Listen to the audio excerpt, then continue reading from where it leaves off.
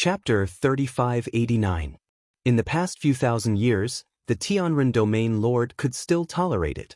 He only reminded the Heavenly Wolf King in private not to go overboard. Who knew that the Heavenly Wolf King was so arrogant that he did not take the domain lord seriously at all and continued to do things his own way. In the past 2,000 years, the Heavenly Wolf King's methods had become more and more overbearing and ferocious, causing the various empires in the Tianren domain to complain. The Tianren domain lord also became enemies with him many times and gradually became enemies. In the end, the Tianren domain lord could not take it anymore and took action 10 years ago. He gathered a large number of troops and used all the power of the Tianren domain. He also invited the help of 2 domain lords to join forces and annihilate the Heavenly Wolf King's forces. More than half of the elites under the Heavenly Wolf King were killed and the rest surrendered. Even his right-hand men had been killed by the domain lord of benevolence in order to cover his escape. Since then, the severely injured Heavenly Wolf King had disappeared without a trace. Everyone thought that he must have fled to a faraway region or even to other continents. Unexpectedly, he actually came to the Green Lotus region. Lu Ming was very clear about the Heavenly Wolf King's deeds and his enmity with the Tianren domain lord. Although he could not finish talking about the Heavenly Wolf King's life history even if he talked for 3 days and 3 nights. However, Lu Ming made it short. In just a moment, Ji Tianxing understood the Heavenly Wolf King's identity and situation. Peng Fei nodded repeatedly to express his agreement. Thus, Martial Uncle is right. The Heavenly Wolf King is a notorious butcher and demon. Not only do the people of the Tianren domain hate him, but even the people of the Green Lotus region fear him when they hear of his evil name. Lu Ming suddenly thought of a problem and frowned. Peng Fei, I didn't even know that the Heavenly Wolf King had appeared. How did you know? Peng Fei smiled and scratched his head. Of course it's master. Impossible. Without waiting for him to finish speaking, Lu Ming flatly denied and said in a firm tone, if your master knew of this news, he would definitely inform me immediately. After all, one of the 2 domain lords who helped the Tianren domain lord eliminate the Heavenly Wolf King was me. Peng Fei was embarrassed and smiled. Martial Uncle, haven't I left Mount Wuhua these 2 years and been wandering around outside? As you know, I like to wander around, gather information, and do some business.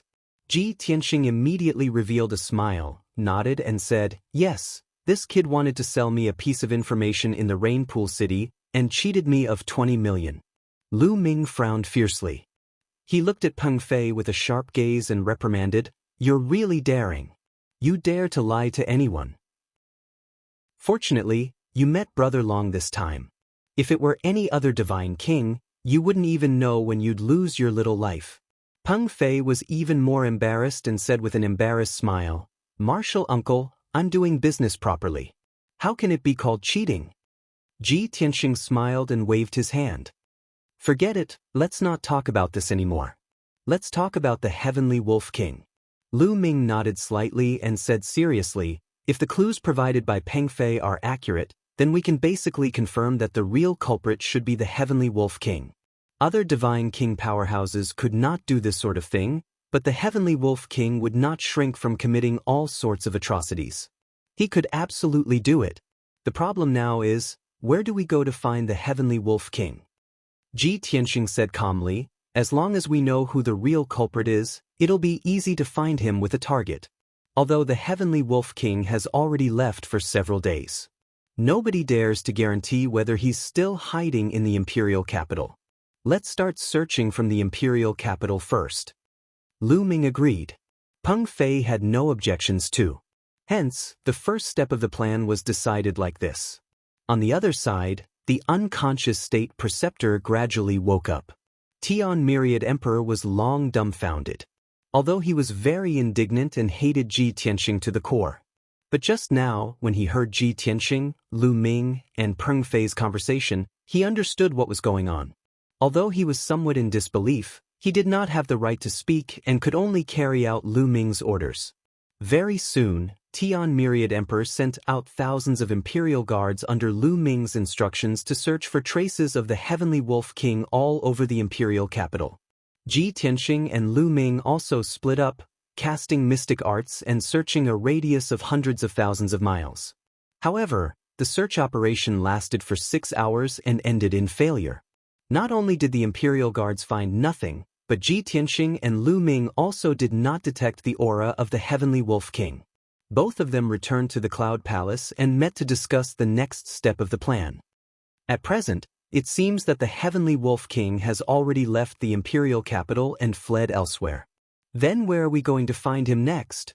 That guy is now a wandering ghost. His whereabouts are mysterious and unpredictable. These few days are enough for him to leave the Green Lotus region and flee to other regions. If that's the case, then it's like looking for a needle in a haystack for us to find him. Ji Tianxing and Lu Ming had a discussion and both of them looked gloomy. Just as they had found the key clue and confirmed the culprit, they did not expect the clue to be cut off again. Just as both of them were at their wits' end, Peng Fei suddenly said, "Martial Uncle, Senior Longtime, do you think the Heavenly Wolf King might have gone to the benevolent region?" Upon hearing this, Ji Tianxing and Lu Ming were stunned for a moment before they shook their heads. 10 years ago, he was seriously injured and finally escaped from the benevolent region. How could he possibly go back? Unless he's crazy. The benevolent region lord has a deep grudge with him. He will definitely go back to take revenge, but not now. In just 10 years, even if he had a fortuitous encounter, it's impossible for his realm to skyrocket. Both of their words made sense, but Peng Fei still insisted on his opinion and analyzed. Although my idea is indeed a little ridiculous and unrealistic, I feel that given the Heavenly Wolf King's character, he might really do such a thing. The most important reason is that there's a divine dragon mystic realm in the benevolent region. If the Heavenly Wolf King wants to take revenge, he has to quickly increase his strength or find a fortuitous encounter. Isn't that divine dragon mystic realm an opportunity for him? Lu Ming thought about it seriously and nodded. That makes sense. That Heavenly Wolf King has never been someone who follows the rules. He doesn't play by the rules either.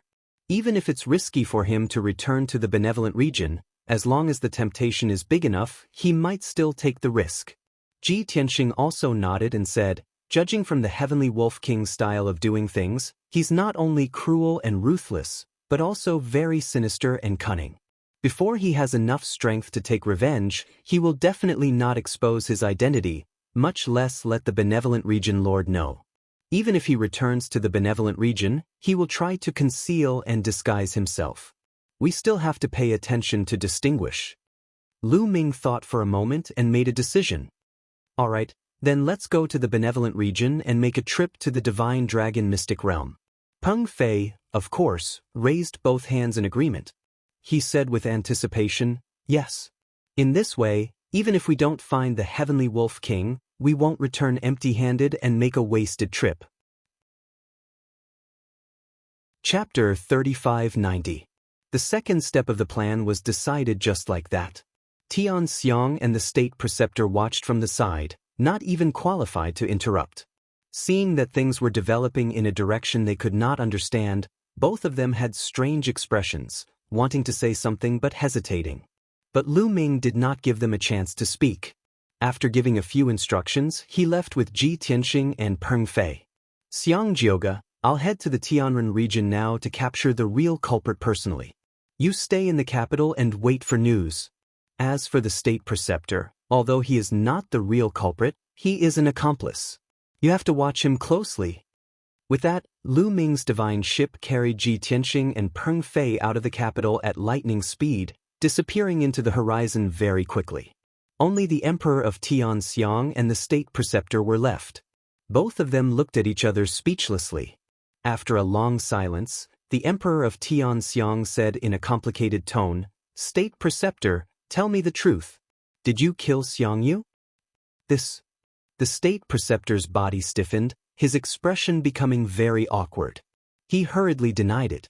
"Your Majesty, how can you believe them?" But before he could finish, the Emperor of Tian Xiang shouted angrily, "Shut up. The truth has already surfaced. Are you still going to put on an act with me? If you tell me the truth, I can still be lenient. But if you continue to evade, I can only..." There was no need to say the latter part. Everyone was well aware of it. The state preceptor's body trembled, and he closed his eyes in pain. He said in a mournful tone, "Your Majesty, what they said is all true. The one who killed the little princess was indeed me. But I didn't know about this matter, and it was definitely not my intention. Including the memories of those few days, I have a blank slate." The Emperor of Tianxiang originally believed Ji Tianxing's judgment. After getting the state preceptor's confirmation, he no longer had any doubts. His heart was heavy, and he said in a low voice with a mournful expression, Celestial Wolf King, you're a high and mighty middle-level god king, an existence comparable to a region master. Why would you do such a deranged thing? Why would you kill a divine Lord Realm girl? What kind of sin did my Tianxiang kingdom commit to attract such a murderous god? The imperial preceptor was startled for a moment before he hurriedly replied, Your Majesty, this matter is all Long Tian's fault. Although the little princess was not killed by him, she died because of him. It was definitely his appearance that had attracted the heavenly Wolf King. After all, he was the godly monarch of the dragon race. If the celestial Wolf King possessed him or refined him, he would soar to the heavens. The king-grade god artifact that he gave to the little princess was the main reason why the heavenly Wolf King tried to kill him. Tianxiang's emperor furrowed his brows and said through gritted teeth, That makes sense. Originally, we thought that we had wronged him, but now it seems that we were right to hate him. He was a jinx. He's the one who killed Xiangyu. That's not right. Halfway through his words, Emperor Tian Myriad suddenly realized a problem. Imperial Preceptor, when the heavenly wolf demon king came to the capital to possess you, Long Tian hadn't appeared yet. The state preceptor's face stiffened, and he was dumbfounded once again. Emperor Tian Myriad's face darkened again. After a long silence, he said in a low voice, State Preceptor, you'll stay in the Celestial Pagoda from now on. Without my permission, you're not allowed to take half a step out. The state preceptor understood what this meant, but he was powerless to refute. He could only acknowledge the order and leave with a gloomy expression. The divine cruiser sped through the sea of clouds, heading straight for the benevolent region. Inside the divine cruiser, Ji Tianxing, Lu Ming, and Peng Fei each had a secret room to recuperate. However, Lu Ming had been focused on steering the divine cruiser.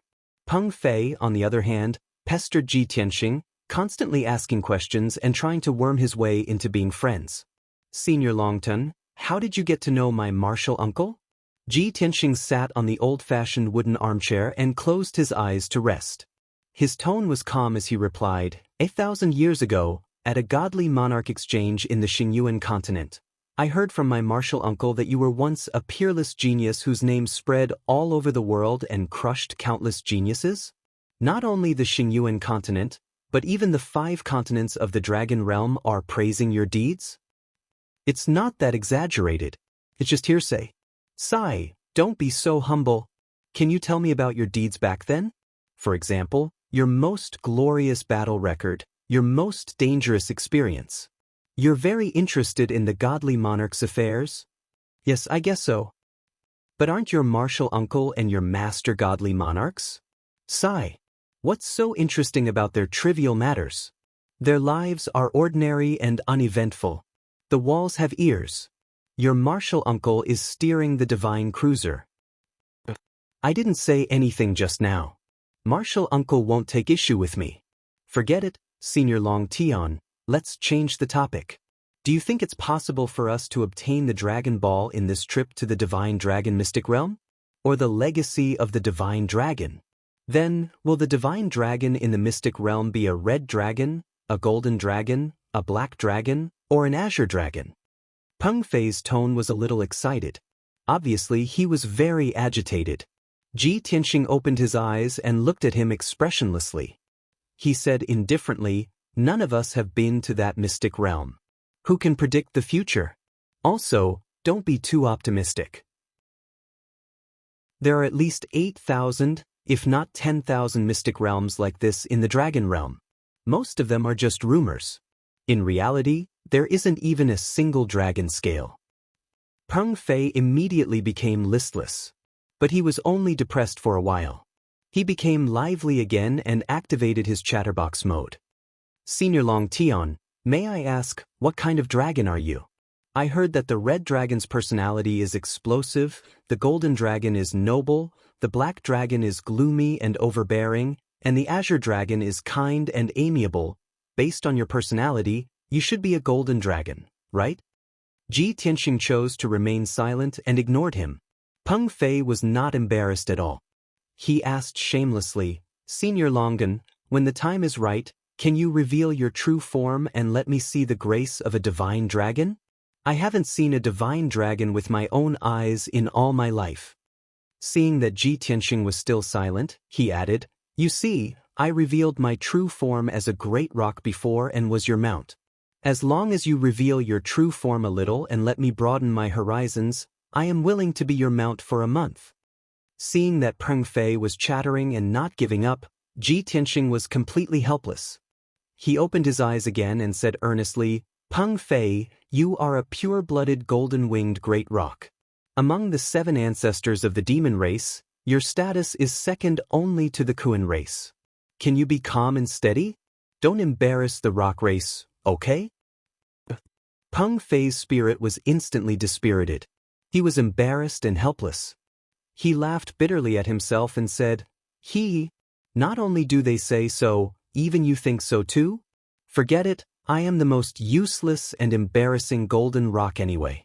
After he finished speaking, he bowed towards Ji Tianxing and said calmly, Senior Longtime, I have offended you just now. Please rest, I will not disturb you any longer. I will take my leave now. Looking at his lonely back as he turned and left, Ji Tianxing frowned slightly and revealed a thoughtful expression. Chapter 3591. Peng Fei, who was originally very talkative, became silent after being dealt a blow by Ji Tianxing. At least, he looked more normal now, even a little dignified and serious. Ji Tianxing was happy to have some peace and quiet. He was quite satisfied with this result. 2 days later, the divine warship finally arrived at the Mirage Sea Forest of the Tianren region. Lu Ming was more well-informed than Peng Fei. Peng Fei only knew the approximate location of the divine dragon mystic realm, but Lu Ming had already found out that the mystic realm was deep in the Mirage Sea Forest. This place was very desolate.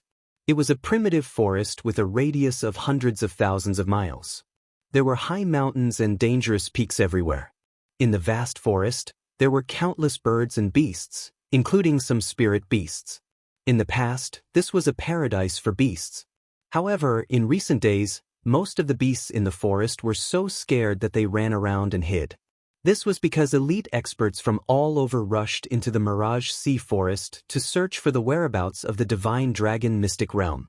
The divine lord experts moved in groups of more than 10 at the same time or in groups of 2 or 3 at the same time. Even if a group of beasts encountered them, they could not wait to avoid them. They were terrified and uneasy, afraid that they would be killed and their demon cores taken away. As for the various flying ships and divine warships that flew over the forest from time to time, they were extremely terrifying in the eyes of the beasts. They had to run as far away as possible. A few hours later, the divine warship arrived deep in the Mirage Sea Forest and stopped in the air above a lush forest. At first glance, this forest looked very ordinary. There was nothing special about it. However, upon closer inspection, one would discover that this area with a radius of 10,000 miles was exceptionally flourishing and the divine power of heaven and earth was abnormally rich. Most of the surrounding forests were ancient trees that were 100 feet or hundreds of feet tall. The towering trees in this area were basically more than 1,000 feet tall. In the dense jungle, there were also many flowers and fruit trees, which were full of colorful flowers and fruits. Logically speaking, those divine flowers and fruits were great nourishment. Before they were fully ripe, they would have been snatched away by the beasts. However, in reality, this area was very quiet. There were no beasts at all. Even snakes, ants, mosquitoes and insects did not dare to come close. Ordinary people would be puzzled. However, powerful experts like Ji Tianxing and Lu Ming could find out the reason. This was because this area was filled with a trace of dragon aura, the aura of a divine dragon. The dragon was the leader of all demons, the most powerful and noble existence. It was a natural deterrent to all demon beasts. No matter how many heaven and earth treasures there were, as long as there was the aura of a dragon, no demonic beasts would dare to approach. Swish, swish. Lu Ming put away the divine worship. He, Ji Tianxing, and Peng Fei appeared in the sky above the forest. The three of them looked down at the forest and observed with keen eyes. Lu Ming pointed to a certain place and said, "The big trees there are all over the place. There are also a few deep pits on the ground, as well as collapsed and broken trees. Obviously there was a fight there." Peng Fei was full of excitement. He couldn't hold back his anticipation and said, "This is the divine dragon's secret realm? There doesn't seem to be anything special about it. Is the secret realm hidden deep underground?" Ji Tianxing nodded and waved his hand, shooting out a bright golden light into the vast forest. In the blink of an eye, the forest and the earth split apart, revealing a wide ravine. "Let's go down and take a look." He took the lead and stepped into the ravine, flying toward the depths of the ground. Lu Ming and Peng Fei were stunned for a moment and quickly followed. Initially, Lu Ming wanted to remind Ji Tianxing that there were too many treasure hunters gathered here and they had to be careful. But when the words reached his mouth, he swallowed them back down. After all, given his and Ji Tianxing's strength, they could travel unimpeded in the Star Source continent. What was there to be afraid of? Not long later, the three of them passed through thousands of miles of soil and stone and entered the depths of the ground. At this depth, there was basically no soil underground. It was all extremely hard rocks and mineral strata. In the rock strata and mineral strata, holes and cracks could be seen everywhere, even forming huge canyons. The scene here allowed Peng Fei and Lu Ming to see another kind of underground world. The three of them entered a spacious cave with a radius of 10 miles. Ji Tianxing stopped in his tracks and looked at the corner of the cave. Lu Ming and Peng Fei also stopped and looked in the direction of his gaze. They saw that in the dark cave, the ground and rock walls were emitting red light, shining like thousands of stars. Upon closer look, they realized that it was the ore mixed in the rock strata. The fire attribute divine level or was of a higher grade and contained abundant divine power. At the same time, Ji Tianxing could clearly sense that these rock strata and ores had been influenced by dragon power for a long time and contained a faint dragon aura. In the corner of the cave, 4 godlord demons were carefully excavating the rock strata and mining the red ores. When Ji Tianxing, Lu Ming, and Peng Fei looked at them, they also noticed that the three of them had barged in. They immediately pulled out their swords and sabers vigilantly, as if they were facing a formidable enemy. Ji Tianxing and Lu Ming did not think much of it, their expressions calm. However, Peng Fei raised his eyebrows, a look of anticipation in his eyes. He muttered, "Uncle Master, Senior Longton, the ores here are of a higher grade and have abundant divine power. If they are mined and refined, they will definitely be valuable gems." What he meant was that he was already tempted. As for the 4 godlords mining the ores, he did not take them seriously at all. Anyway, the ores here were all treasures of heaven and earth and did not have an owner. Even if the godlords arrived first, as long as they were powerful enough, they could still take over the ores. After all, Ji Tianxing and Lu Ming could kill the 4 godlords instantly with a casual move. The heavenly world was a world where strength reigned supreme. The dragon realm was even more so, where the law of the jungle was followed and worshipped to the extreme. In the city and country, there were still moral and legal constraints. Once in such a desolate wilderness, mystic realm treasure land, it would depend on whose fist was bigger. However, Lu Ming's reaction disappointed Peng Fei. He said in a calm tone, "We have another mission on hand. We are not here to explore and search for treasures." A simple sentence extinguished Peng Fei's thoughts of killing the demons and seizing the treasure. "Oh." He could only nod to show that he understood, a look of disappointment flashing in his eyes. Ji Tianxing did not say much. He led the way through the dark cave and continued to fly deeper into the ground. His divine senses spread out, enveloping the rock strata in all directions as he probed the surrounding situation. Within a radius of 40,000 miles, he knew clearly where the godlords were, where the divine stone mines were, and where the dragon's aura was stronger. He could sense that the deeper they went, the stronger the divine dragon's aura was. This proved that this mystic realm was indeed related to the divine dragon, and it was even deeper underground. Soon, Ji Tianxing and the other two left the cave, passing through the cracks and gullies in the rock strata and disappearing into the depths of the darkness. The four godlords of the demon clans secretly heaved a sigh of relief when they saw the three of them leaving. They hurriedly put away their weapons and increased their mining speed, not daring to stop at all. Chapter 3592. For most of the Surgods who came to explore, the mystic realm in the depths of the Mirage Sea Forest was full of mystery and danger. But for Ji Tianxing and the other two, this mystic realm was safer. At least, the three of them had not encountered any real danger until they went 30,000 miles underground. Even though they passed through many caves, ravines, and canyons along the way.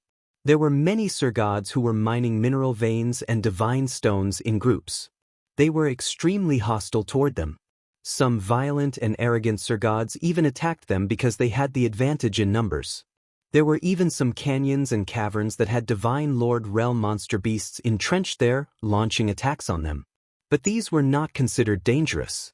Ji Tianxing did not have to do anything. Lu Ming killed those ignorant Surgods and demon beasts in a second with a few moves. Moreover, their goal was to find the Heavenly Wolf King. They were not interested in those valuable mineral veins and gemstones. As such, the three of them went all the way underground without causing much commotion or wasting much time. At 30,000 miles underground, Ji Tianxing stopped in his tracks and did not go any deeper. It should be around here. He could clearly sense that the divine dragon aura here was exceptionally rich. Therefore, he deduced that the core of the mystic realm was nearby. Lu Ming nodded. The dragon power here is very rich. If the Heavenly Wolf King came to this mystic realm, he would definitely be active in this area. Ji Tianxing nodded slightly. Let's look around. But we have to hide our strength and aura. Try not to alert the enemy. Okay, Lu Ming responded and hurriedly cast the divine power to conceal his aura. Ji Tianxing also hid his divine power aura and became an ordinary person without any divine power fluctuations. Even a middle-level Surgod like Lu Ming could not see through his background, let alone those Surgods. He did not feel threatened at all. As for Peng Fei, there was no need to hide his strength and aura at all. The three of them began to release their divine senses and cast their divine powers and secret skills to search and investigate in all directions. About 100 breaths later, Ji Tianxing suddenly detected a trace of obscure divine power fluctuation in a canyon 10,000 miles to the left. Even though the ripple of divine power had only flashed by. But he still captured it. Moreover, he could determine that it was the aura of a divine king powerhouse. Follow me. Therefore, he decisively brought Lu Ming and Peng Fei and rushed to the canyon at the fastest speed. It only took the three of them 30 breaths to pass through the solid and thick rock stratum and the dimly lit cave to arrive at the 100-mile-long canyon.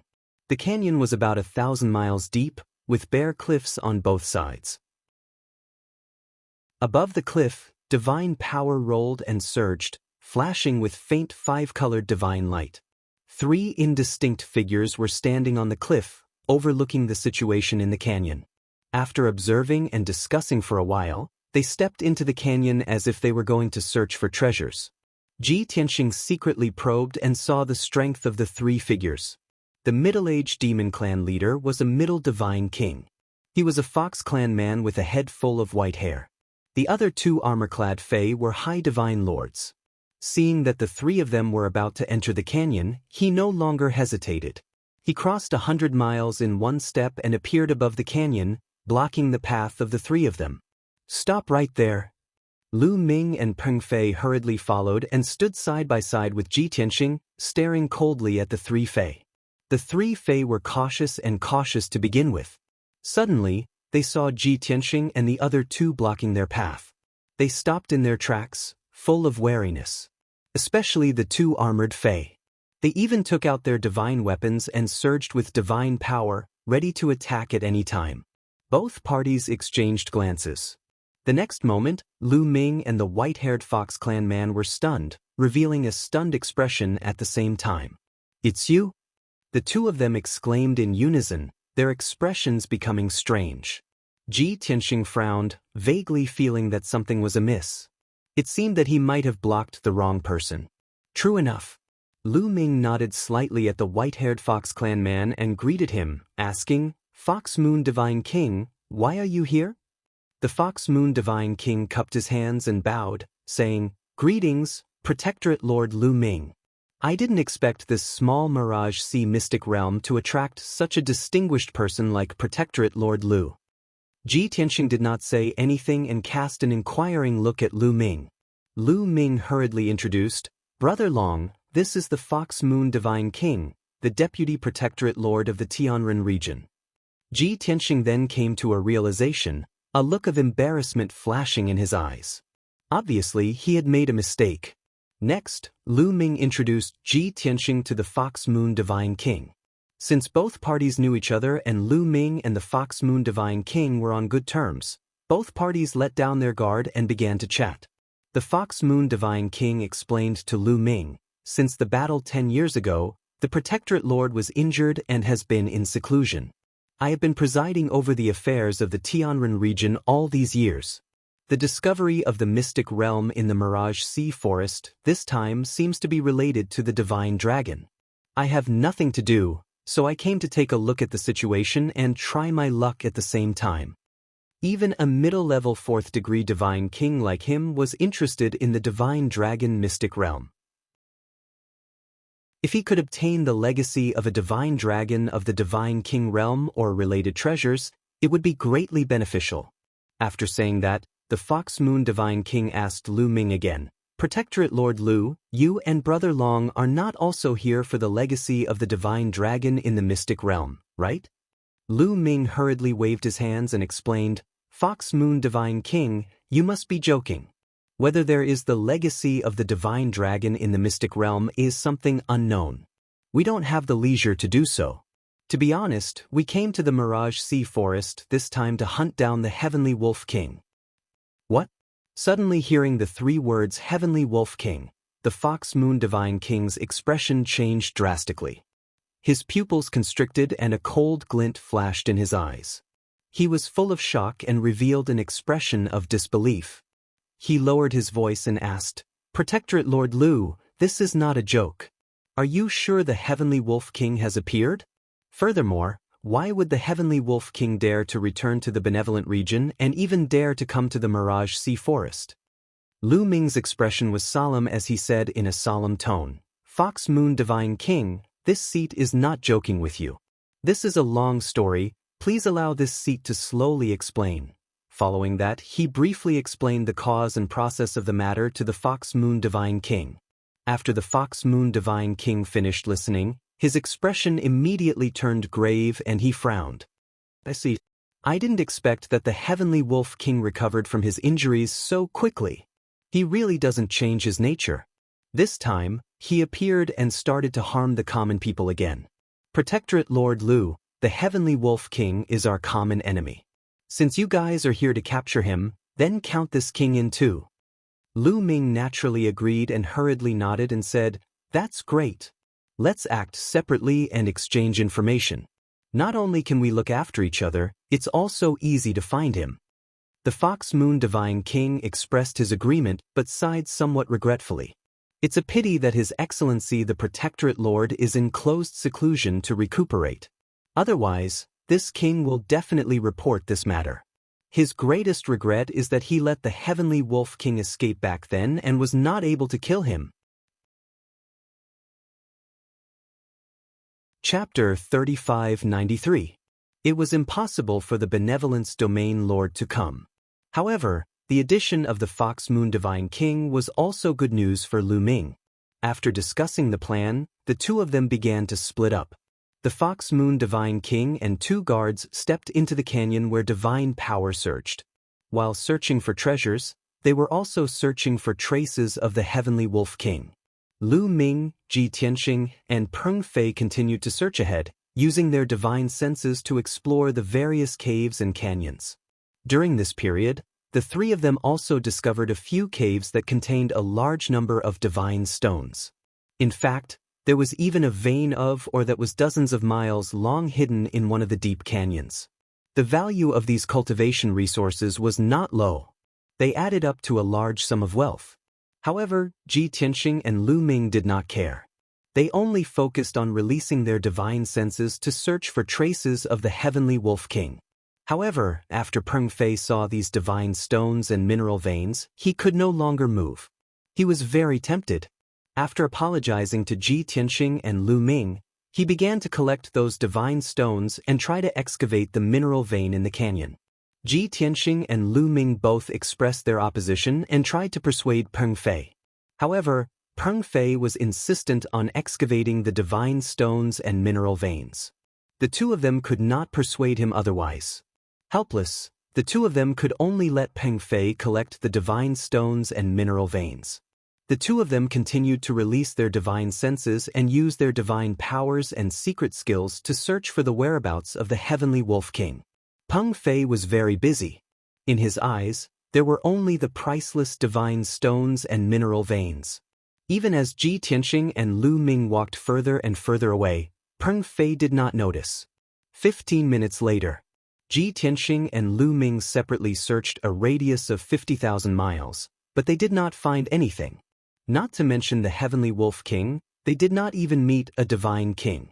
Those divine lord explorers did find a dozen of them, but the two of them could not be bothered.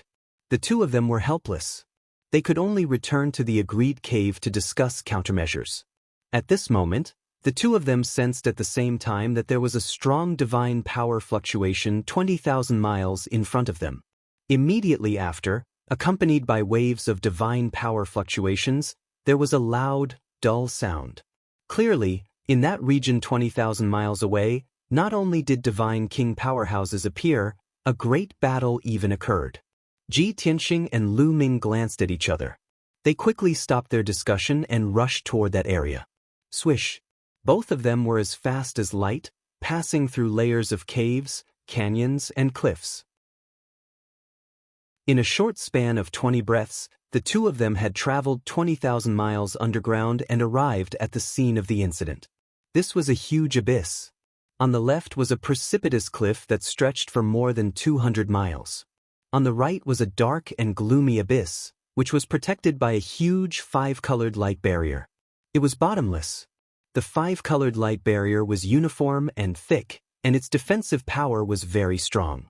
It shone with dazzling five-colored divine light, dispelling the nearby darkness. Even so, the five-colored light failed to illuminate the abyss. Ji Tianxing's and Lu Ming's divine senses were blocked by the colorful light shield and they were unable to investigate the situation in the abyss. As for the source of the ripples of divine power and the loud noise, it was on the cliff to the left of the abyss. There were two groups of powerhouses, a total of 5 people, and they were fighting. On one side there were 3 people. They were Fox Moon Divine King and 2 armored guards. On the other side, there were 2 demon race divine kings who were well-dressed and had a dignified aura. The stronger divine king wore a fiery red robe and had antennae on his head. It was hard to tell what race he was from.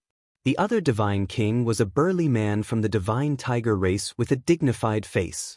Although Fox Moon Divine King's side had the advantage of numbers, they were obviously not their match. However, they were clearly not a match for the 2 demon race god kings. They were beaten back repeatedly, riddled with wounds. The ordinary-looking red-robed divine king was entangled with Fox Moon Divine King and completely suppressed him. It was obvious that he was stronger. No matter how Fox Moon Divine King unleashed his full strength and used all kinds of divine abilities, he could not defeat the red-robed Divine King. Instead, he was in danger and could be severely injured at any time. As for the burly and dignified Tiger Race Divine King, he was attacking the 2 guards of Fox Moon Divine King fiercely. How could 2 high-level Divine Lord Realm guards possibly withstand the attacks of middle-level Divine Kings? In a short moment, the 2 guards had their armors torn apart and their divine weapons defeated. Their bodies also became riddled with wounds, dripping with blood. Lu Ming was rather surprised and exclaimed softly, Wasn't Fox Moon Divine King searching for the Celestial Wolf King? Why did he fight with those two Divine Kings? Among those two Divine Kings, there's no Celestial Wolf King either. And here, there's actually a defensive Grand Array? Ji Tianxing's tone was calm as he said, "This light screen is a Grand Array that formed naturally after 10,000 years. The dragon aura here is very strong, rich to the extreme. If there are no accidents, this abyss under our feet should be the core of the mystic realm." Lu Ming pondered for a while and immediately came to a realization. He said, "It must be Fox Moon Divine King who found this place, thinking that he could find the treasure in the mystic realm right away. In the end, those two Divine Kings also found this place. Both parties fought over the treasure in the abyss, that's why they fought. Fox Moon Divine King did not inform us. Firstly, this matter has nothing to do with the Celestial Wolf King. Secondly, he wants to hog the treasure alone and is not willing to let us get a share?" Regarding Lu Ming's guess, Ji Tianxing did not answer. His attention was on the two demon race godly monarchs. He vaguely sensed that there seemed to be something amiss with that red-robed Divine King. Hence, he secretly cast the Divine Pupil Mystic Art and carefully observed that red-robed Divine King. At this time, the situation in the field changed again. Just as Ji Tianxing and Lu Ming were observing the battle for a few breaths, Fox Moon Divine King's two guards were torn to pieces by the Tiger Race Divine King, their divine bodies collapsing on the spot. The two guards' divine personas escaped in a panic from the sky full of blood and fragments, flying into the distance. But that Tiger Race Divine King was long prepared. He brazenly brandished his palm and hacked out two streaks of golden light-sharp blades, chopping towards the two guards' divine personas. It looked like the two guards' divine personas could not escape in time and were about to be hacked into pieces immediately. Right at this critical juncture, Lu Ming finally made his move. Swoosh, swoosh. He brandished both his fists and struck out two huge dark golden fist gleams, slamming hard against the golden light-sharp blades. There was a crisp cracking sound and the two streaks of golden light-sharp blades were smashed into pieces at the same time. The two guards' divine personas were finally out of danger. They did not dare to stay any longer and hurriedly fled to the edge of the abyss, burrowing into the cracks in the rock walls and escaping without a trace. At this time, the two demon race Divine Kings discovered Lu Ming's arrival and instantly looked as though they were facing a formidable enemy. Both of them revealed intense vigilance, especially that red-robed Divine King. After seeing Lu Ming's appearance clearly, his pupils constricted and intense hatred flashed in his eyes. Lu Ming was conversing with the Fox Moon Divine King, inquiring about the reason for the battle between both parties. He did not notice the subtle expression of the red-robed Divine King. But Ji Tianxing had been observing the red-robed Divine King and of course caught this subtle change. Coupled with the results of his observation, he immediately made a judgment and shouted coldly, "Lu Ming, that guy is in disguise. He should be the Celestial Wolf King." Chapter 3594. What? Hearing Ji Tianxing's cold shout, Lu Ming was not the only one stunned. Even the Fox Moon Divine King was stunned on the spot, her face full of astonishment. Both of them did not expect Ji Tianxing to make such a judgment. At the same time, the red-robed Divine King's expression changed drastically. He glared at Ji Tianxing with a heart full of hatred and turned to fly away without hesitation, wanting to escape the abyss. After all, his disguise was exposed and his identity was exposed. Moreover, he only had the Tiger Divine King as his helper. The Fox Moon Divine King, Lu Ming, and Ji Tianxing, there were three Divine King powerhouses. The red-robed Divine King was very cautious and vigilant. Once he saw that the situation was not good, he fled decisively. However, his plan was destined to fail. Swoosh! With a flash of divine light, Ji Tianxing teleported 100 miles and blocked the red-robed Divine King's path. Lu Ming did not care about the Tiger Divine King and hurried over, blocking the red-robed Divine King's back. As such, the red-robed Divine King was surrounded from the front and back, unable to escape at all. His expression was as cold as ice, his eyes as sharp as a sword as he glared at Ji Tianxing, his body exuding a biting, cold, murderous intent. However, he remained silent in case he revealed any flaws. Lu Ming was still in disbelief as he asked Ji Tianxing, "Brother Long, you said that this guy is the celestial wolf king in disguise?" "Of course." Ji Tianxing nodded and said in a certain tone, "I observed carefully just now." Even though he unleashed all his strength, he still held back. That's because he wanted to retain a portion of his divine power to maintain a disguise of changing his appearance. However, no matter how he changed his appearance and concealed his divine power aura, he could not change his divine soul. I observed his divine soul and can tell that he is a dark silver celestial wolf. Also, the changes in his eyes and expression show that he knows the Fox Moon Divine King in you. Especially you, he has great hatred and fear. Ji Tianxing's analysis was clear and thorough. Lu Ming and the Fox Moon Divine King heard it clearly. The two of them came to a sudden realization and immediately believed Ji Tianxing's judgment. As for the red-robed God King, he was filled with shock and disbelief. He looked at Ji Tianxing in great fear and asked, "Who are you?" Ji Tianxing's lips curled into a cold smile as he said, "Who I am is not important. The key is that we know who you are." Lu Ming and Fox Moon Divine King stared at the red-robed Divine King and sneered. "Celestial Wolf King, stop pretending. Reveal your true form. Heavenly Wolf King, we've already seen through your disguise. Is there a need for you to continue pretending?" The red-robed God King's expression was rather ugly. He stared at Ji Tianxing with a face full of resentment. He gritted his teeth and coldly shouted, "Little bastard, you win." As he spoke, his body lit up with dark silver starlight, and his body began to transform. In the blink of an eye, he turned into a middle-aged demon who was more than 10 feet tall.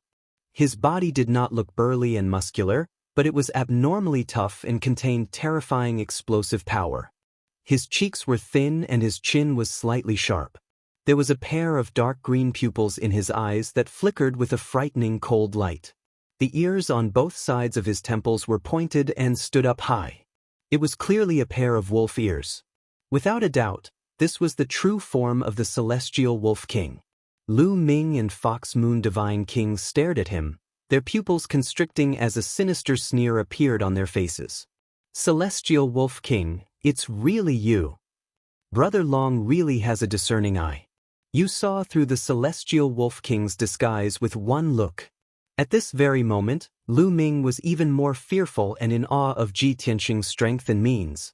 After all, he and Fox Moon Divine King were very familiar with the Celestial Wolf King, but they did not see through any clues. And Ji Tianxing had never seen the Celestial Wolf King before, but he could see through the Celestial Wolf King's disguise in such a short time. Such strength and means were simply astonishing. Since he had revealed his true form, the Celestial Wolf King no longer put on an act and immediately revealed his true form. He glared at Lu Ming and Fox Moon Divine King with a venomous gaze. He gritted his teeth and cursed, "You two damn bastards. Back then, if you did not side with the evildoers and help Qining deal with this king, how could this king lose to him? Everything that happened that day, this king remembers it well and will not forget it for a moment. This king once swore that one day, this king will definitely turn all of you into ashes. Since you delivered yourselves to my doorstep today, this king will send you on your way."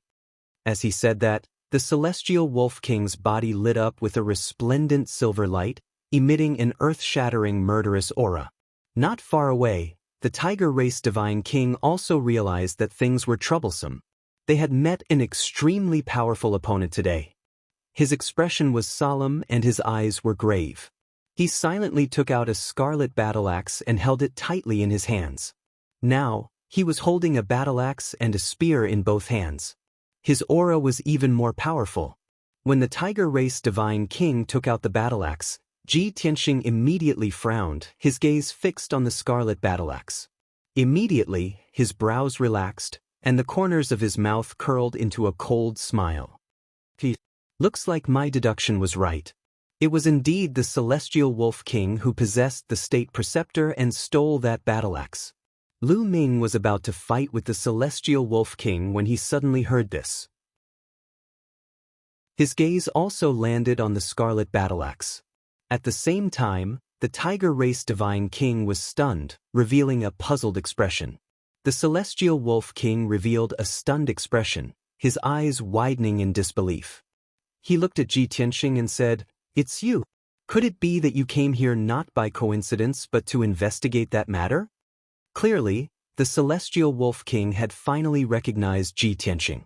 It was that dragon race youth who appeared in Tianxiang capital and caused a commotion in the city. Ji Tianxing sneered and said, "Celestial Wolf King, you admit that you possessed the state preceptor and stole the battle-axe. You also killed Xianxia?" As he said that, he held an image recording crystal in his left hand and recorded this scene. The Celestial Wolf King grinned coldly and said, "Hee, I thought that I did things secretly and secretly. I didn't expect that you would still see through me, but you clearly left Tianxiang capital. Why are you still investigating this matter?" Ji Tianxing did not answer his question. Instead, he continued asking, "It's good that you admit to that matter. However, I still want to ask you one more thing. How did that battle-axe end up in his hands?" After saying that, he pointed at the dazed tiger race divine king. Clearly, the tiger race divine king did not know that the scarlet battle-axe in his hands had such a complicated origin. The celestial wolf king narrowed his eyes and stared at Ji Tianxing with a dark gaze. He said, "Kid, I really didn't expect you to be so capable. If I had known earlier, I wouldn't have hesitated in Tianxiang capital back then. I should have killed you halfway back then and refined you." Ji Tianxing pondered for a moment and immediately understood what he meant. He analyzed and said, "Before I appeared in Tianxiang capital, you had already possessed the state preceptor. Perhaps you had other plans previously. However, after I appeared, you wanted to kill me and refine my dragon race bloodline to become a noble dragon race member? However, you didn't have the confidence to kill me. You were also afraid that things would blow up and your identity would be exposed. You would then be hunted down by Lu Ming and the Tianren domain lord. Later on, you went to look for Xianxia and accidentally found her unconscious on the ground. The battle-axe was placed on the table, so you stole it. You were afraid that Xianxia would be exposed when she woke up, so you killed her." Chapter 3595. Ha! I've really underestimated you. You're not bad. Your analysis is clear and logical, as if you've seen it with your own eyes. The Heavenly Wolf King stared sharply at Ji Tianxing, his tone revealing a piercing, murderous intent. His words undoubtedly proved that Ji Tianxing's conjecture was correct. Lu Ming secretly heaved a sigh of relief and gave Ji Tianxing a thumbs up in his heart. He recalled how he felt when Ji Tianxing raised this conjecture in the capital that day. He was very thankful that he had hesitated a little and chose to believe Ji Tianxing and accompany him to investigate the truth. If not, it would have become an unjust case, and the truth would not have come to light today. Lu Ming thought to himself, his abilities, methods, and intelligence are still the same as before. He's even more outstanding than before. Is the current him really a fallen genius? Lu Ming began to have doubts and even overturned his previous understanding. At this moment, Ji Tianxing put away the photographic crystal and sneered at the Heavenly Wolf King. "Heavenly Wolf King, although you're very sinister and despicable, you still have some backbone and dare to admit that you did all this." The Heavenly Wolf King was about to speak. At this moment, the Tiger Tribe's divine king finally asked the question in his heart after holding it in for a long time. He waved the crimson battle-axe in his hand and questioned the Heavenly Wolf King, "Heavenly Wolf King, didn't you tell me that this battle-axe was personally refined by you? You even swore that you had mastered an extremely profound crafting technique. Not only can you refine inferior grade and middle grade king grade divine weapons, but you can even refine a superior grade king grade divine weapon?" The Heavenly Wolf King was instantly embarrassed and stammered, unable to speak. The Tiger Tribe's divine king continued to ask, "Heavenly Wolf King, I believe you and treat you as a brother. How can you deceive me like this? It's just a mere inferior grade king grade battle-axe. Although it's priceless, it's not enough to move me. I'm only willing to become sworn brothers with you on account of your sincerity and want to roam the world with you, I didn't expect that even this battle axe was stolen. The tiger tribe godly monarch realized that he had been tricked, and he angrily questioned the heavenly wolf monarch. The heavenly wolf king sensed that something was amiss and hurriedly changed the topic. Golden Tiger King, now is not the time to talk about this. I will explain it to you later. Now, these bastards want to take our lives. How can you believe their words? In fact, the heavenly wolf king and the golden tiger king had only known each other for a short while. The Golden Tiger King came from another region and lived in the northernmost part of the astral source continent. He did not understand the situation here. He knew nothing about Welkin Wolf King's past. On the other hand, the Heavenly Wolf King was an expert in acting and deceiving. He had successfully swindled the Golden Tiger King's trust. At the same time, he gave the Golden Tiger King the crimson battle axe he had stolen as a gift. The Golden Tiger King became hot-headed and swore to become sworn brothers with him. They swore that they would roam the world together and conquer the world together. However, the two of them were considered to have died before achieving victory. After becoming sworn brothers, the first great undertaking that the two of them worked together was to explore the divine dragon's secret realm. Obviously, it was destined to end in tragedy. Lu Ming saw the animosity between the Heavenly Wolf King and the Golden Tiger King, and he suddenly had an idea. He sneered and said, "Golden Tiger King, you are definitely not from around here. If you had heard about the Heavenly Wolf King's reputation in the Tianren domain, you would not have been deceived by him. He is a well-known bastard and demon. He is sinister, despicable, cunning, and cruel. He has already reached the stage where he can stop children from crying at night. Listen to my advice and leave this place immediately. Don't be deceived and used by him again." The Heavenly Wolf King was anxious. He glared at Lu Ming with resentment and hurriedly persuaded the Golden Tiger King. "Golden Tiger King, don't listen to this bastard's nonsense. He has a deep hatred for me. Of course, he will deliberately slander me." Without waiting for him to finish speaking, the Golden Tiger King waved his hand and said in a serious tone, "Heavenly Wolf King, you don't have to worry. I am not the kind of person who will sail according to the wind. Although you have deceived me, I do believe the words of this protectorate Lord Lu. But this king will never run away from the battle, or even change sides at the last minute. That would be treacherous and despicable." The Golden Tiger King's honesty made the Heavenly Wolf King heave a sigh of relief. Lu Ming had failed to sow discord and was slightly embarrassed. He could only say regretfully, "Golden Tiger King, although I admire your loyalty and trustworthiness, don't make a mistake." The Golden Tiger King did not appreciate his kindness. He held the long spear and the battle axe in his hands and roared with a murderous aura, "Stop talking nonsense. If you want to fight, let's fight. You are really stubborn." Lu Ming shouted coldly and stopped persuading the Golden Tiger King. He also took out the divine sword and quickly accumulated divine power. He raised it to the peak state and locked on to the Heavenly Wolf King's aura. The Heavenly Wolf King was attacked from both sides, but he was fearless. He sneered malevolently. "You want to kill me? Do you think you are worthy? Go to hell." As he roared, he waved his long pitch-black saber and slashed out a saber gleam that could split heaven and earth.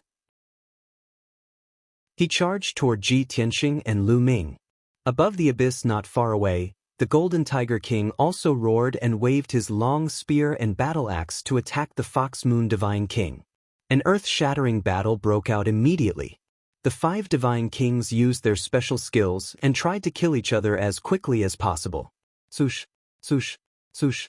Dazzling 5-colored divine light collided violently above the abyss, creating a series of earth-shattering explosions.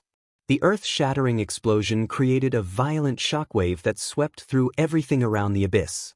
The naturally formed 5-colored light shield shook violently from the impact and was on the verge of shattering.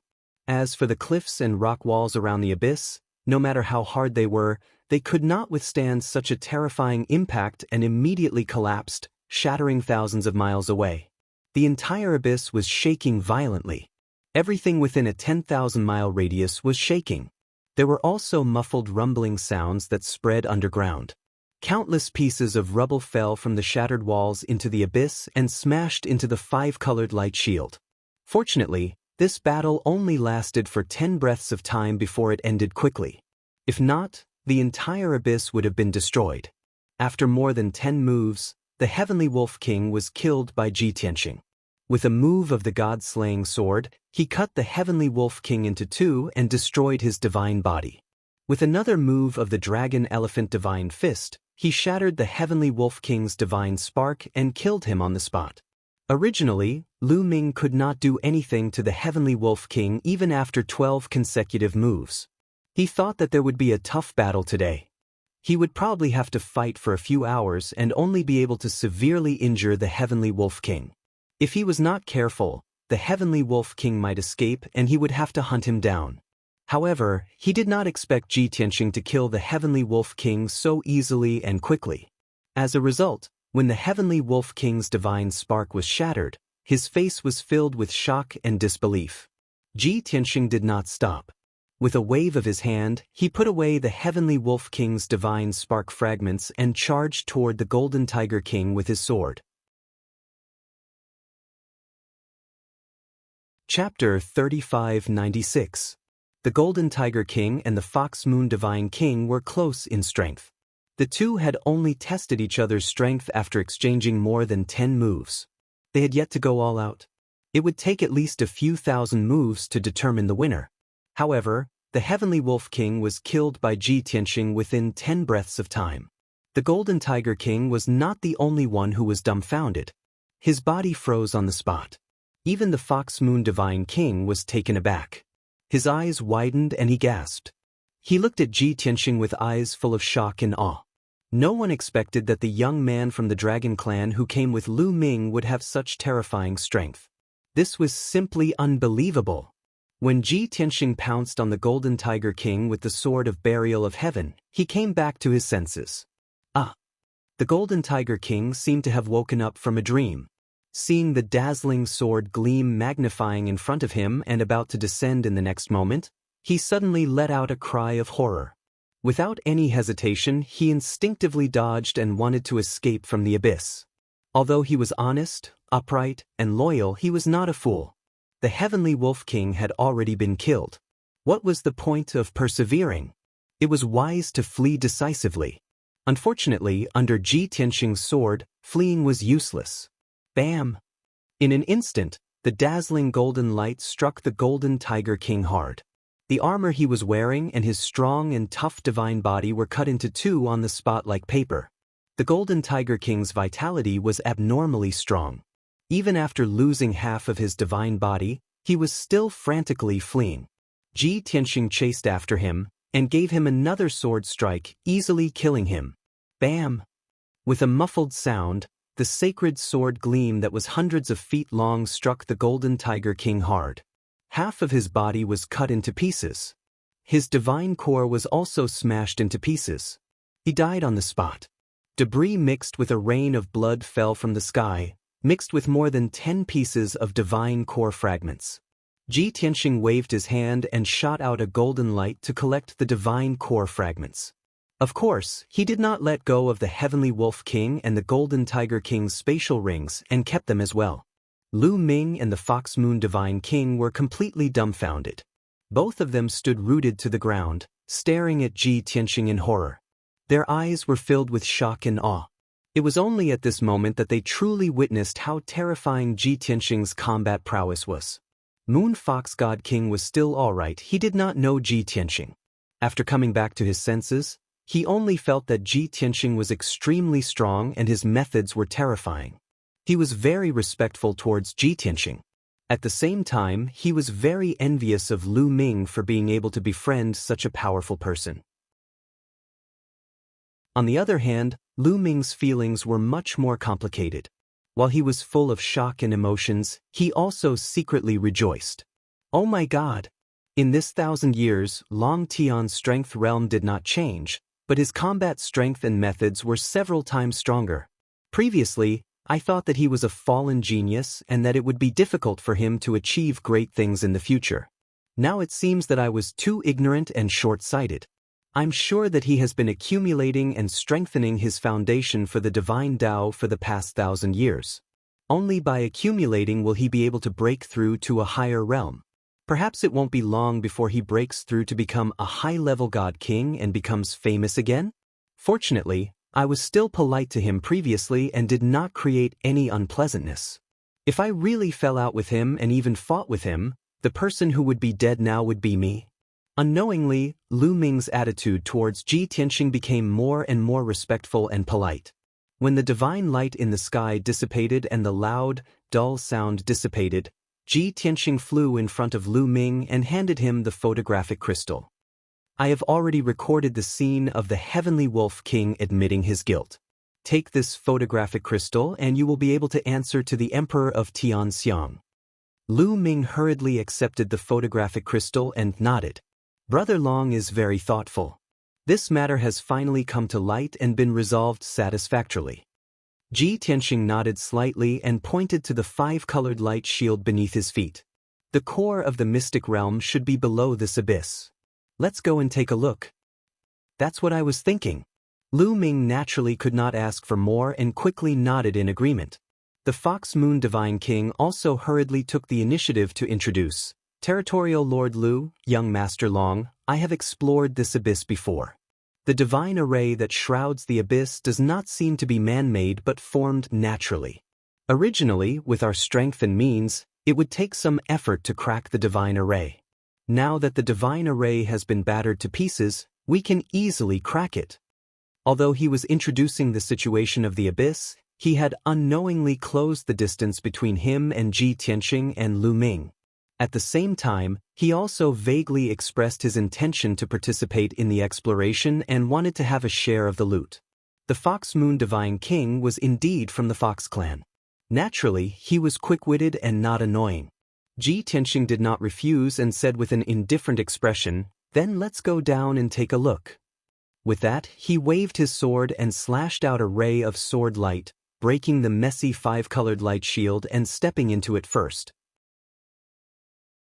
Lu Ming and the Fox Moon Divine King hurriedly followed and passed through the crack in the five-colored light shield and entered the abyss. The three of them flew all the way down and arrived at the bottom of the abyss after flying for a few hundred miles. Looking from above, the abyss had a radius of 300 miles. But in reality, this abyss was like a deep pit, big at the top and small at the bottom. The bottom of the abyss only had a radius of 100 miles and there were jagged rocks everywhere, uneven and bumpy. The area in the middle was still considered flat but was covered with large amounts of gravel and soil. Between the gravel and soil, there were some strange red rocks that stood between the rocks occasionally. At first glance, there was nothing unusual. However, Ji Tianxing could tell with a single glance that those lone crimson rocks were not real rocks. They were the skeletons of divine dragons. The entire abyss was filled with an extremely strong dragon's aura. All the soil and rocks had been eroded by the dragon's aura for more than 10,000 years and were dyed red with blood. It was no exaggeration to say that the rock walls, rocks and soil in this abyss had all become priceless treasures. Lu Ming and the Fox Moon Divine King were stunned for a moment and also realized this point. Instantly, they were so excited that their blood boiled and could not help but exclaim, "Oh my God! The divine dragon's aura here is actually so strong? That's a red rock? That seems to be the skeleton of a divine dragon. It's no wonder the rumors say that this mystic realm is related to divine dragons. I didn't expect that a dragon's corpse was buried here. This divine dragon had the strength of a god king when it was alive. We're rich." Just as the two of them were wild with excitement and their faces were flushed with excitement, Ji Tianxing waved his hand and shot out thousands of golden rays that disappeared into the abyss. As the golden light flashed, the gravel and soil within a radius of 100 miles were all cleaned up. Soon, a complete divine dragon's corpse was presented in front of the three of them. This was a crimson-red dragon that was 100 miles long. Even though the dragon's corpse had been buried for more than 10,000 years and its flesh had long disappeared, leaving behind only a skeleton, it still exuded a strong divine aura. Chapter 3597. Seeing the red dragon skeleton with their own eyes, Lu Ming and the Fox Moon Divine King were even more excited. The two of them surrounded the red dragon skeleton. As they observed it carefully, they clicked their tongues in admiration. I can't believe that this red dragon skeleton is so well preserved. It's indeed a divine dragon. Even after more than 10,000 years, its skeleton is still intact and full of divine power. Be it refining divine weapons, divine pills, or setting up divine arrays, this dragon skeleton is a top-notch material. Even 10 or 50 mineral veins can't compare to the value of this dragon skeleton. This trip is worth it. It's really worth it. Lu Ming and the Fox Moon Divine King exclaimed in admiration. In their minds, they were already fantasizing about what to do with this dragon skeleton. At this moment, Ji Tianxing flew to the skull of the dragon skeleton. The skull of a divine dragon was very complicated. It was densely packed with thousands of bones, forming layers of protective nets.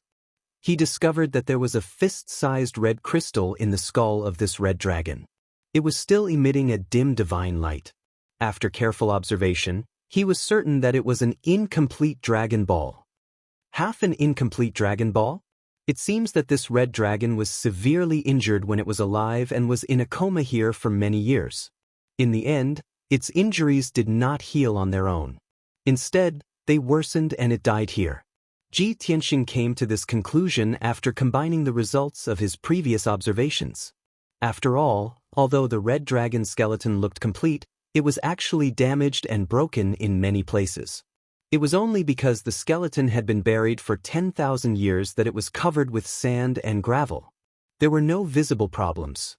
If one were to observe carefully like Ji Tianxing, one would discover that the damaged bones were at the vital parts. Of course, it was not important what this red dragon had experienced when it was alive or how severe its injuries were. Swoosh! Ji Tianxing waved his hand and shot out a dazzling golden light, enveloping the entire dragon skeleton. As he raised his palm gently, the entire dragon skeleton was pulled out of the ground, bringing with it countless gravel and sand as it floated into the air. Immediately after, there was a flash of light and the dragon skeleton disappeared. It was kept in Ji Tianxing's spatial ring. Lu Ming and the Fox Moon Divine King were stunned. They looked at Ji Tianxing in confusion. Brother Long, you, young Master Long, you, both of them could see that Ji Tianxing wanted to take the whole dragon bone for himself. However, they did not dare to believe that such a noble and powerful expert like Ji Tianxing would do something so ungentlemanly. The two of them were still present. Everyone had joined hands to kill the enemy and discovered this dragon bone together. How could you take it all for yourself? Fortunately, Ji Tianxing was strong, so the two of them only showed their displeasure. If it were other god kings, the two of them would immediately fall out with each other. Ji Tianxing glanced at the two of them and explained expressionlessly, "I have great use for this dragon skeleton, so I took it." This explanation was no different from not explaining at all. Nonsense, who would want this set of dragon bones to be useless? Is this the reason why you want to monopolize the dragon bones? Absolutely not. The Fox Moon Divine King's face darkened on the spot. There was a cold glint in his eyes. He frowned at Ji Tianxing and said in a low voice, "Young Master Long, isn't this inappropriate? We have agreed to form an alliance and join hands to deal with the Celestial Wolf King. Moreover, I was the one who discovered this abyss first." Seeing the Fox Moon Divine King raise his voice and question Ji Tianxing with an angry expression, Lu Ming fell silent. Even though he was a little unhappy and wanted to get a share of the loot. Since the Fox Moon Divine King had spoken, there was no need for him to follow suit. Moreover, the Fox Moon Divine King and Ji Tianxing did not have much of a relationship, but he was different. Most importantly, Ji Tianxing's strength and means were obvious to all. Lu Ming felt that it was safer to keep quiet. True enough. Ji Tianxing did not feel guilty at all. He looked at the Fox Moon Divine King indifferently and asked, "Why, do you have an opinion?" Although there was no anger, there was an invisible divine power that shrouded the Fox Moon Divine King. The Fox Moon Divine King's body stiffened, his nerves tensed and his heart was in his throat. However, he had already raised his voice and there was no reason to give up halfway. He braced himself and said, "Young Master Long, no matter where in the dragon realm, this matter is not justifiable. You ignored us and took the crimson dragon bones for yourself. This is too much. Ji Tianxing's lips curled into a cold smile. I want the dragon bones. You only have two choices now. Leave or snatch it. Do. The Fox Moon Divine King's expression froze. He shouted in anger, You are being shameless and bullying others. Ji Tianxing could not be bothered with him. He turned and flew toward the abyss, wanting to leave this place. The Fox Moon Divine King chased after him instinctively, wanting to stop Ji Tianxing and demand an explanation. Seeing this, Lu Ming, who had been silent all this while, did not dare to sit by and do nothing. He quickly pulled the Fox Moon Divine King. Fox Moon Divine King, you better calm down. Don't be rash. His expression was solemn as he persuaded in a serious tone. The Fox Moon Divine King was unconvinced and questioned, Territorial Lord Lu, you be the judge. Is what he did in accordance with the rules? Also, why aren't you saying anything? Are you just going to watch him take the dragon bones for himself and not even dare to say a word of justice? Lu Ming frowned and said with a bitter smile, Fox Moon Divine King, don't forget that the Celestial Wolf King was discovered by him and the Golden Tiger King was also killed by him. If not for him, we would still be fighting the Celestial Wolf King and the Golden Tiger King. In any case, I advise you to swallow this anger and not provoke him anymore. Think about what happened to the Celestial Wolf King and the Golden Tiger King. Hearing this, the Fox Moon Divine King fell silent. His expression became even uglier. That was right. He had already witnessed Ji Tianxing's terrifying strength and means with his own eyes. Moreover, he could also tell that Ji Tianxing looked calm and indifferent, but in fact he was calm and decisive. If he continued to pester, he would definitely infuriate Ji Tianxing. Lu Ming had friendly relations with Ji Tianxing, but he did not know Ji Tianxing. At that time, Ji Tianxing would kill him in a rage and he would have no one to reason with. Thinking of this, the Fox Moon Divine King could only suppress his anger and choose to swallow his anger. But he was still somewhat indignant in his heart and muttered to Lu Ming angrily. Territorial Lord Lu, although you have a close relationship with this Longtime, I still want to give you a word of advice. Although this person is strong, he is unreasonable and domineering. You must not let him stay in the Green Lotus region. That is nurturing a tiger and inviting calamity. Be careful that he becomes the second Celestial Wolf King. This sentence was a blatant attempt to drive a wedge between them. Lu Ming glanced at the Fox Moon Divine King and said with a playful smile, Fox Moon Divine King, although I understand your feelings, this sentence of yours is really laughable. Forget it if you haven't heard of Longtime's reputation and deeds. Go back and ask your territorial lord. Given Longtime's status and background, even if you give him the positions of the two territorial lords of Tianren and Green Lotus region, he wouldn't care, let alone covet the Green Lotus region. The Fox Moon Divine King's expression stiffened. He was so embarrassed that he could not show his face. Chapter 3598. Although Fox Moon Divine King was not clear about Ji Tianxing's background, but from Lu Ming's tone, he could guess that Ji Tianxing's background was definitely not simple.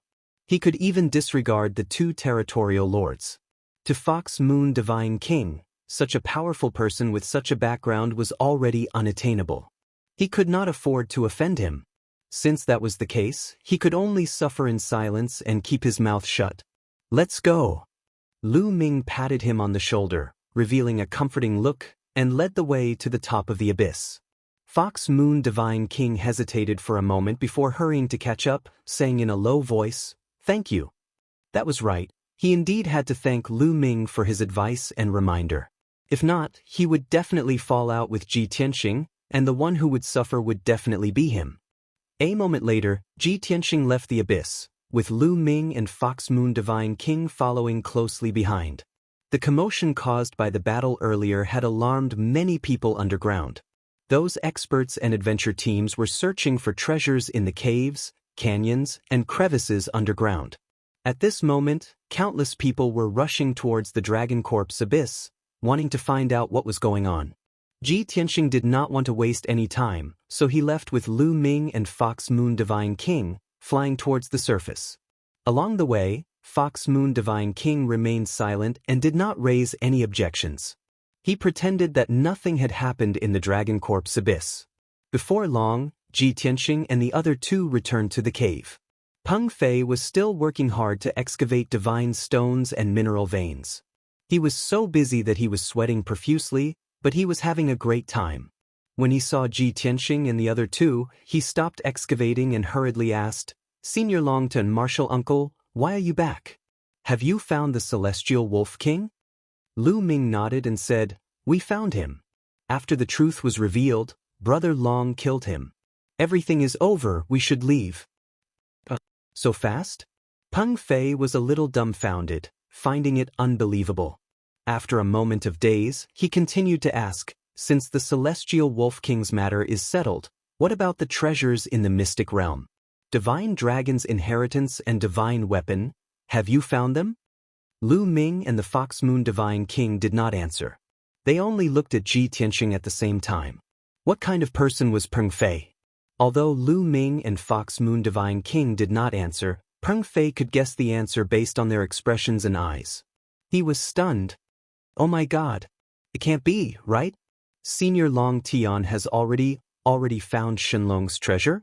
Lu Ming did not utter a word, trying his best to remain calm. While Fox Moon God King remained silent, her heart was bleeding. Her expression and eyes were naturally ugly. The atmosphere was a little awkward. Yet Peng Fei didn't notice, and asked Ji Tianxing with a heart full of excitement, "Senior, what treasure did you find? Dragon balls? Legacy of the Divine Dragon? Or a related divine artifact or cultivation technique?" Ji Tianxing did not answer him, and said with a calm expression, "Peng Fei, we were able to find the real culprit so quickly, and find out the truth, thanks to you. Anyway, I want to thank you. I owe you a favor. If you have any problems in the future that you can't solve, I can help you once." After saying that, he took out a communication jade slip and handed it to Peng Fei. Peng Fei's eyes widened in disbelief, and he took the communication jade slip with both hands stiffly, exclaiming in a low voice, Is this true? You can help with anything?" Ji Tianxing only smiled and did not say anything. He waved to everyone and said, "There are still large amounts of divine stones and mineral veins hidden underground. If you don't want to make a wasted trip, then excavate more. Goodbye." As his voice fell, he turned and left without any hesitation. Fox Moon Divine King heaved a sigh of relief, thinking that this guy had finally left. After all, Ji Tianxing was like a huge mountain, pressing down on him until he could not breathe. Lu Ming was stunned for a moment, and a look of disappointment flashed across his eyes. He knew that once Long Tian left, he did not know when they would meet again. It was a pity that he could not build a good relationship with Long Tian during this period of time and form a deep friendship. Otherwise, they could still keep in touch and help each other in the future. At the thought of this, Lu Ming was actually somewhat envious of Long Fei. That kid was muddle-headed and obtained Long Tian's favor, even leaving behind a communication jade slip. What an honor this was! Among the three, Peng Fei's reaction was the greatest. He did not even want the divine stones and mineral veins anymore, hurriedly rushing out of the cave and catching up to Ji Tianxing. "Senior Longtime, wait for me." After chasing for 800 miles, Peng Fei finally caught up. Ji Tianxing stopped in his tracks and turned back to look at him, asking with a frown, "Is there anything else?" Peng Fei held the communication jade slip with both hands and handed it to him, saying in a sincere tone, "Senior Long Tian, I'll return the communication jade slip to you. You don't need to owe me a favor anymore. How about this, I'll follow you. No matter where you go, just bring me along. Don't worry, I won't cause you any trouble. In fact, I'll serve you wholeheartedly, even be your guard and servant." Ji Tianxing looked at the communication jade slip, then looked at his serious expression, and was suddenly somewhat speechless. This kid is really shrewd. He silently sighed with emotion in his heart. Seeing Ji Tianxing remain silent, Peng Fei was somewhat anxious, hurriedly stuffing the communication jade slip into his hands, and continued to plead, "Senior Long Tian, don't look at how my strength is meager, but I'm not a fool. Many times I can also play a very big role. This incident previously is an example. Ji Tianxing furrowed his brows and asked in a solemn voice, "You're serious?" "Of course. More real than real gold and silver." Peng Fei hurriedly patted his chest and expressed. He was just short of swearing to the heavens. Ji Tianxing asked again, "If you leave with me, you might not return for many years. Then what about your master?" Peng Fei said without thinking, "Master is a divine king powerhouse at any rate. He still has other junior brothers and sisters serving him. He doesn't lack me. Furthermore, Master also frequently teaches me that reading 10,000 books is not as good as traveling 10,000 miles. Even if I don't return for 700 to 800 years, every 3,000 to 5,000 years, I can still come back to visit Master. Either way, Master has a lifespan of 100,000 years. There are still many opportunities for me to fulfill my filial piety." Seeing Peng Fei chatter on endlessly as if he had 10,000 reasons and excuses, Ji Tianxing chose to be silent. After considering for a long time, he still chose to take back the communication jade slip and agree to Peng Fei's request. "All right, since you're so sincere, then follow. You don't need to be my guard or servant. You can leave whenever you want. I absolutely won't keep you." Ji Tianxing put away the communication jade slip, turned around, and flew towards the ground. Peng Fei immediately revealed an excited smile and said full of emotion, "For Senior to agree, it's already my honor. How can I possibly leave? It's not like water has entered my head." Although his strength was not considered powerful, his foresight was unique and saw further than ordinary people. He was very clear that being able to follow by Ji Tianxing's side, even if he was a guard or servant, he could also have a limitless bright future. At least, his chances of breaking through to Divine King would increase explosively by several times. Being able to follow such a genius powerhouse, only a fool would leave. Chapter 3599. Half an hour later, Ji Tianxing and Peng Fei left the underground and returned to the Mirage Sea Forest. The two of them stopped above the vast forest and waited for a while before Lu Ming and the Fox Moon Divine King appeared. The Fox Moon Divine King did not go near Ji Tianxing. He bade farewell to Lu Ming and left. Lu Ming flew in front of Ji Tianxing and cupped his hands, saying, "Brother Long, why are you in such a hurry to leave? Aren't you going to stay at my domain master's mansion for a few days?" Ji Tianxing waved his hands and said, "Thank you for your hospitality, Brother Lu. However, I have other matters to attend to. I'll take my leave now. As for Peng Fei, I'll have to trouble Brother Lu to inform his master that I'm taking him away. He wants to go out with me and explore the outside world. He can come back whenever he wants." Lu Ming frowned and looked at Peng Fei sternly, giving him a warning look.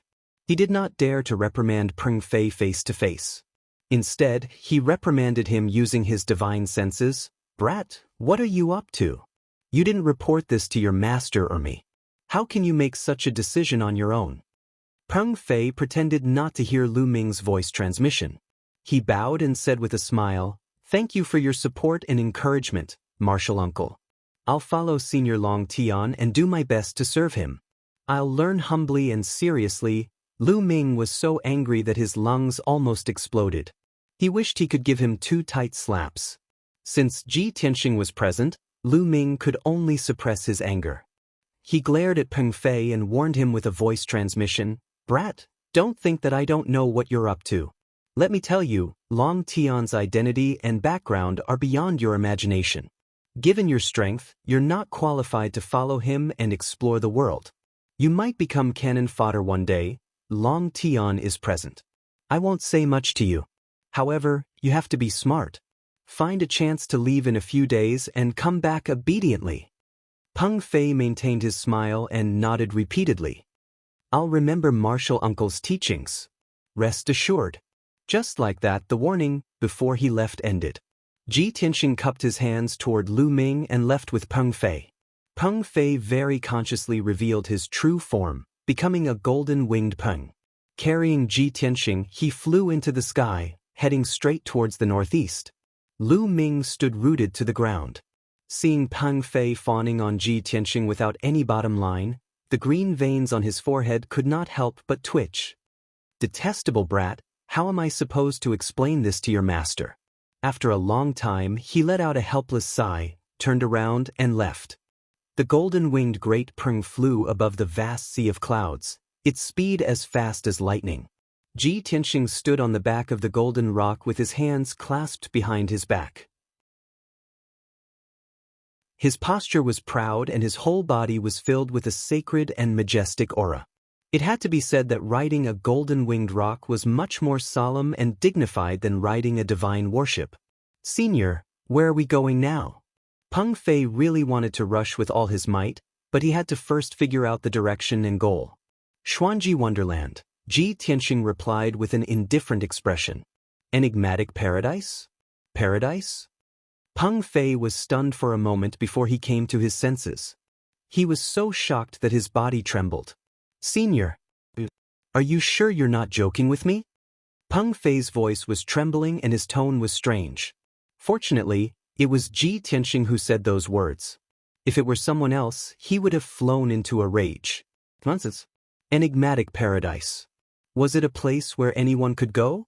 That was the cave abode of the Golden Origin Dragon Emperor, the supreme sacred ground of the Star Source continent. The Golden Origin Dragon Emperor was the master and ruler of the Star Source continent, the pinnacle of the godly king. He wanted to go to enigmatic paradise as he wished. Was he tired of living? Ji Tianxing's expression was still calm as he asked calmly, "Why? Are you scared? If you don't dare to go, then you'd better return to Mount Wuhua as soon as possible."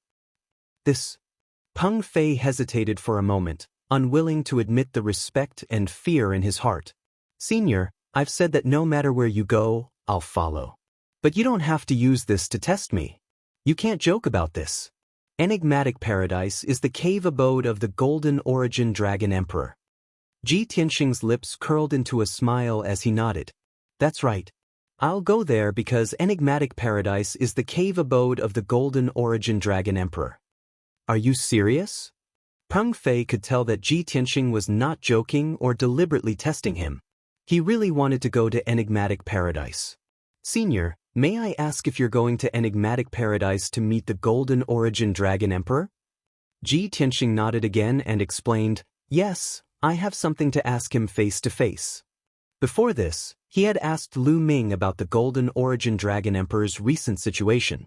At the same time, he also indirectly asked if there was a human youth by the Golden Origin Dragon Emperor's side.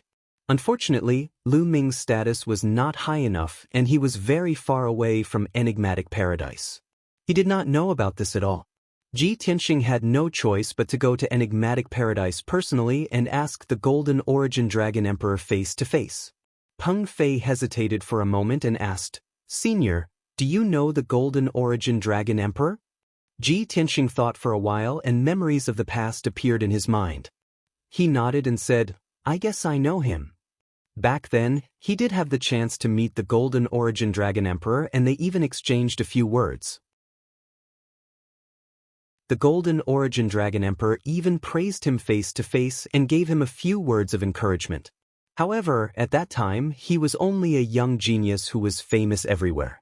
The Golden Origin Dragon Emperor was already a peak god king and the overlord of the Star Source continent.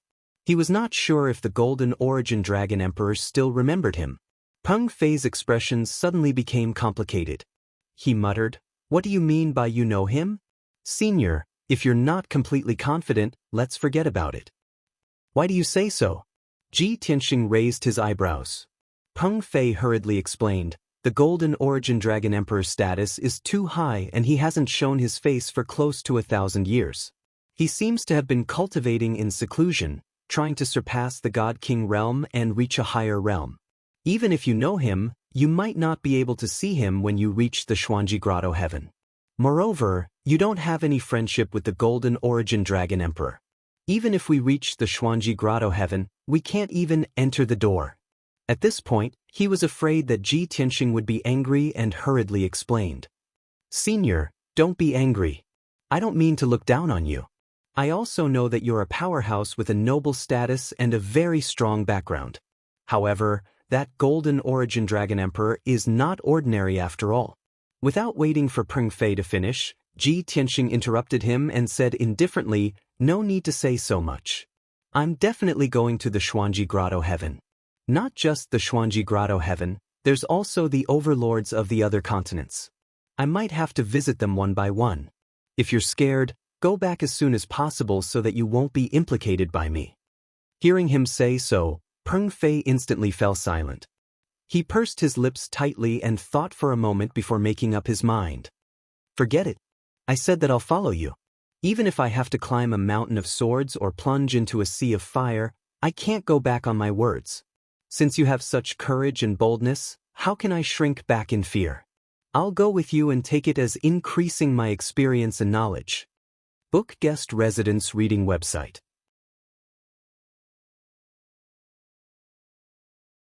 Chapter 3600. Regardless of whether Peng Fei braced himself or seriously considered it, it was fine. Either way, he was determined to follow Ji Tianxing to the Golden Origin Dragon Emperor's Xuanji Grotto Heaven.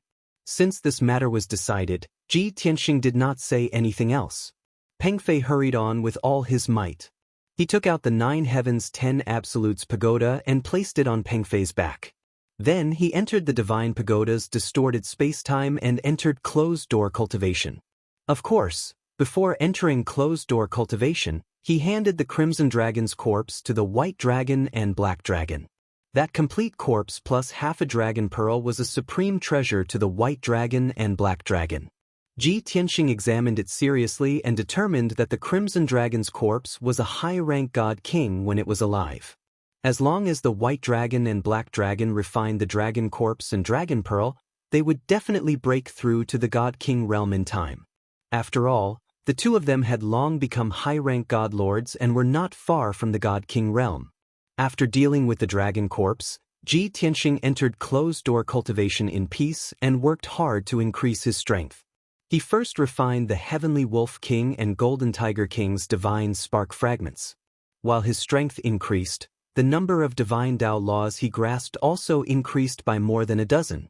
Now, the number of divine Dao laws he grasped reached as many as 520. After refining the 2 divine sparks, he continued to comprehend the heaven-punishing divine art and cultivate all kinds of divine abilities. Although he had the chance to meet the Golden Origin Dragon Emperor back then. But he also did not have the confidence to be able to meet the Golden Origin Dragon Emperor with his own eyes. No matter what, increasing his strength first was the most important.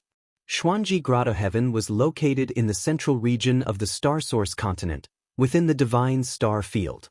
The Green Lotus region was in the southwest of the Star Source continent, separated from the Divine Star Field by more than 20 regions.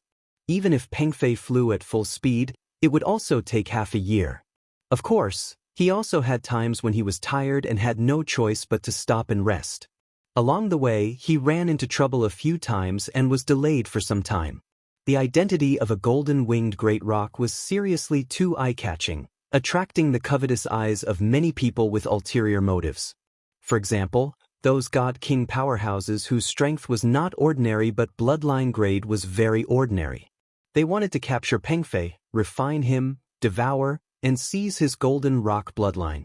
There were also some powerful demonic beasts and ferocious beasts that lived in the wilderness. To them, most of the demonic beasts were ordinary food. Only demonic nobles like the Golden Roc, Lu Wu, and Xiongqi were delicious food. If he could capture and devour it, it would definitely bring him great benefits. These people who dared to make a move against Peng Fei were basically all powerhouses that he could not afford to provoke.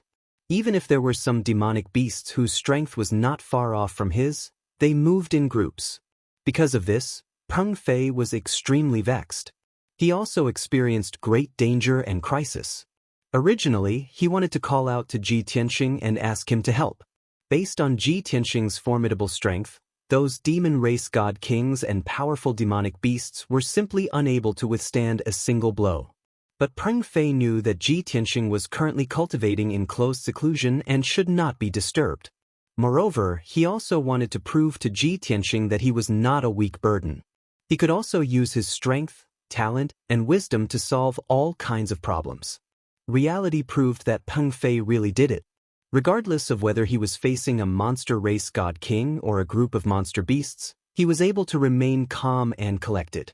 He was able to quickly think of a way to get out of danger, even though some methods were very complicated and took a very long time. But he finally used his wisdom and various methods to turn danger into safety, escaping danger. Even though he suffered considerable injuries after going through 4 or 5 dangerous situations. But his heart was proud and satisfied. Just like this, the original half a year to reach the divine star domain became a full 7 months in the end. In these 7 months, Peng Fei crossed half of the star source continent and experienced all kinds of dangers and crises.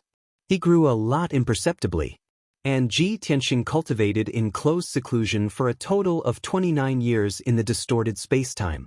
In these 29 years, his comprehension and control of the heaven-punishing divine art reached an even more profound level.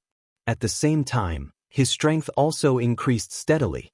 When the conditions were right, he broke through to the 5th-level Divine King realm and consolidated his foundation of the Divine Tao. The Divine Star Domain was very vast.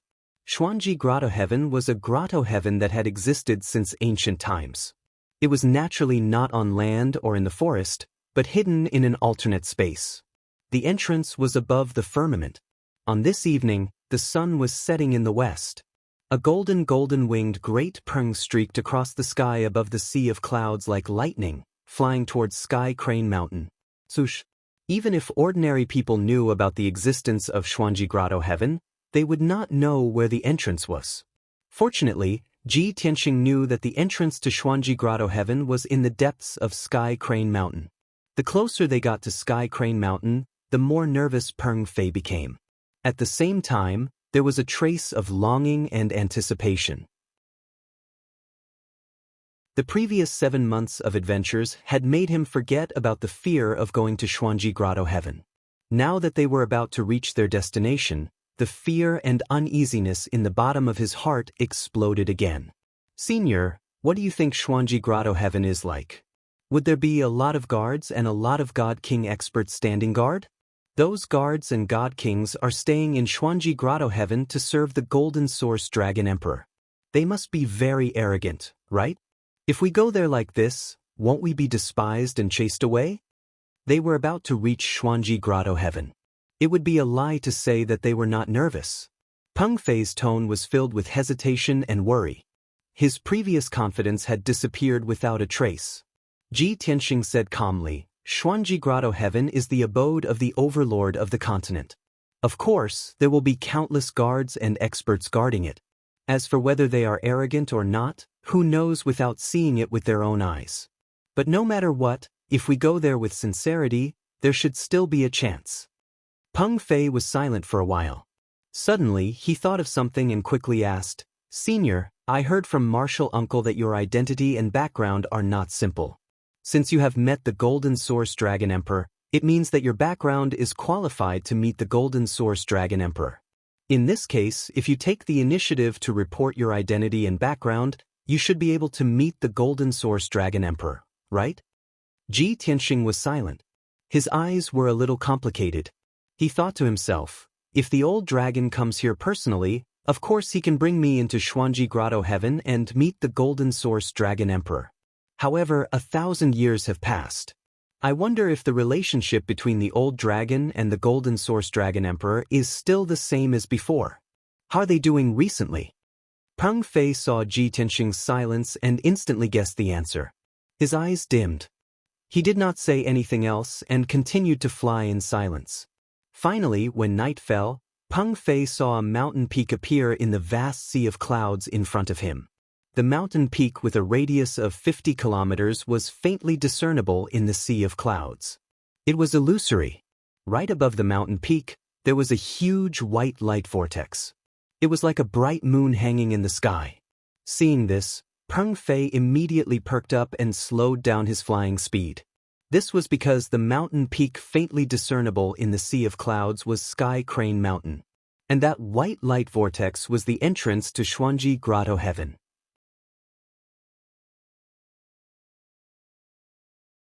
Chapter 3601. Phew, I'm finally here. Peng Fei flapped his wings and slowly landed on the peak of Sky Crane Mountain. He looked up at the moon in the sky and murmured with bright eyes. Although he was nervous, uneasy, and worried, he also had some anticipation, and excitement. He had imagined that Senior Long Tian's background was very impressive and that he would be welcomed into the Xuanji Grotto heaven after announcing his identity. At that time, he would be able to follow Senior Long Tian into the Xuanji Grotto heaven for a tour. Even if he did not gain anything, just being able to enter the Xuanji Grotto heaven once was enough for him to be excited and proud for a few hundred years. Swoosh! With a flash of golden light, Peng Fei reverted to his original form and turned back into a young demon. Ji Tianxing landed on the peak of the mountain and stood in the sea of clouds. He looked up at the moon-like entrance of the Xuanji Grotto heaven and observed silently. He had met the Golden Origin Dragon Emperor before. However, this was his first time in the Xuanji Grotto heaven. In the past, he had only heard other godly kings talk about how glorious and majestic the Xuanji Grotto heaven was. Now that he was seeing it with his own eyes, even if it was just the entrance of the Xuanji Grotto heaven, he felt the same way. The Xuanji Grotto heaven was like a divine eye that hung in the sky and looked down on the entire Star Source continent. It represented absolute power and authority, making billions of demons in the world submit and look up to it. Peng Fei looked up at the entrance of the Xuanji Grotto heaven and was also stunned by the majestic aura. His heart was filled with endless respect. Just as the two of them were feeling emotional, a few beams of divine light flew over from the sea of clouds and landed on the peak of Sky Crane Mountain. Swoosh, swoosh. The newcomers were 4 godly kings in golden armor and holding halberds. The 4 of them were of different races, but they all looked like middle-aged men. They looked cold and gave off a majestic and murderous aura. Ji Tianxing secretly used his divine perception to check and found that the 4 of them were all upper godly kings. Moreover, they were all 8th-level godly kings. Experts of this level would be overlords anywhere in the Star Source continent. They were far stronger than 99% of the region lords. Who are you? Tell us your names. 4 divine kings wielding halberds surrounded Ji Tianxing and Peng Fei as they coldly and sternly shouted. Without a doubt, they were the guards of the Enigma Grotto, guarding the entrance of the grotto. Peng Fei was expressionless on the surface, but in reality, he was extremely shocked in his heart. Oh my God! This was too inconceivable. 4 high god kings were actually only guards at the entrance of the Profound Secrets Grotto? You can imagine how many high god kings there are in the Profound Secrets Grotto. In Peng Fei's view, high divine kings were very rarely seen, powerhouses with revered statuses. If placed in any continent of the Dragon Realm, he would be able to control the most prosperous area and become the ruler of a region. But in the Xuanji Grotto, this was too terrifying. The resources of the Xuanji Wonderland and the forces under the Golden Origin Dragon Emperor were indeed terrifying. Ji Tianxing was also somewhat surprised, but didn't have as big of a reaction as Peng Fei. His gaze swept across the 4 high-level god kings before he cupped his hands and said calmly, I am Long Tian and I'm here to meet the Golden Origin Dragon Emperor. The 4 high-level god kings all frowned, a hint of disdain and coldness flashing across their eyes. This name is very unfamiliar. Never heard of it at all. An unknown brat also vainly wishes to have an audience with His Majesty the Dragon Emperor? Brat, did you contact the Chief Steward in advance? Without the Chief Steward's approval, nobody can think about entering the Profound Secrets Grotto. His Majesty the Dragon Emperor isn't someone that any random Tom, Dick, or Harry can have an audience with. You can scram now. The 4 high-level god kings' attitudes were very disdainful and domineering, immediately wanting to chase Ji Tianxing away. Ji Tianxing immediately frowned, his expression indifferent, his eyes cold. Peng Fei was also filled with rage, feeling very humiliated. Indeed, I guessed correctly. I had long expected that the guards guarding the Profound Secrets Grotto would definitely be very arrogant. Didn't expect that not only were they arrogant, but they were also very arrogant and domineering. Truly detestable. Of course, he could only think these words in his heart and did not dare to say them out loud. Ji Tianxing thought of the purpose of this trip, to investigate the whereabouts of his son, could only temporarily suppress his anger and said expressionlessly, "Everyone, I am Long Tian, the last disciple of Dragon Emperor Feng Tian. I have an important matter to discuss with Golden Origin Dragon Emperor. Please inform him." Ever since entering the Dragon Realm, Ji Tianxing had always been low-key and had never revealed his identity or background. But this time, in order to meet Golden Origin Dragon Emperor, he had no choice but to reveal his identity and background. As expected, the 4 high-level God Kings were stunned for a moment, and the disdain and contempt on their faces disappeared. The 4 of them looked at each other and whispered secretly.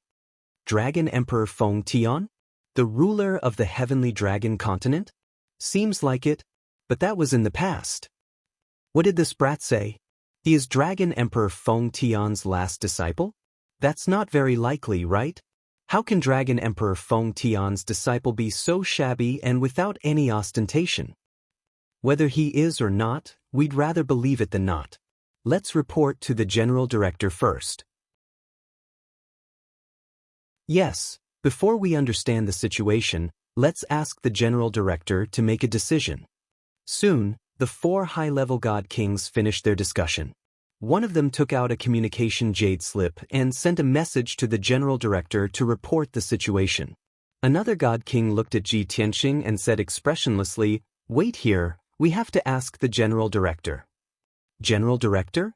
Ji Tianxing raised his eyebrows and carefully recalled for a while before asking, "Is it God King Dark Death?" He vaguely remembered that God King Dark Death was a 9th-degree realm cultivator back then. He was deeply trusted and valued by Golden Origin Dragon Emperor and was his right-hand man.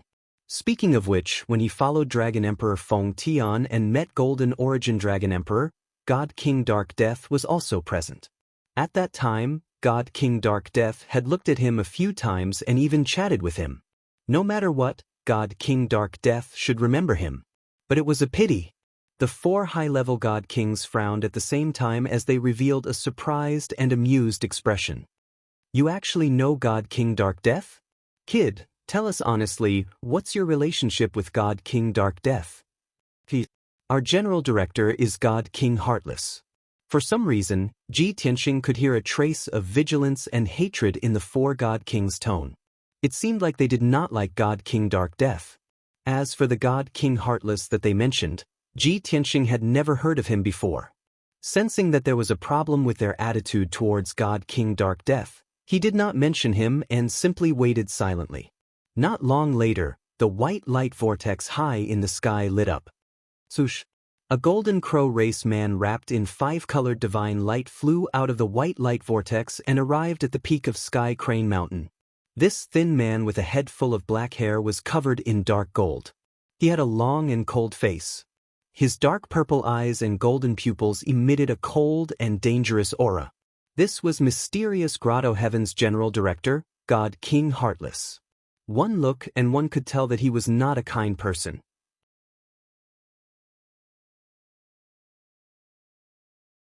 Chapter 3602. Greetings to the head steward. Seeing the heartless Divine King arrive, the 4 high-ranking Divine Kings hurriedly bowed, saluting with respectful manners. Ji Tianxing and Peng Fei did not open their mouths to speak, but they also bowed slightly to indicate. The heartless Divine King ignored everyone, his face expressionless as he stared at Ji Tianxing with a dark gaze. "Your Long Tian, Dragon Emperor's Sealing Sky's closed-door disciple?" Ji Tianxing did not have a good impression of this person. Furthermore, he could tell that this person came with ill intentions, so he just nodded his head and did not say anything. The corners of the heartless Divine King's mouth curled, immediately curling into a mocking sneer. 1,000 years ago, this king indeed heard before that Dragon Emperor's Sealing Sky only took in 1 disciple in his lifetime, called Long Tian. It was said that back then, Long Tian was a divine Dao prodigy rarely seen in 10,000 years, his name spreading throughout the 5 continents. It's just a pity that these are all things of the past. Kid, even if you're really Long Tian, do you think that just based on your reputation and deeds, you have the qualifications to have an audience with His Majesty the Dragon Emperor? Ji Tianxing was silent and did not speak, looking at the heartless divine king with furrowed brows.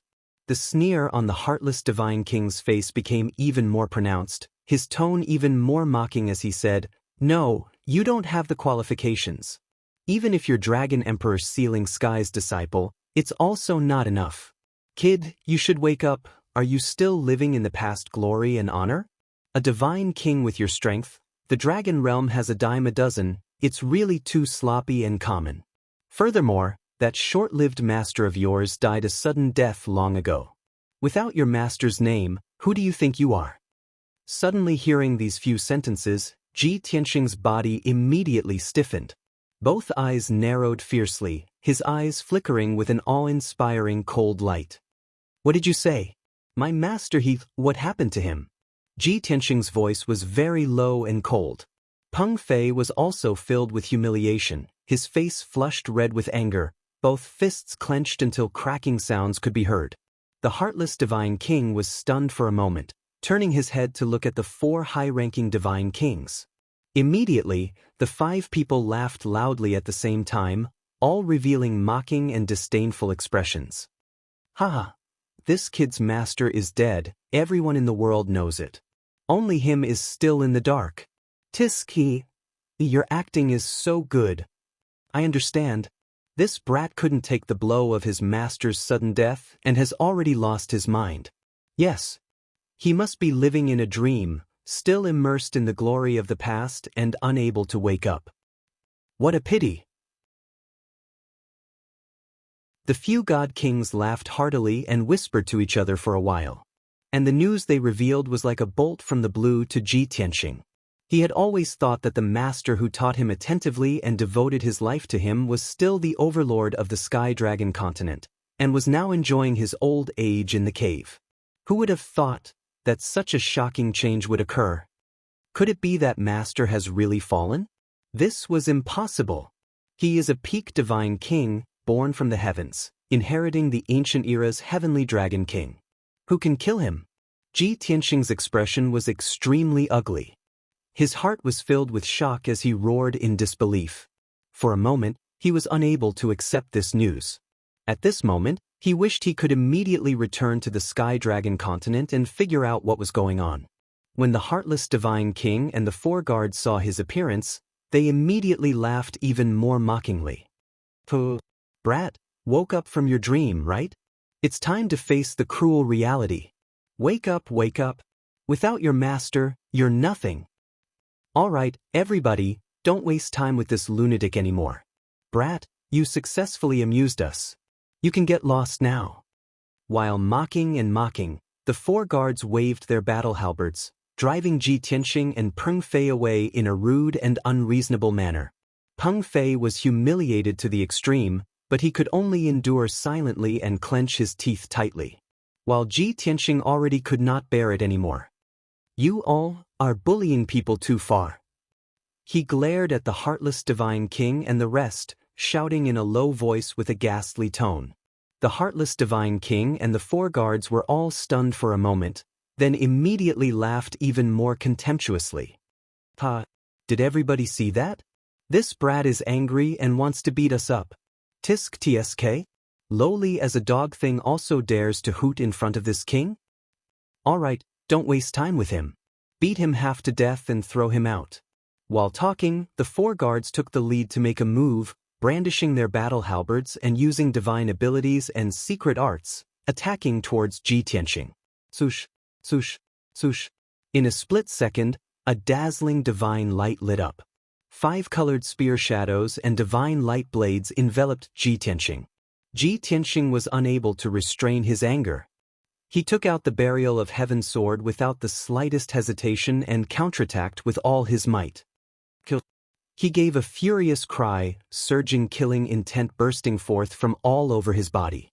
The Burial of Heaven sword in his hand slashed out 100 streaks of resplendent sword light.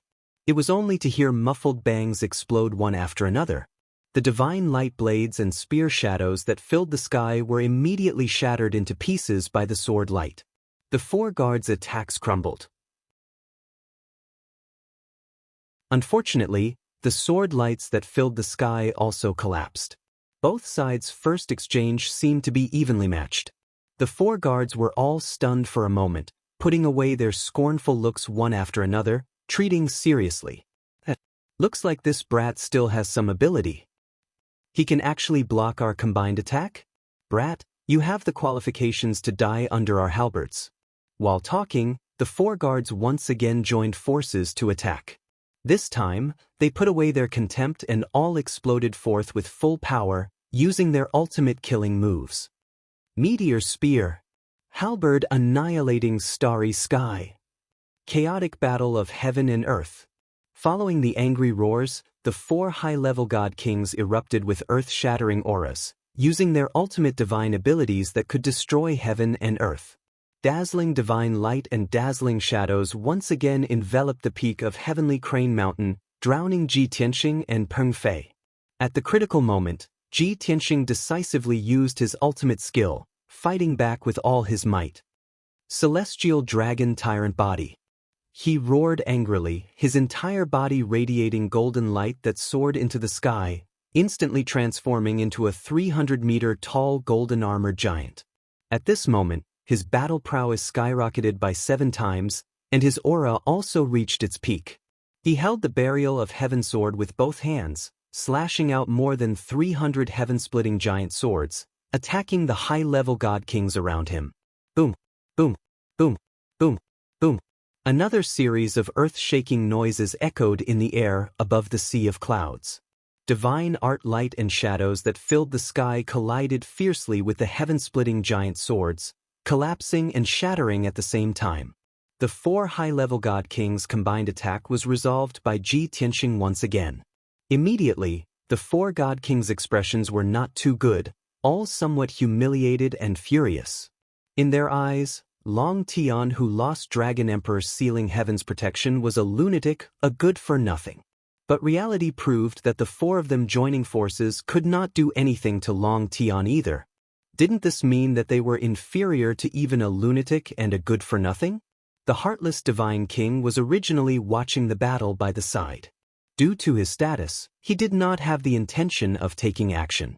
In his mind, finishing off a Long Tian whose strength was sloppy and ordinary, the four guards were enough. There was no need for him to take action at all. But the result was like this: he lost face too. He immediately roared rather angrily, "A bunch of good-for-nothings, can't even deal with this good-for-nothing?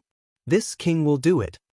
As he said, the heartless Divine King needed divine seals with both hands, displaying vast and boundless divine power, releasing more than 200 kinds of divine Tao laws, turning into a heaven-splitting axe, chopping viciously towards Ji Tianxing. Prepare to die. Book Guest Residence Reading Website.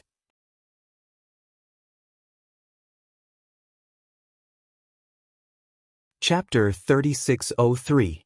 For Ji Tianxing to be able to block the encirclement of four high divine kings, he was already doing his best. When the heartless Divine King attacked with his full strength, he no longer had any strength left to block or resist. Kaboom! Amidst a deafening loud noise, the sword lights that filled the sky were hacked to pieces. Ji Tianxing's protective divine light was also split apart by the heaven-splitting axe, splashing out divine light fragments that filled the sky. The divine might that could destroy heaven and earth sent him flying, tumbling hundreds of miles away.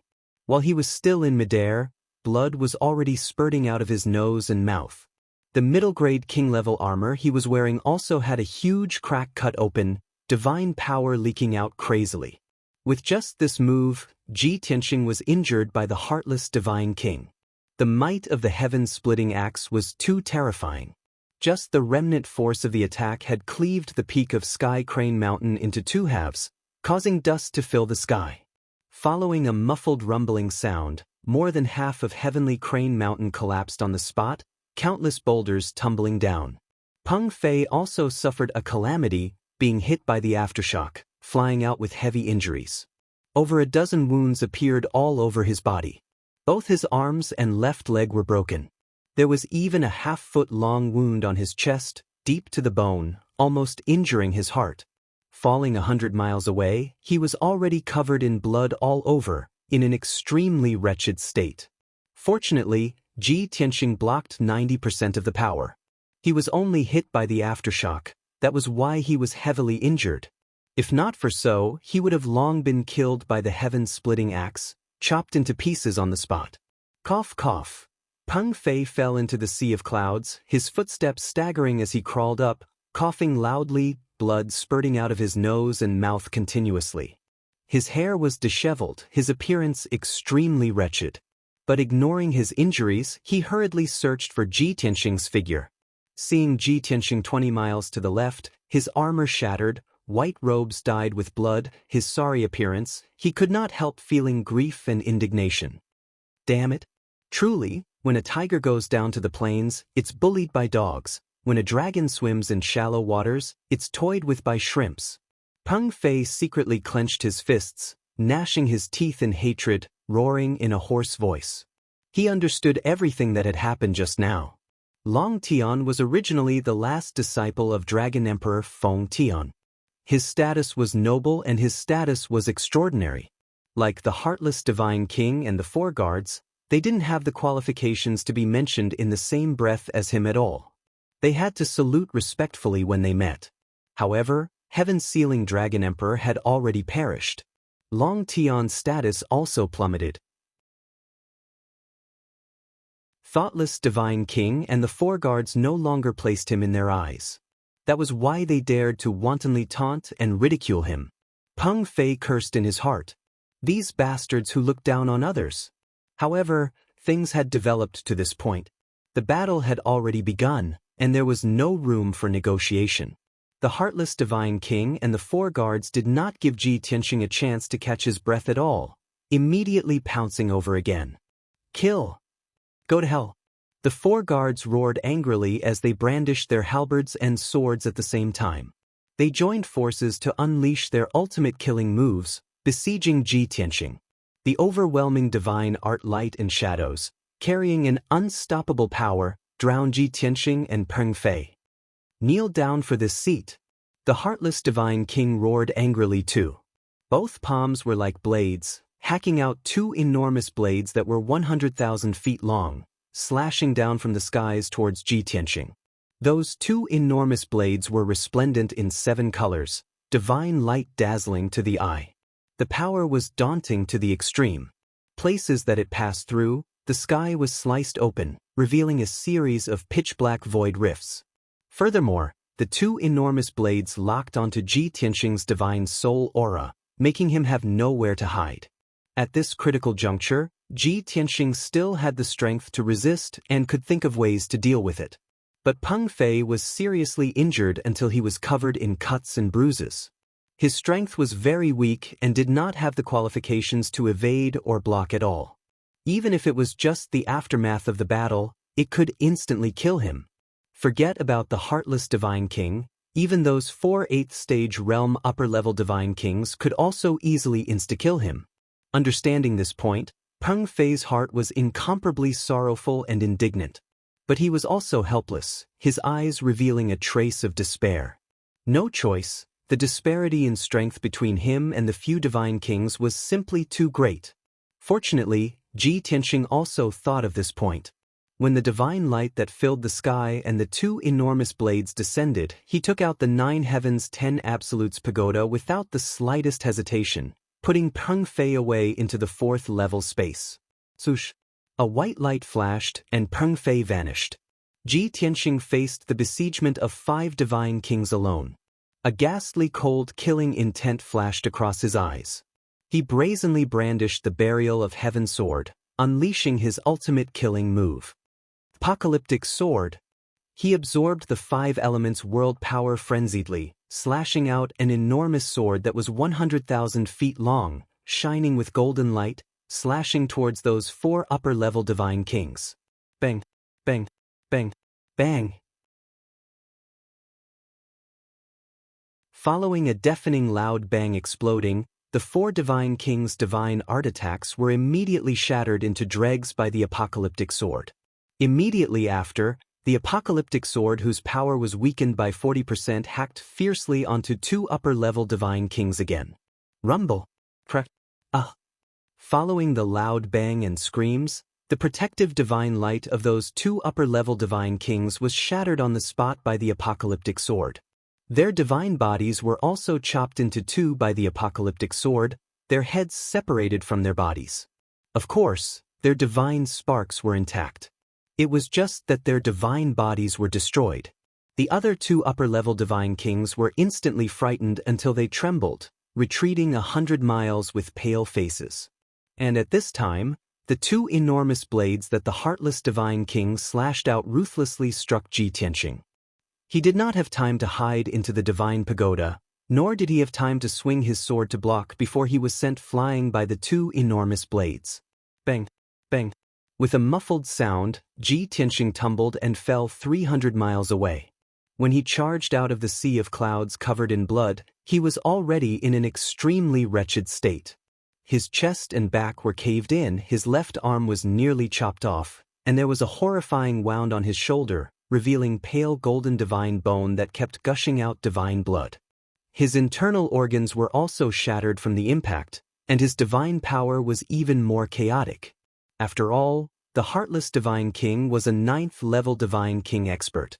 Of course, his power and means were terrifying. Ji Tianxing was severely injured, and his strength was greatly reduced.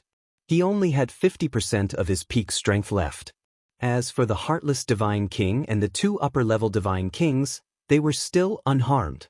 They had personally witnessed the destruction of the other two upper-level divine kings' divine bodies. They were unable to restrain their anger and charged over even more crazily. Longtime, hand over your life. Little bastard, your death is not to be regretted. Seeing this, Ji Tianxing could only turn and flee. Entering the Xuanji Grotto heaven and meeting the Golden Origin Dragon Emperor had to be planned at length. Today's grudge could only be avenged another day. Swish! Seeing the heartless divine king and the two upper-level divine kings charging over with murderous intent, Ji Tianxing did not hesitate to teleport thousands of miles away from Sky Crane Mountain. Boom! Boom! Boom! The attacks of the heartless divine king and the two upper-level divine kings all missed. The sky was filled with divine art radiance and sharp blades that slashed across the sea of clouds, mountains, and rivers. There was a deafening explosion. In the blink of an eye, the mountains and rivers within a few thousand miles were flattened, filling the sky with smoke and dust. Ji Tianxing did not stop. He used all his strength to teleport and flew towards the north. Unfortunately, the heartless divine king was faster than him. In a few breaths, he caught up with him. Die! The heartless divine king roared. He held a king-grade upper-level divine saber with both hands and slashed down.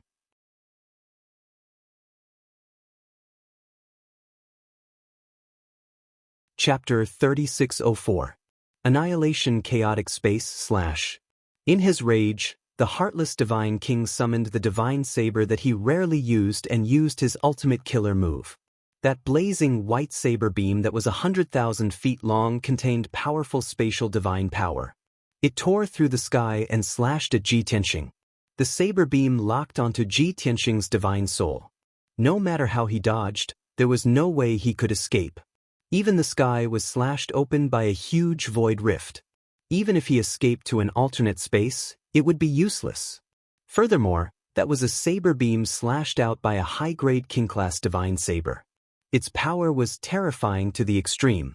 At this very moment, Ji Tianxing's figure was drowned by the resplendent saber beam. His expression and eyes were very solemn.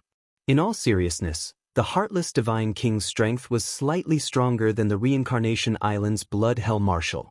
Back when Ji Tianxing escaped from Reincarnation Island, the Blood Hell Marshal was afraid of harming the space-time altar. He did not dare to use his full strength and had to suppress his strength. But the current heartless divine king did not have such concerns. In order to kill Ji Tianxing on the spot, he used all his strength and used his trump card. He only wanted to kill him in one strike. At the moment of life and death, Ji Tianxing knew that he was powerless to resist and made a decisive decision. Swoosh! He summoned the 9 Heavens 10 Absolutes Pagoda and entered the Divine Pagoda without hesitation. Almost at the same time he entered the Divine Pagoda, the 100,000-foot saber beam struck the Divine Pagoda. Kaboom! At that instant, an earth-shattering sound suddenly erupted in the sky, reverberating through tens of thousands of miles. The 9 Heavens 10 Absolutes pagoda was sent flying on the spot, tumbling 1,000 miles away. The divine pagoda trembled violently, its surface flashing with a mysterious black light. And the originally calm sky was completely torn apart by the 100,000-foot saber beam, breaking open hundreds of void rifts. Following a series of cracking noises, the sky within a radius of 20,000 miles shattered into pieces. It was like a mirror that was smashed. The space in this region became chaotic, folded, and intertwined. It was taken over by the pitch-black void storm. Naturally, the 9 Heavens 10 Absolutes pagoda that was sent flying was swallowed by the void storm, disappearing into the endless darkness. The heartless divine king was about to give chase and wanted to wield his blade to kill the divine pagoda. Seeing the divine pagoda being swallowed by the void, he was stunned and frowned. When the 2 high-level god kings saw this scene, they also revealed looks of astonishment and regret. What a pity! That fellow actually managed to escape. There's nothing to feel pity about. He was swallowed up by the void storm and will definitely be torn to shreds by the void storm, dying without a burial place. Even if he is lucky enough to survive, he will be stranded in the endless void. It is no different from being dead. As the 2 high-level god kings discussed, they put away their swords and halberds. Their fighting spirit quickly dissipated. That brat got lucky. Divine King Wuxian snorted coldly. He put away his divine saber with a cold expression and calmed the surging divine power in his body. A moment later, the deafening noise that resounded through the heavens and the divine light that covered the sky gradually dissipated. Under the power of the heavenly Tao laws, the shattered sky gradually recovered to its original state. Everything returned to normal as if nothing had happened. Only then did the heartless divine king lead the 2 high-level god kings and turn to leave, rushing back to Sky Crane Mountain.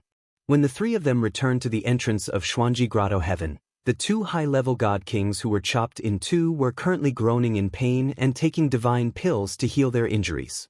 The other 2 high-level god kings who were not injured looked at the heartless divine king and asked, "Chief Steward, should we report this matter to His Majesty the Dragon Emperor?"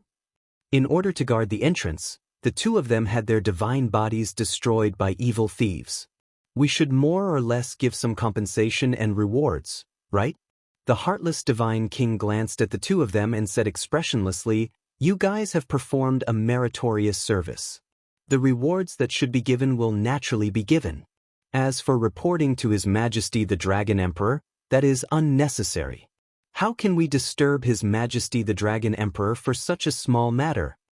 The 2 high-level god kings also knew that His Majesty the Dragon Emperor was cultivating in seclusion, trying his best to break through to a higher realm. Such an important seclusion definitely could not be disturbed. Clear Sky region was located in the northwest of Star Source continent. This place was a total of 8 regions away from the Divine Star region where Xuanji Grotto Heaven was located. It was currently noon. The scorching sun hung high in the sky, and the world was filled with a scorching aura.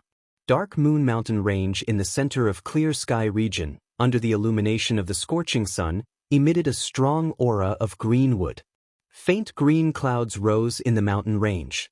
Dark Moon Mountain Range was filled with undulating mountain ranges and covered with dark green primeval forests. This place was deserted, but it was filled with divine power. Countless natural treasures grew here, and it was a paradise for billions of demonic beasts.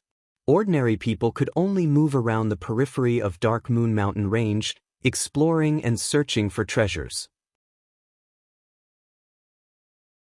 Only experts and powerhouses above Divine Lord Realm dared to enter the depths of the mountain range to search for precious herbs, spirit beasts, and treasures. Right at this moment, the blue sky suddenly shattered, and a huge black hole exploded. Kaboom!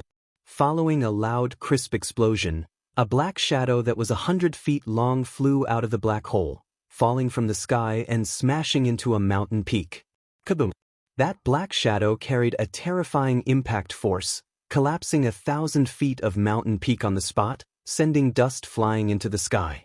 The deafening loud noise reverberated endlessly in the mountain range.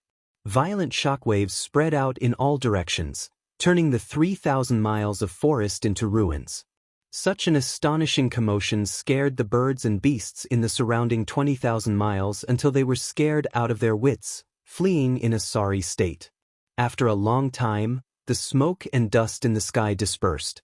Only then could one see a mysterious tower that was pitch black like ink lying in the yellow soil ruins. The divine tower had 9 levels. It was simple and unadorned, flickering with a faint black light. It lay quietly in the ruins, half of it sunk into the soil. After a long time, it still did not move an inch. About 7 minutes later, the divine tower still did not move. But at this time, 4 beams of divine light flew over from the sky, arriving above the ruins as fast as lightning. Swoosh, swoosh, swoosh, swoosh. The 4 beams of divine light stopped above the ruins. The divine light converged, revealing the silhouettes of 4 demonic beasts. These 4 demonic beasts' appearances were very similar. They were all tall and bloated, and their mouths were abnormally big, looking somewhat ugly. Among them, there were 3 men and 1 woman. The 2 middle-aged men in the lead were both low-rank divine kings. These 2 people were both wearing black-bottomed blood-patterned armor, their entire bodies emitting a brutal aura. The other 2 youths, 1 woman and 1 man, were both high-rank divine lord realm strength. They were all wearing fiery red armor, their attitudes respectful toward the 2 black-armored men. They should be disciples or juniors. The 4 people stood in the sky, overlooking the ruins below, their eyes searching all around. Looking at the direction of the commotion just now, it should be here. Strange, just what kind of thing fell from the sky to actually cause such a huge commotion? Could it be a rare treasure that fell from the sky? Then we're really too lucky. Everyone quickly look. There seems to be a pagoda in the ruins. The young woman shouted. The other 3 people's eyes immediately lit up, revealing excited and greedy looks.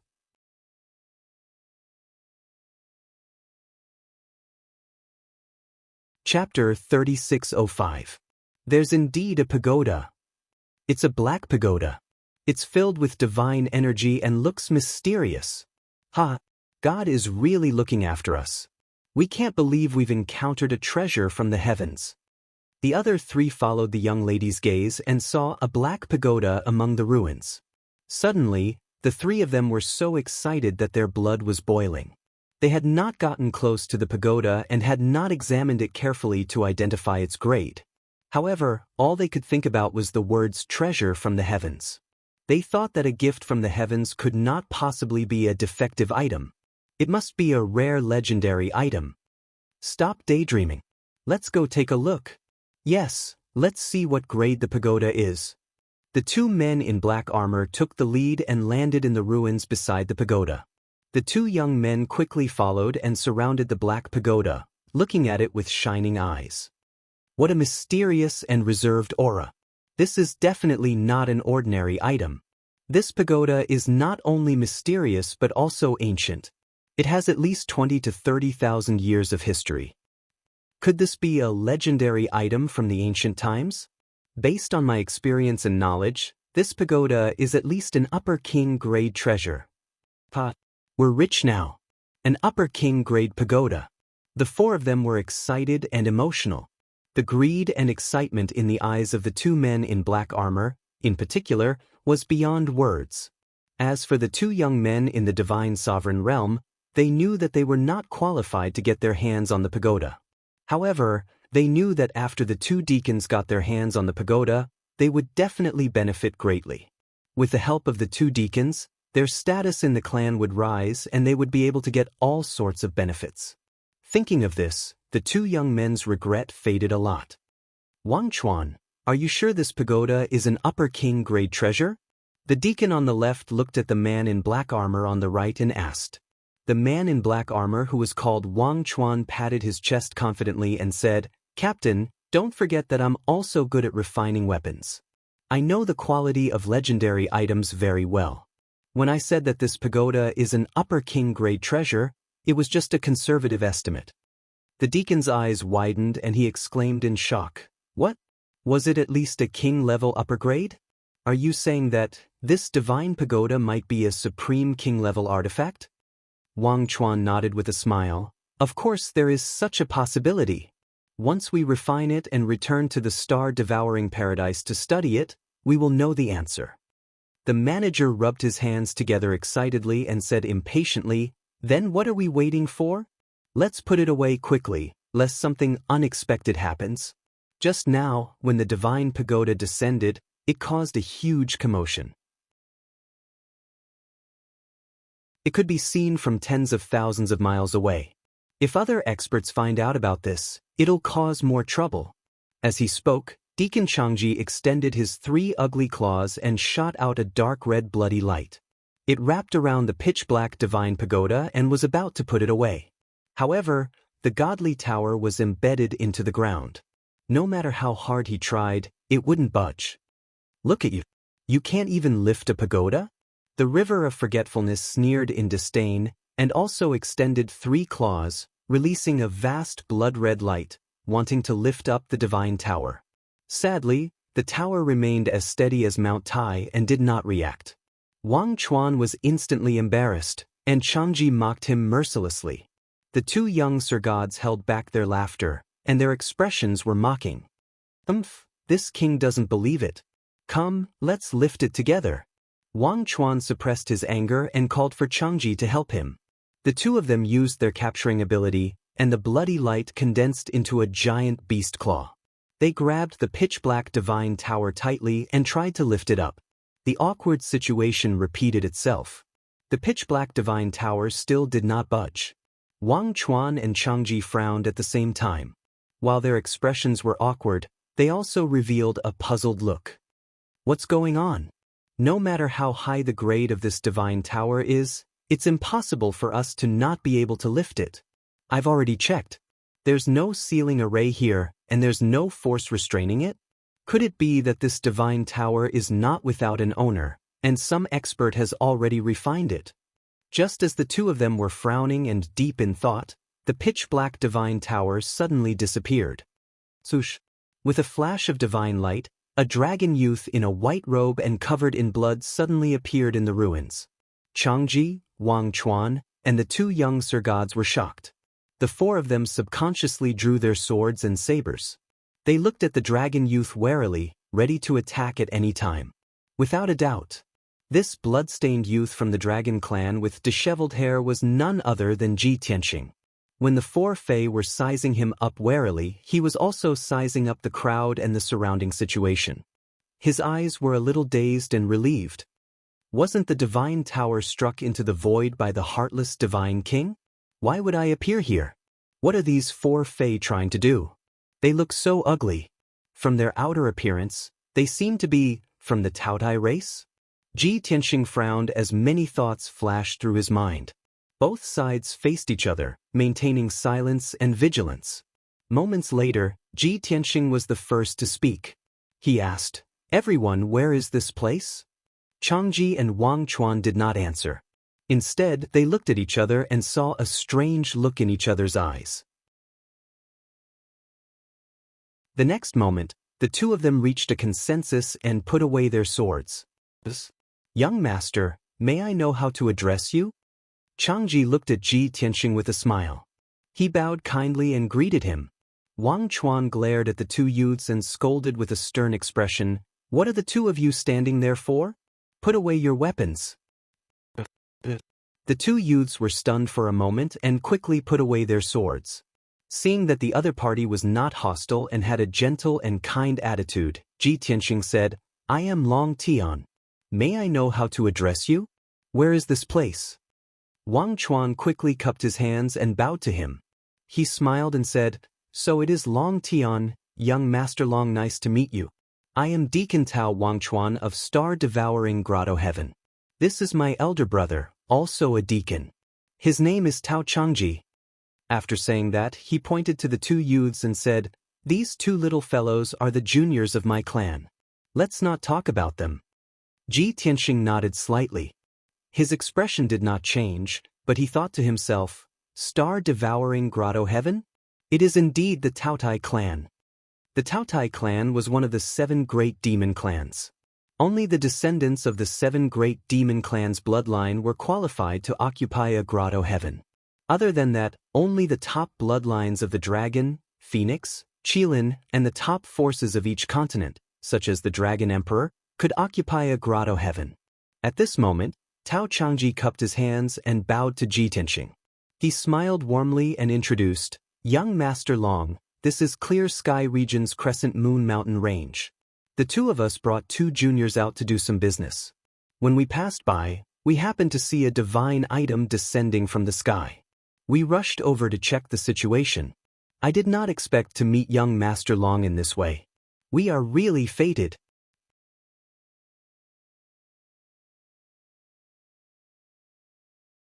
Chapter 3606.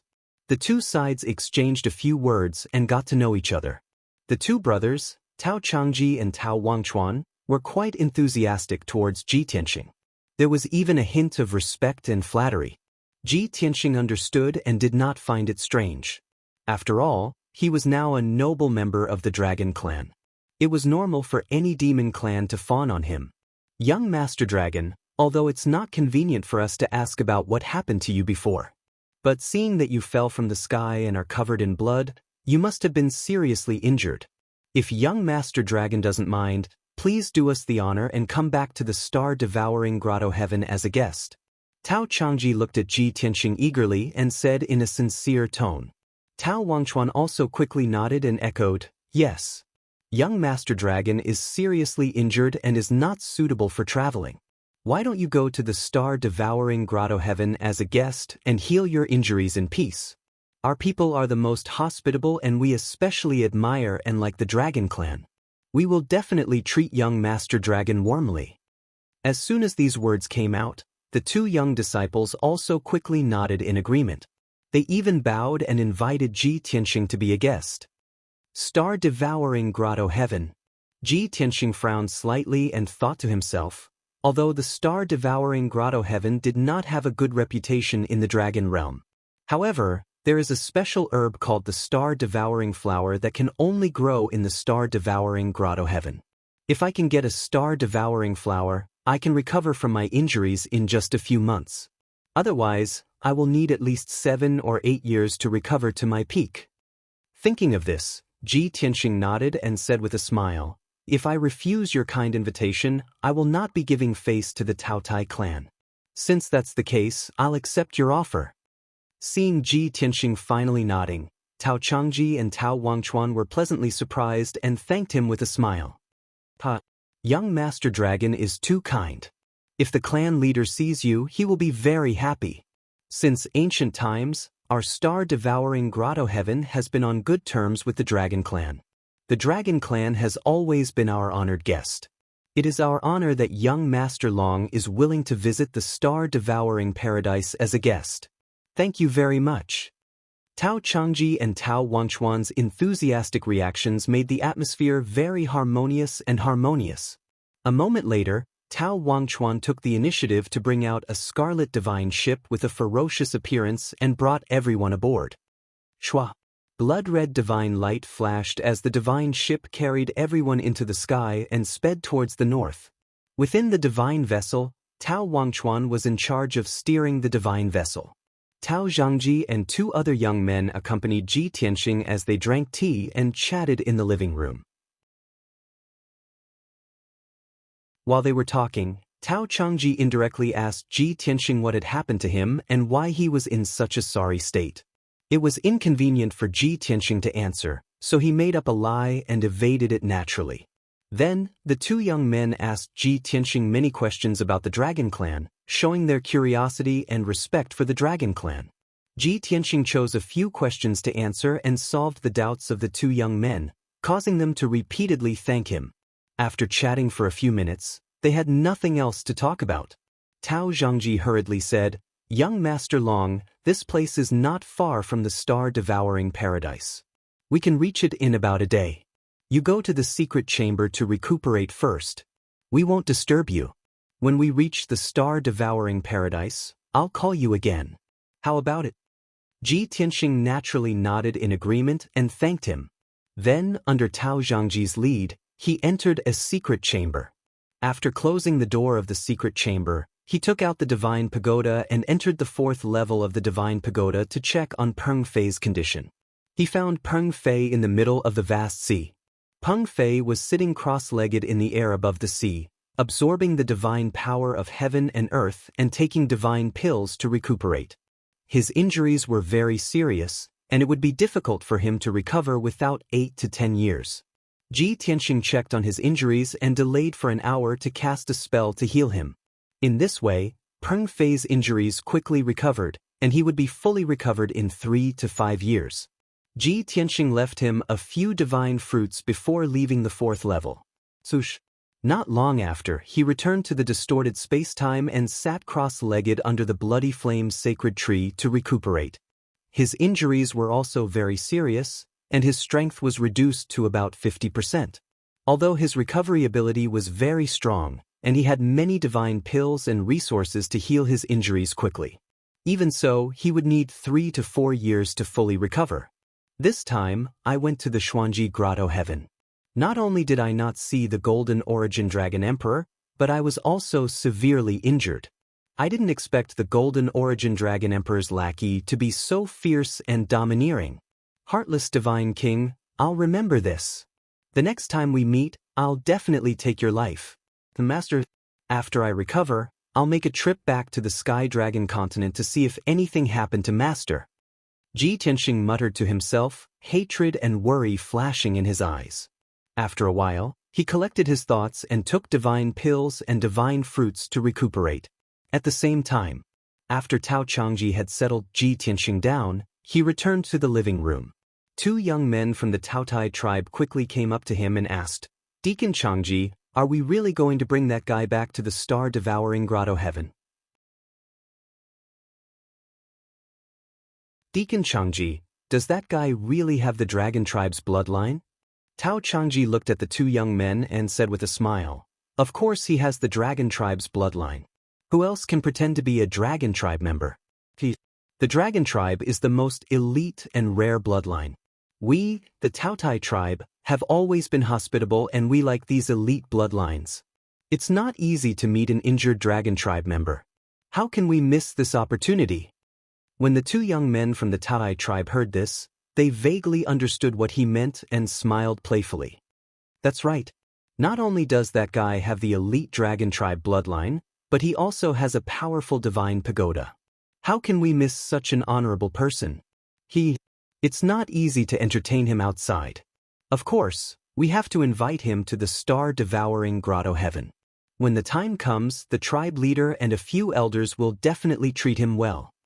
Tao Changji nodded with a gratified expression and said, the 2 of you have to keep it a secret for now and don't reveal any flaws. Deacon Wang Chuan and I will take care of this matter. When it's done in the future, there will be benefits and rewards for both of you. When Deacon Wang Chuan and I become rich, we will definitely help both of you. Do you understand? The 2 young men from the Taotai tribe immediately smiled and nodded to show that they understood. After getting Tao Changji's assurance, the 2 of them left with peace of mind and returned to the secret chamber to cultivate. Tao Changji hurried to the cockpit of the divine warship and secretly discussed the plan with Tao Wangchuan. The 2 of them stayed in the cockpit and secretly communicated with each other for a long time before they decided on the next plan.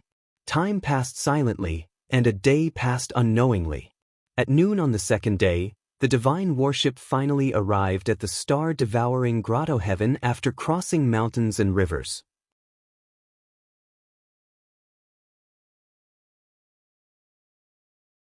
Chapter 3607. The star-devouring grotto heaven was an alternate dimension attached to the dragon realm. Its entrance was at the bottom of a cliff, in a dark abyss shrouded in clouds and mist. The divine warship entered the dark abyss and arrived at the entrance of the star-devouring grotto heaven. Tao Wangchuan took out a token and cast dozens of divine lights to activate the defensive array at the entrance.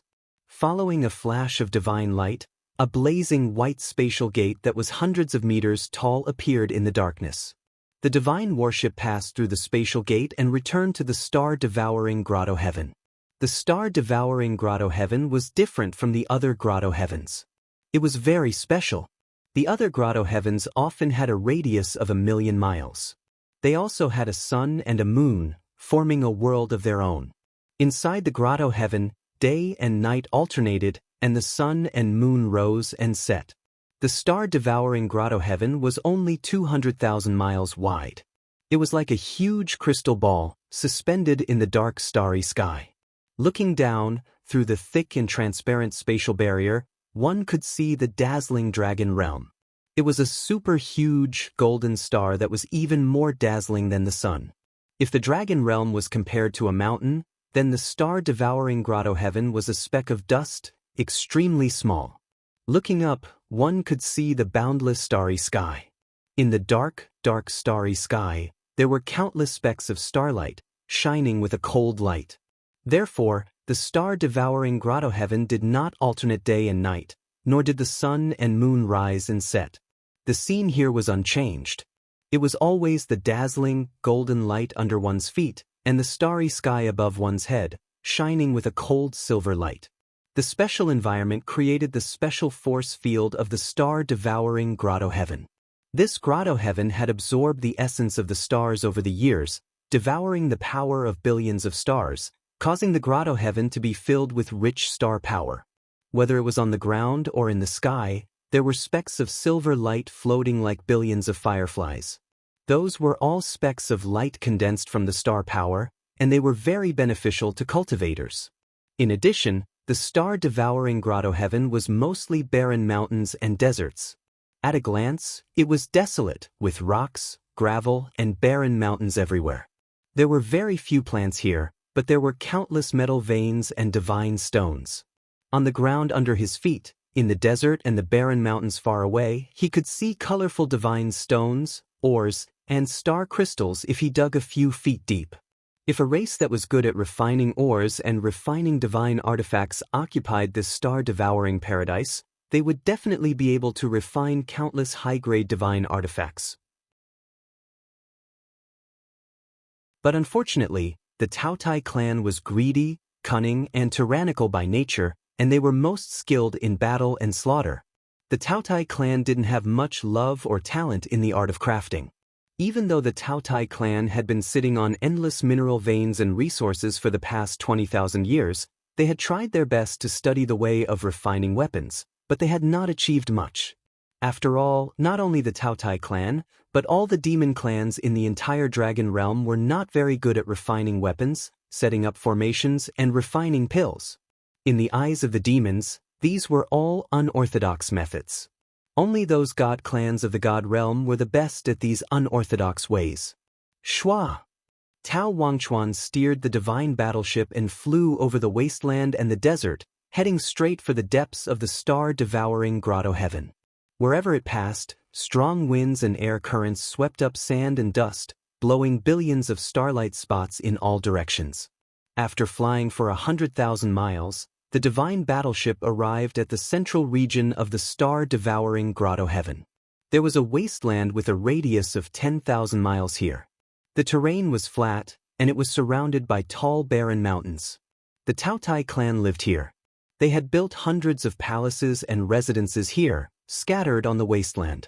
The demon clans were most particular about hierarchy, and they distinguished themselves by bloodline grades and strength realms.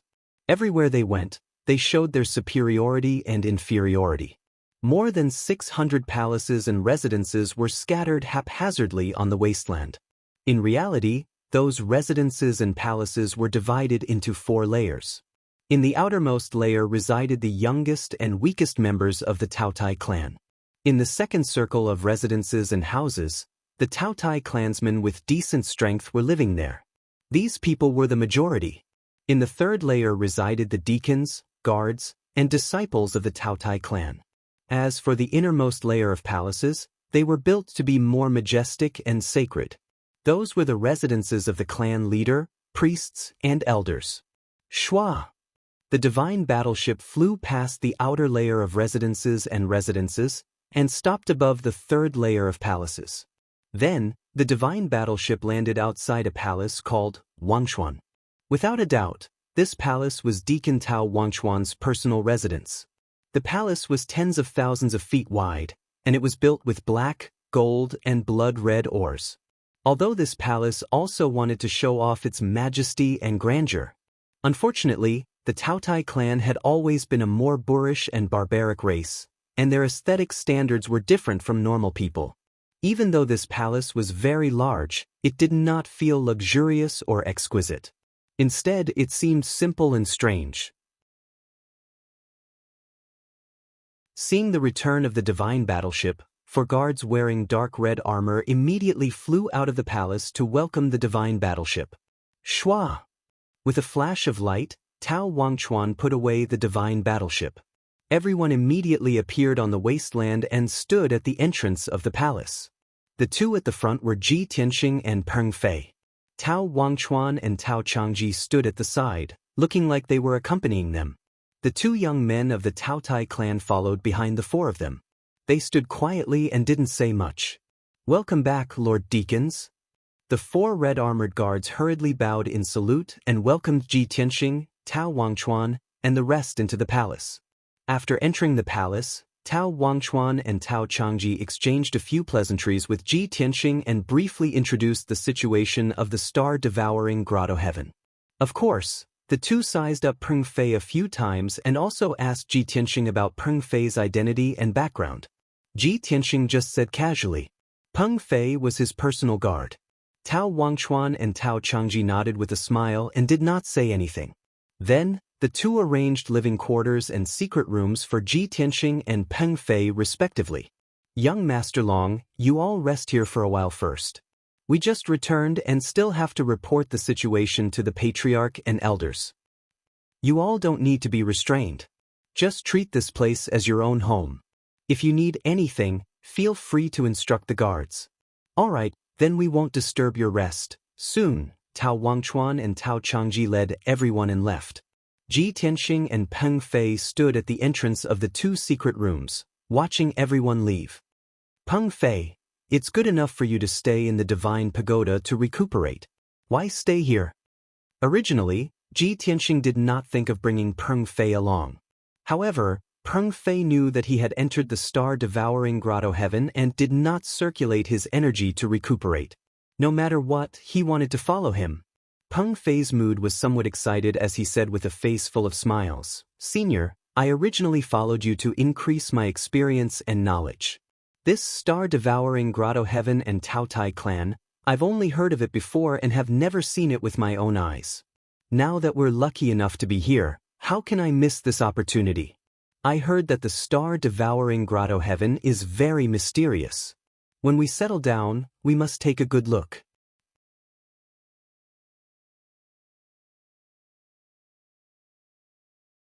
Chapter 3608. Peng Fei showed great interest in the star-devouring paradise. If it wasn't for the fact that he had just arrived and didn't have the Taotai clan's permission, it wouldn't be convenient for him to wander around. He had long since been unable to restrain his excitement and had spread his wings and run wildly through the star-devouring paradise. Ji Tianxing, on the other hand, was more indifferent.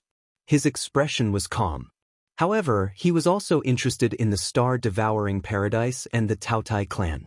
However, he was more interested in the star-devouring flower, followed by the mineral veins and divine stones. As for the Taotai clan, they were instead ranked at the back. Alright, don't think too much about it. Let's focus on recuperating first. Tao Wangchuan and Tao Zhangji had to report to the Taotai clan's patriarch. Not long after, the Taotai clan would hold a banquet to welcome us. It won't be too late for us to visit the star-devouring paradise after we meet them and get their approval. Ji Tianxing patted Peng Fei's shoulder, helping him suppress his excitement and joy. After that, the two of them entered their respective secret chambers to recuperate. Their injuries were quite serious, and it would be difficult for them to recover in a short time. The star-devouring heavenly abode was relatively calm. Recuperating here would not be disturbed. Ji Tianxing couldn't make up his mind for the time being about how long he should stay here and whether he should wait until his injuries were healed before leaving. Everything still depended on the Taotai clan's reaction before making a decision. After Tao Wangchuan and Tao Changji left the palace, they rushed to a certain palace in the innermost circle. Although the two of them had told Ji Tianxing that they were going to report the news to the patriarch, Ji Tianxing didn't know what to do. But in reality, they knew that the patriarch was cultivating in seclusion, so they didn't even think of reporting to the patriarch and the high priest. Not long after, the two of them entered a palace called Rongxian. The Taotai clan all knew that this was third elder Tao Rongxian's residence. In a dimly lit secret room, Tao Rongxian, who was dressed in a purple robe and had a head full of crimson red hair, was lying in the middle of a divine formation and cultivating. The Taotai clan's cultivation method was very special. They didn't meditate like the other demon clans. Instead, they cultivated while lying down. It was more convenient for them to absorb the divine power of heaven and earth. Of course, the fastest way for the Taotai clan to increase their strength was to use their innate ability, devouring. Devouring all kinds of cultivation resources, rare natural treasures, powerful bloodlines and treasures, and so on. Greetings, Third Elder. Tao Wangchuan and Tao Changji entered the secret chamber and stood side by side, bowing to the Third Elder. The Third Elder temporarily stopped his cultivation. He opened his dark red eyes and glanced at the two of them. Have you finished the task I assigned to you? The Third Elder asked in an indifferent tone. Tao Zhangji hurriedly replied, reporting to Third Elder, it's already done. Moreover, it's done in secret. All the survivors in that ancient town have been killed, and the news will definitely not spread out. No one will be able to guess that we did it. The Third Elder nodded slightly and said in a dignified tone, remember in the future, you must be careful and meticulous when doing things. You must not leave behind any future troubles or weaknesses that can be used against you. Tao Wangchuan and Tao Changji hurriedly bowed and saluted, saying in unison, we will follow Third Elder's teachings. The Third Elder closed his eyes and waved his sharp claws. If there's nothing else, you may leave. Tao Wangchuan hurriedly stepped forward and said in a low voice, Third Elder, we still have a piece of good news to tell you. The Third Elder's interest was immediately piqued. He looked at him with shining eyes and asked, what good news? Tell me about it. Tao Wangchuan revealed a face full of smiles and said in a playful tone, when we finished our task and returned to the star-devouring paradise, we encountered a strange treasure that fell from the sky in the Crescent Moon Mountain range. At that time, a pitch-black divine pagoda fell from the sky and smashed into the mountain range, turning the surrounding thousands of miles into ruins. We hurriedly rushed over to check and found that mysterious black pagoda. Not only was its grade very high, its origin was also very mysterious. Based on this disciple's experience, a conservative estimate of that divine pagoda was also a high-grade king grade. The two of us joined hands, but we were unable to move it. Suddenly, the divine pagoda disappeared and a young man from the dragon clan appeared. Tao Zhangji timely took over the topic and introduced, that young man from the dragon clan was also a god king expert. He seemed to be a middle-level god king. We were not his match. However, he suffered heavy injuries and is now in a weak state. He also brought along a bodyguard with him. That was a young man from the great golden-winged rock clan. He was an 8th-level god monarch. After listening to the two's report, the Third Elder's eyes immediately lit up. His eyes were bloodthirsty as he licked the corner of his mouth. It is indeed good news. The two of you are so lucky that you could even encounter such a thing? What about that young man from the Dragon Clan and the Golden Rock? Did you capture them back? Tao Wangchuan hurriedly explained, that young man from the Dragon Clan has a mysterious origin. He is very powerful and also has the mysterious Black Pagoda. He is definitely not someone to be trifled with. The two of us did not dare to act rashly and alert the enemy. We did not dare to reveal any flaws, so we thought of a way to trick him back. Just now, I arranged for them to stay in my Wangchuan palace. They are circulating their energy in the secret room to recuperate. That's great. The Third Elder became more and more excited. He nodded with a face full of praise and said, very good, the two of you have done very well. Tao Wangchuan and Tao Zhangji were very happy and hurriedly flattered. The Third Elder looked at the two of them with a smile and said slowly, That young man from the Dragon Clan and the Golden Rock are already lambs waiting to be slaughtered. The two of you did not have the ability to deal with them, so you came to find me. You are really smart. However, I am still very gratified. At least I did not guide you in vain all these years. Say, how do you want to split it? Tao Zhangji said with a smile. This is up to you to decide.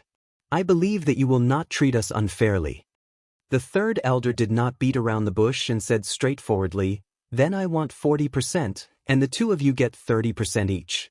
How about it? This. Tao Wangchuan and Tao Zhangji instantly hesitated, looking like they wanted to say something but stopped. The third elder frowned unhappily and said with a cold smile, What? You think I want too much? Don't forget, if I don't act, you don't have the ability to deal with him. Moreover, if you ask the other elders for help, I'm afraid you won't even get 30%. If the patriarch finds out, don't even think about getting a strand of hair. Tao Wangchuan and Tao Zhangji hurriedly waved their hands and explained, Third elder, we didn't mean that. You misunderstood. Right, we don't think you want too much, but we still have to call fourth elder. We have to leave him a share of the benefits. The third elder frowned even more and asked in confusion, What do the two of you mean? Could it be that you think I can't deal with that brat? Tao Wangchuan and Tao Zhangji looked at each other, revealing a helpless look. After hesitating for a moment, the two of them opened their mouths to explain. Third elder, that brat is indeed not an ordinary divine king. You can tell just by looking at his bearing and the way he talks.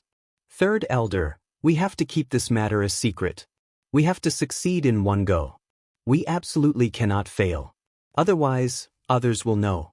To be on the safe side, you had better call fourth elder.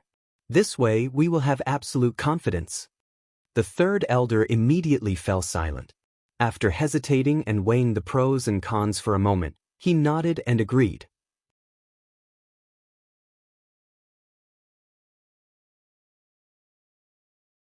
Chapter 3609. Peng Fei was not on guard at all. After entering the secret chamber, he focused on healing his injuries. Ji Tianxing, on the other hand, was different. He was more cautious. 1,000 years ago, when he was in the Dragon Realm, he had never come into contact with the Taotai clan, but he had heard discussions about the Taotai clan. In general, the Taotai clan's reputation was not too good. Greed, cunning, and tyranny were synonymous with the Taotai clan. Although Tao Wangchuan and Tao Changji were very friendly, warm, and respectful to him, he did not believe them. He did not completely trust these two people. Especially after entering the star-devouring grotto heaven, he vaguely felt that the Taotai clan's atmosphere was a little uncomfortable. This kind of discomfort he could not pinpoint the specific reason, but there were always some clues. For example, those two Taotai clan youths and the 4 guards of the Forgotten River Palace, their gazes were a little strange. Although he could not pinpoint what was strange, he kept feeling that those 6 people were not as warm as Tao Wangchuan and Tao Changji.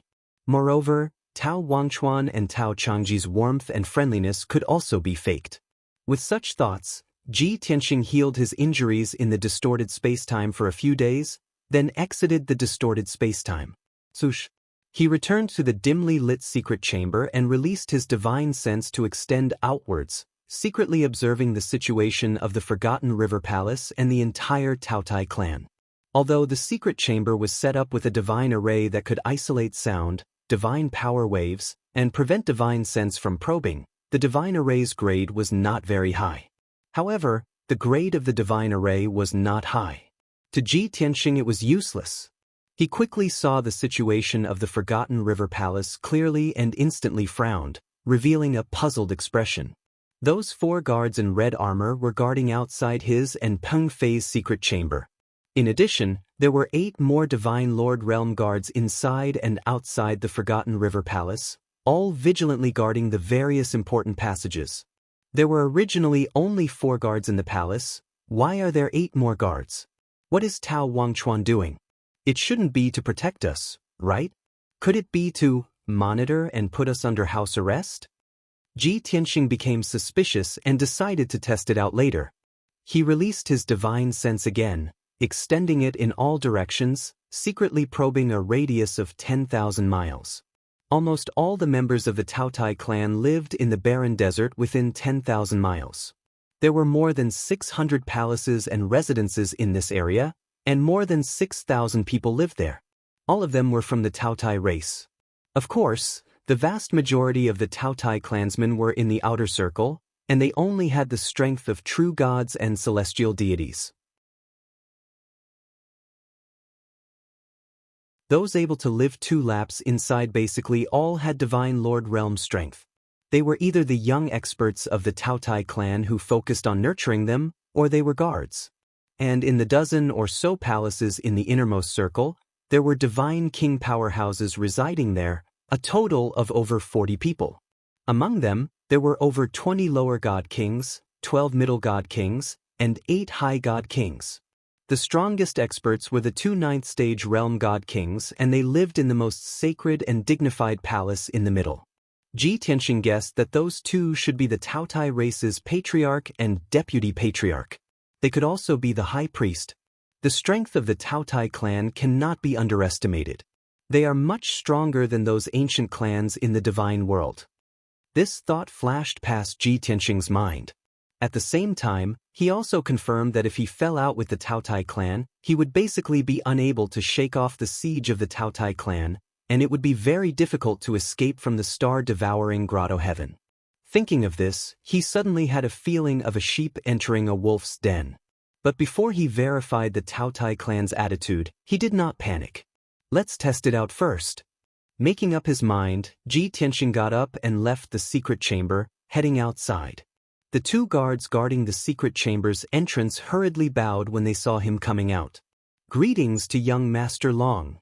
Seeing Ji Tianxing walking outside, the 2 guards hurriedly stretched out their hands to stop him and asked, Young Master Long, where are you going?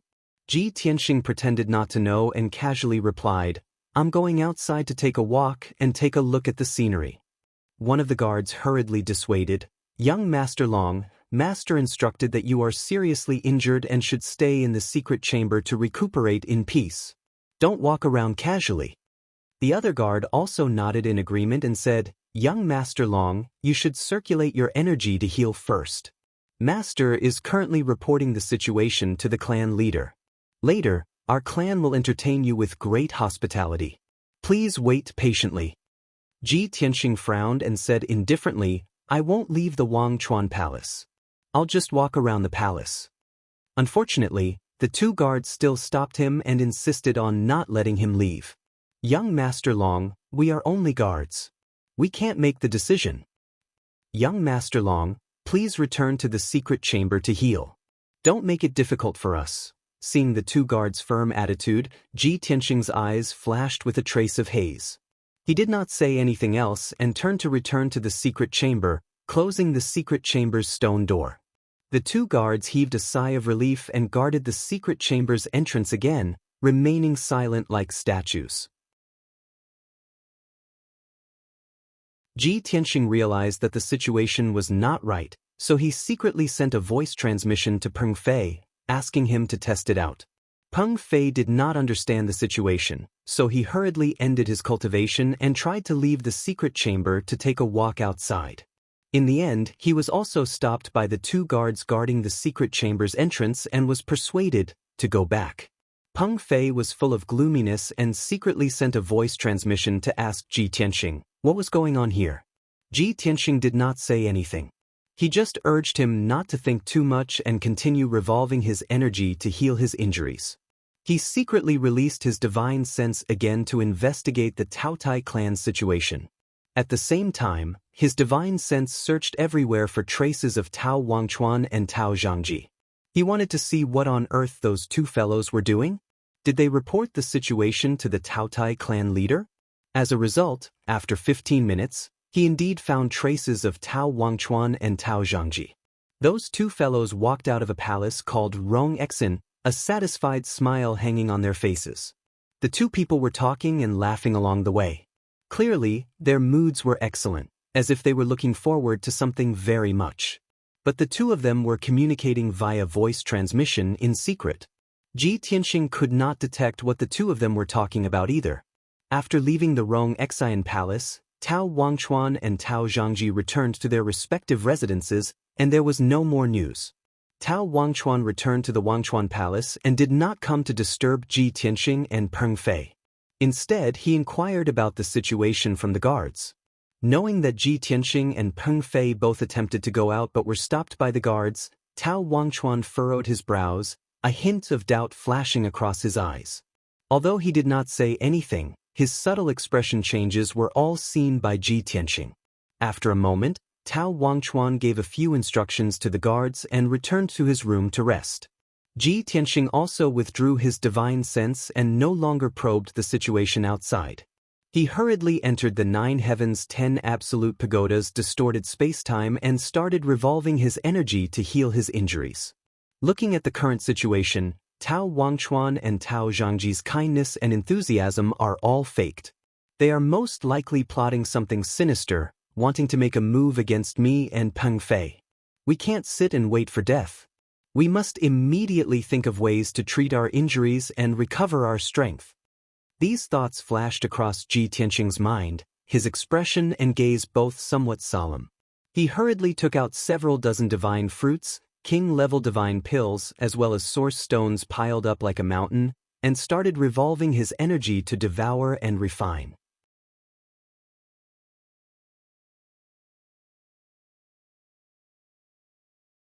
Chapter 3610. If it was in the past, Ji Tianxing would have to cultivate in seclusion for at least a few decades to consume so many divine fruits, divine pills, and origin stones. The value of these things added up to more than 10 billion.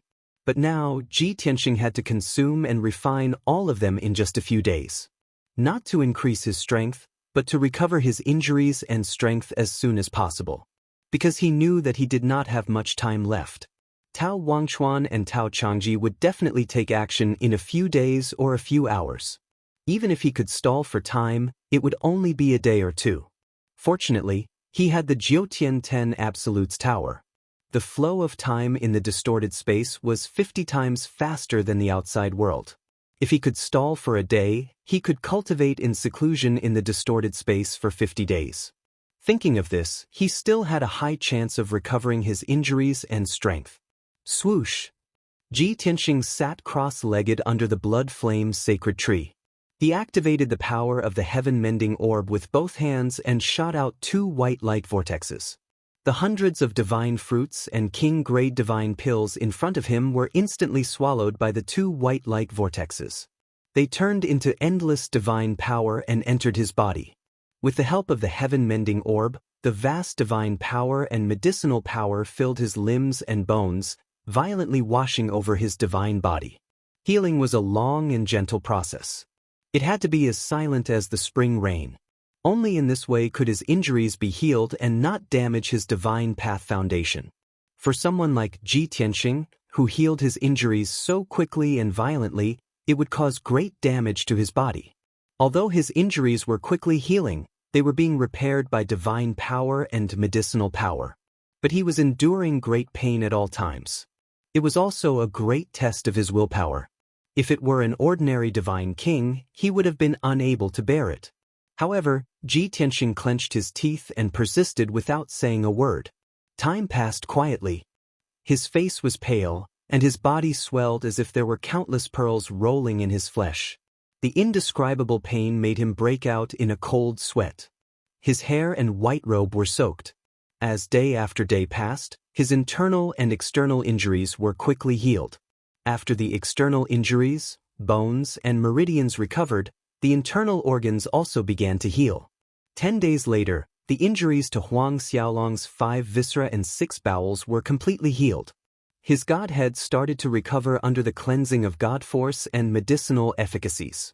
At this moment, the 2 white vortexes in Ji Tianxing's palms began to devour the mountainous pile of origin stones. In just 5 days he had devoured a total of 8 million origin stones. His divine soul had recovered by 80%, and his godhead was in perfect condition. He did not continue to heal himself. Instead, he refined the remaining divine power to recover his strength. 50%, 60%, 70%. 25 days later, The energy of the divine fruits, divine pills, and dawn stones were all used up.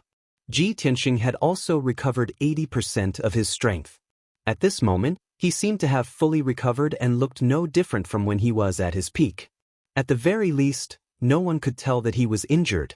Originally, Ji Tianxing wanted to continue devouring cultivation resources to restore his power to 100%. Unfortunately, Tao Wangchuan and Tao Changji did not give him this chance. Ji Tianxing had been recuperating in the distorted space-time for 25 days, but only half a day had passed in the outside world. In other words, it would take 12 hours. Of course, the star-devouring grotto heaven was always the same. There was no distinction between day and night. Under normal circumstances, this was actually just a night's time. Thump, thump, thump. The secret chamber's stone door was knocked until it trembled, emitting a dull sound. Clearly, someone was knocking on the door of the secret chamber. After more than 10 dull sounds, seeing that there was no response from the secret chamber and that Ji Tianxing had not appeared, the person outside the door shouted, "Young Master Long, quickly come out. We have something important to tell you." Ji Tianxing was awakened.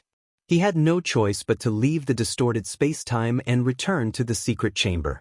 Then he put away the 9 Heavens 10 Absolutes pagoda and opened the secret chamber's door. What he saw was Tao Wangchuan and Tao Changji. On both sides of the secret chamber's door were 2 guards in red armor. Behind Tao Wangchuan, Peng Fei was frowning and standing expressionlessly.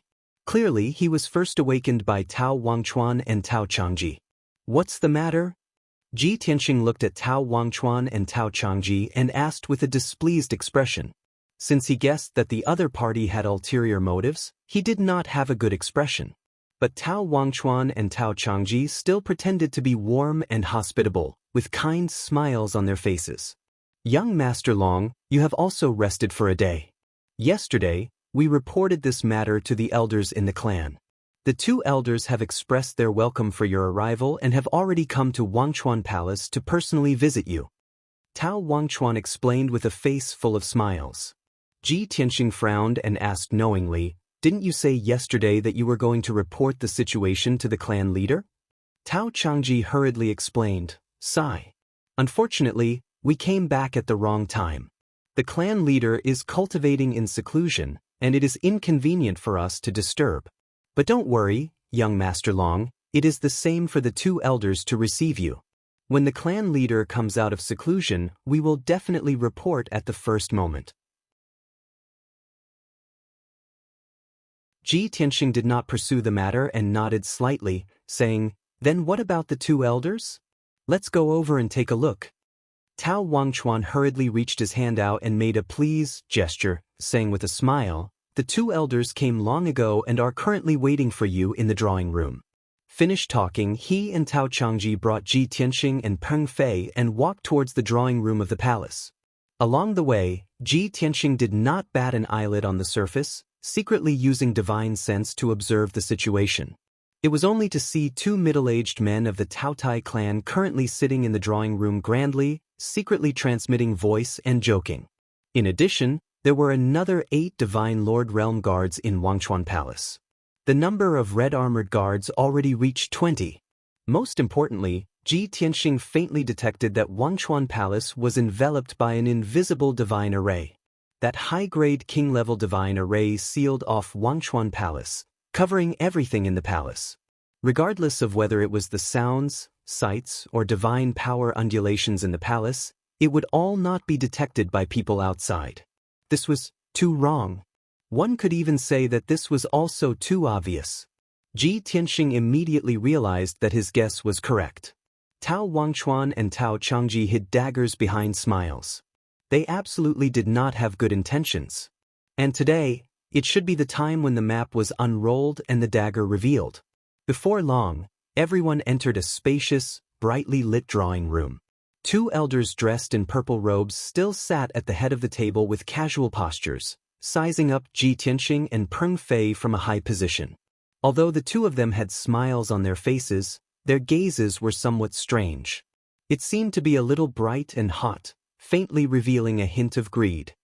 "3rd elder, 4th elder, these 2 are Sir Long, and also his guard, Peng Fei.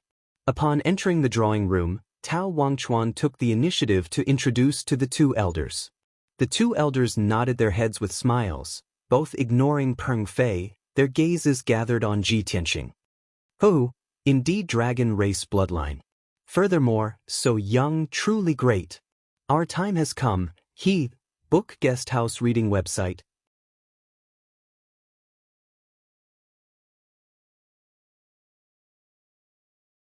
Chapter 3611. The two elders' attitudes were very strange. There was no respect or politeness that should be shown to a distinguished guest. They didn't even bother to greet him. They didn't even have the intention to get up from their chairs. Just like that, he sized up Ji Tianxing with a burning gaze, commenting on him from head to toe. It was as if they were evaluating goods. This kind of feeling made people feel very uncomfortable, even disgusted. Ji Tianxing didn't open his mouth to speak. He was secretly observing the two elders' strength, as well as checking the situation of Wangchuan Palace's defenses. He was already calculating in his mind how he could gain the upper hand in the fight later. Peng Fei couldn't hold back his anger. He glared at the two elders and asked in a resentful tone. Previously, Tao Wangchuan and Tao Changji said that the Taotai clan is the most hospitable. I didn't expect that this is how you treat distinguished guests? The two elders were stunned, as if they didn't expect Peng Fei to be so daring. Tao Wangchuan and Tao Changji instantly frowned. The smiles on their faces disappeared. They looked at Peng Fei with gloomy eyes. The corners of their mouths curled into a mocking sneer. They were about to say something to mock him. At this time, fourth elder Tao Yuxing took the initiative to ask Ji Tianxing, "Little guy, I heard that your previous self was seriously injured and stayed in a divine pagoda. You fell from the sky and landed in Dark Moon Mountain Range. What is going on? Who beat you up so badly? Where did you come from?" Ji Tianxing looked askance at him. He sneered in a mocking tone. "What? Tao Wangchuan and Tao Changji didn't report to you in detail about this prince's situation? You're asking this now because you want to find out about this prince's origins and background. Are you considering whether or not you'll be retaliated against?" Tao Yuxing's expression instantly stiffened. His eyes were sharp and he asked in an icy tone, "Little guy, what do you mean?" Ji Tianxing sneered, "All right, don't pretend to be confused. Everyone is well aware of what you want to do. Since you're already prepared to make your move, what are you still being long-winded for?" Suddenly hearing this, not only were the two elders shocked, Tao Wangchuan and Tao Changji were also stunned. This, how did he know? We've always performed impeccably and didn't reveal any flaws? The two of them looked at each other in shock and confusion. As for the two elders, they quickly regained their senses. Since they had already shed all pretense of cordiality, the two of them did not need to pretend anymore. They might as well reveal their true colors. Kid, I thought I could deceive you and let you die without knowing anything. I didn't expect that we would underestimate you and be discovered by you in advance. However, even if you see through our scheme, it's useless. You've already fallen into a tight encirclement and can't escape even if you have wings. Third elder Tao Rongxin stood up and said with a cold smile. After saying that, he even clapped his hands. Immediately, the 20 red-armored guards who were lying in ambush all over the palace immediately surrounded the spacious living room. Every guard was wearing armor and wielding a sword. They stared murderously at Ji Tianxing and Peng Fei, ready to attack at any time.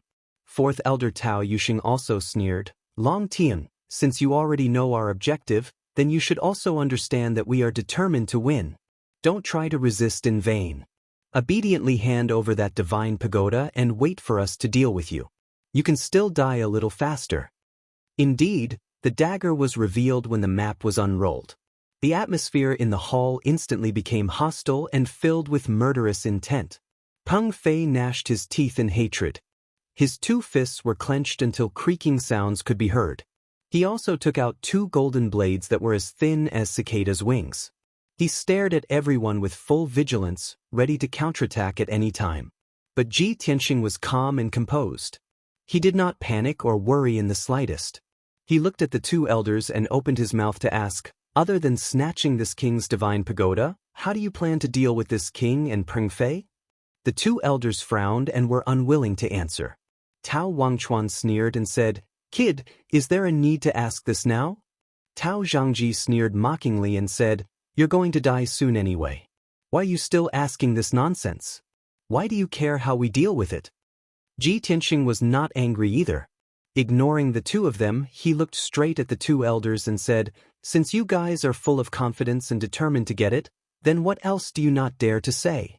This king just wants to know, as one of the demon race's 7 great aristocratic families, how dare the Tao Tai clan conspire to kill the dragon race bloodline?"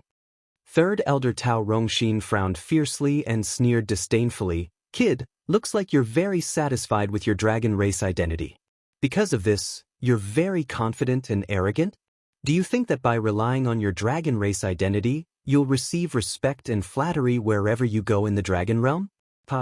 It's indeed like this among those lowly races. They'll all curry favor with you. But it won't work in our Tao Tai clan." Fourth elder Tao Yuxing stood up and continued, There's a very ancient saying. You might not have heard it before. In the eyes of our Tao Tai clan, there's no distinction between high and low in all things in the world. To us, all things are our food. Even the publicly acknowledged most noble dragons, phoenixes, and Qilins are also similarly food. The only difference is that some foods can bring us enormous benefits, and some trash, inferior food, can only become disgusting excrement, completely worthless. Hearing up to here, Ji Tianxing already understood their scheme and intentions. I've long heard that the Tao Tai clan is greedy, cunning, and tyrannical. Now it seems like it's true. Not only do you want to snatch this king's divine pagoda, you also want to devour this king's dragon race bloodline and Peng Fei's golden-winged great rock bloodline. You're really audacious. Aren't you afraid of sowing deep hatred with the dragon race and golden rock race because of this, suffering the revenge of the dragon race and golden rock race? Third elder Tao Rongxin immediately raised his head and laughed loudly. You've already fallen into a tight encirclement and can't escape. You can't even send out a single communication jade slip. What is this king afraid of? You want to send a message to the dragon race and golden rock race for help, but is that useful? Tao Wangchuan and Tao Changji also laughed crazily. Filled with excitement, they roared, "Accept your fate. Don't try to resist in vain, obediently accept your death." What bullshit dragon race and golden rock race? Only our Tao Tai clan is the strongest race in the world. Seeing that their emotions were stirred up, they were about to start fighting very soon. Ji Tianxing asked expressionlessly, "One last question. Is this your scheme, or was it ordered by the Tao Tai clan leader?" Third elder Tao Rongxin sneered mockingly, The clan leader is currently cultivating in seclusion. He doesn't know about this at all. Moreover, this is our idea. How could we let the clan leader know? After all, our Tao Tai clan is famous for our hospitality. Every race in the dragon realm knows about it. If it weren't for your dragon race bloodline and divine pagoda being too attractive, we wouldn't have been so ruthless. Ji Tianxing nodded slightly and sneered, "Since that's the case, then let's do it." As he said that, he took out the sword of burial of heaven. His entire body lit up with a sacred golden light. Divine power was also rapidly accumulating in his body. In the blink of an eye, his aura rose to the peak. It was as if he was a completely different person. He changed his previous weak and gentle attitude. He became sacred, majestic, violent, and domineering.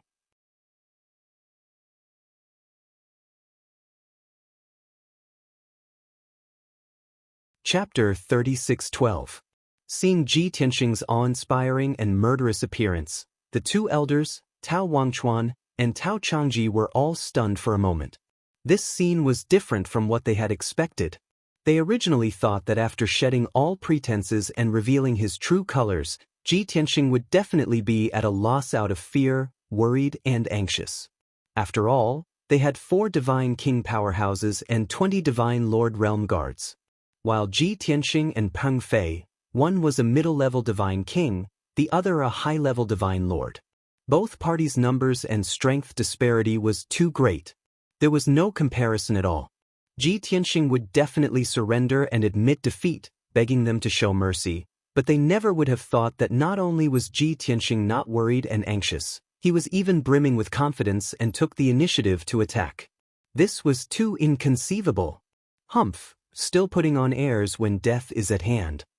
After coming back to his senses, Tao Rongxin gave a cold snort disdainfully, his words filled with contempt. Tao Yuxing also came back to his senses, revealing a cold smile full of contempt. Waving his hand, he ordered, "Attack together, kill the two of them." Following his voice, the 20 guards around the hall brandished their blades and swords one after another, charging towards Peng Fei. While Tao Wangchuan, Tao Changji, Tao Rongxin, and Tao Yuxing, the four of them, attacked Ji Tianxing with all their might, unleashing all kinds of ultimate killing moves. Swoosh, swoosh, swoosh, swoosh. In a split second, dazzling divine art light covered the sky, scattering towards Ji Tianxing and Peng Fei like a torrential downpour. Being enveloped by the divine light that filled the sky, Ji Tianxing and Peng Fei both had solemn expressions. Especially Peng Fei, he was even more indescribably sorrowful and indignant, a thick look of despair pouring out of his eyes. Those 20 guards wearing red armor, their strength was around the same as his. 20 people joining hands to besiege him, his outcome could be imagined. Bang, bang, bang. A series of muffled sounds exploded, reverberating endlessly in the palace. The divine art attack that Peng Fei cast was instantly shattered into fragments that filled the sky. Immediately after, his divine power shield and the armor he was wearing were all shattered, splattering out countless fragments. He was bombarded until he was covered in wounds all over, flying out tumbling. His person was still in midair, but blood already scattered all over the sky. Plop! Peng Fei flew back hundreds of meters, smashing through the wall of the living room and falling into the ruins. The entire wall was smashed into smithereens. Countless pieces of bricks and stones rained down, burying him. The violent and devastating shockwave spread out in all directions, shattering the entire hall and causing it to collapse. Ji Tianxing's situation was still fine. Relying on his divine technique, he was able to block the joint attack of the 4 divine kings. Moreover, he was not at a disadvantage at all. While he was not injured, he had also injured Tao Changji and Tao Wangchuan. But Peng Fei's situation was too miserable. He was no match for the 20 guards and was severely injured in one move. He had not recovered from his injuries yet, and now he was severely injured. His divine body was almost destroyed. With such terrible injuries, he would need at least 10 years of seclusion to recover. Most importantly, this was only the beginning of the war. The 20 Sir Gods didn't stop as they pounced over with murderous intent. They waved their swords and sabers, ignoring the falling pieces of bricks and stones. They all used their most powerful killing moves, wanting to kill Peng Fei in one move.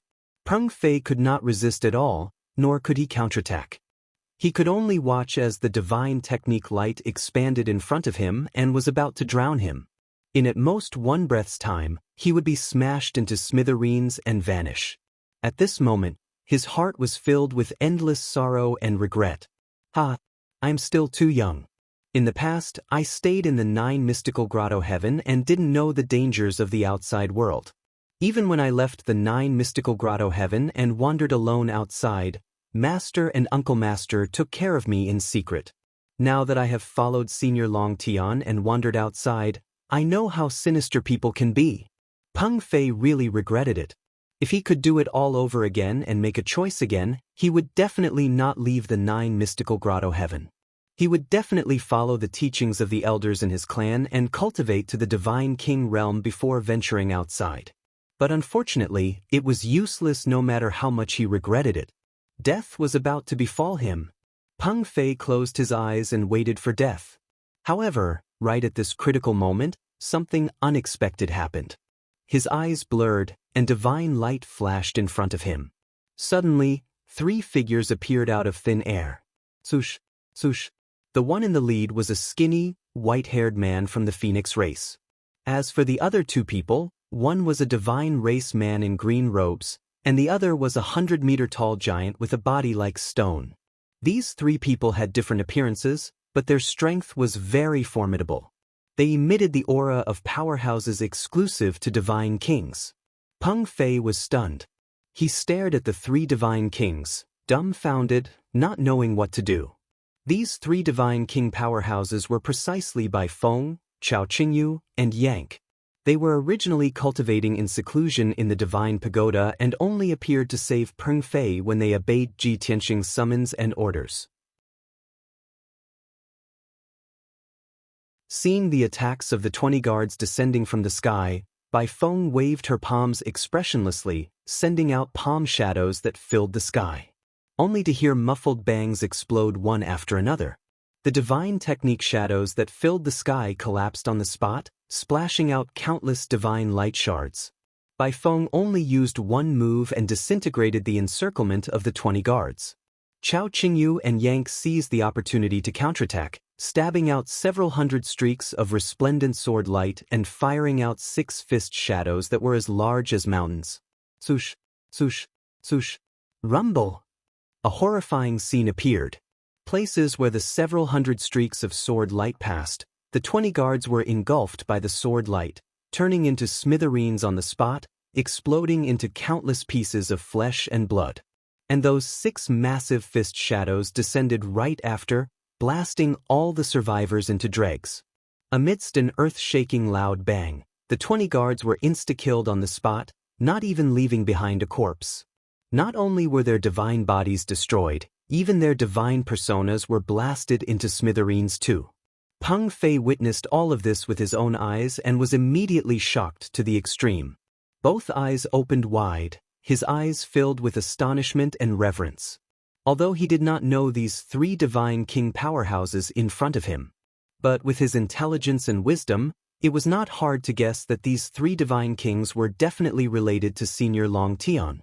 On the other side, Tao Wangchuan, Tao Zhangji, Tao Rongxin, and Tao Yuxing, the 4 people had already besieged Ji Tianxing for 3 moves. Unfortunately, they were unable to breach Ji Tianxing's defenses from start to end, and did not harm Ji Tianxing at all. Instead, it was Ji Tianxing who executed his divine ability ultimate skill, taking advantage of the situation to insta-kill Tao Wangchuan. Tao Wangchuan's head was separated from his body, his divine persona also disintegrated, turning into over a dozen fragments, scattering in the ruins. The 3 lucky survivors were very alarmed and terrified. Witnessing Bai Feng and the rest insta-killing the 20 guards with their own eyes, they immediately turned pale with fright, letting out a series of cries of shock. Who are these 3 fellows? Damn it! They actually killed all 20 guards? Definitely Long Tian's helpers? Too despicable, this guy actually brought along divine king realm guards with him. Tao Rongxin trio was not stupid and could immediately conclude that Bai Feng, Chao Qingyu, and Yang were definitely Ji Tianxing's guards. Although they were also very shocked and felt that it was inconceivable. How could a mere middle-level divine king Long Tian have 2 middle-level divine kings and 1 high-level divine king to be his guards? But now was clearly not the time to consider this question.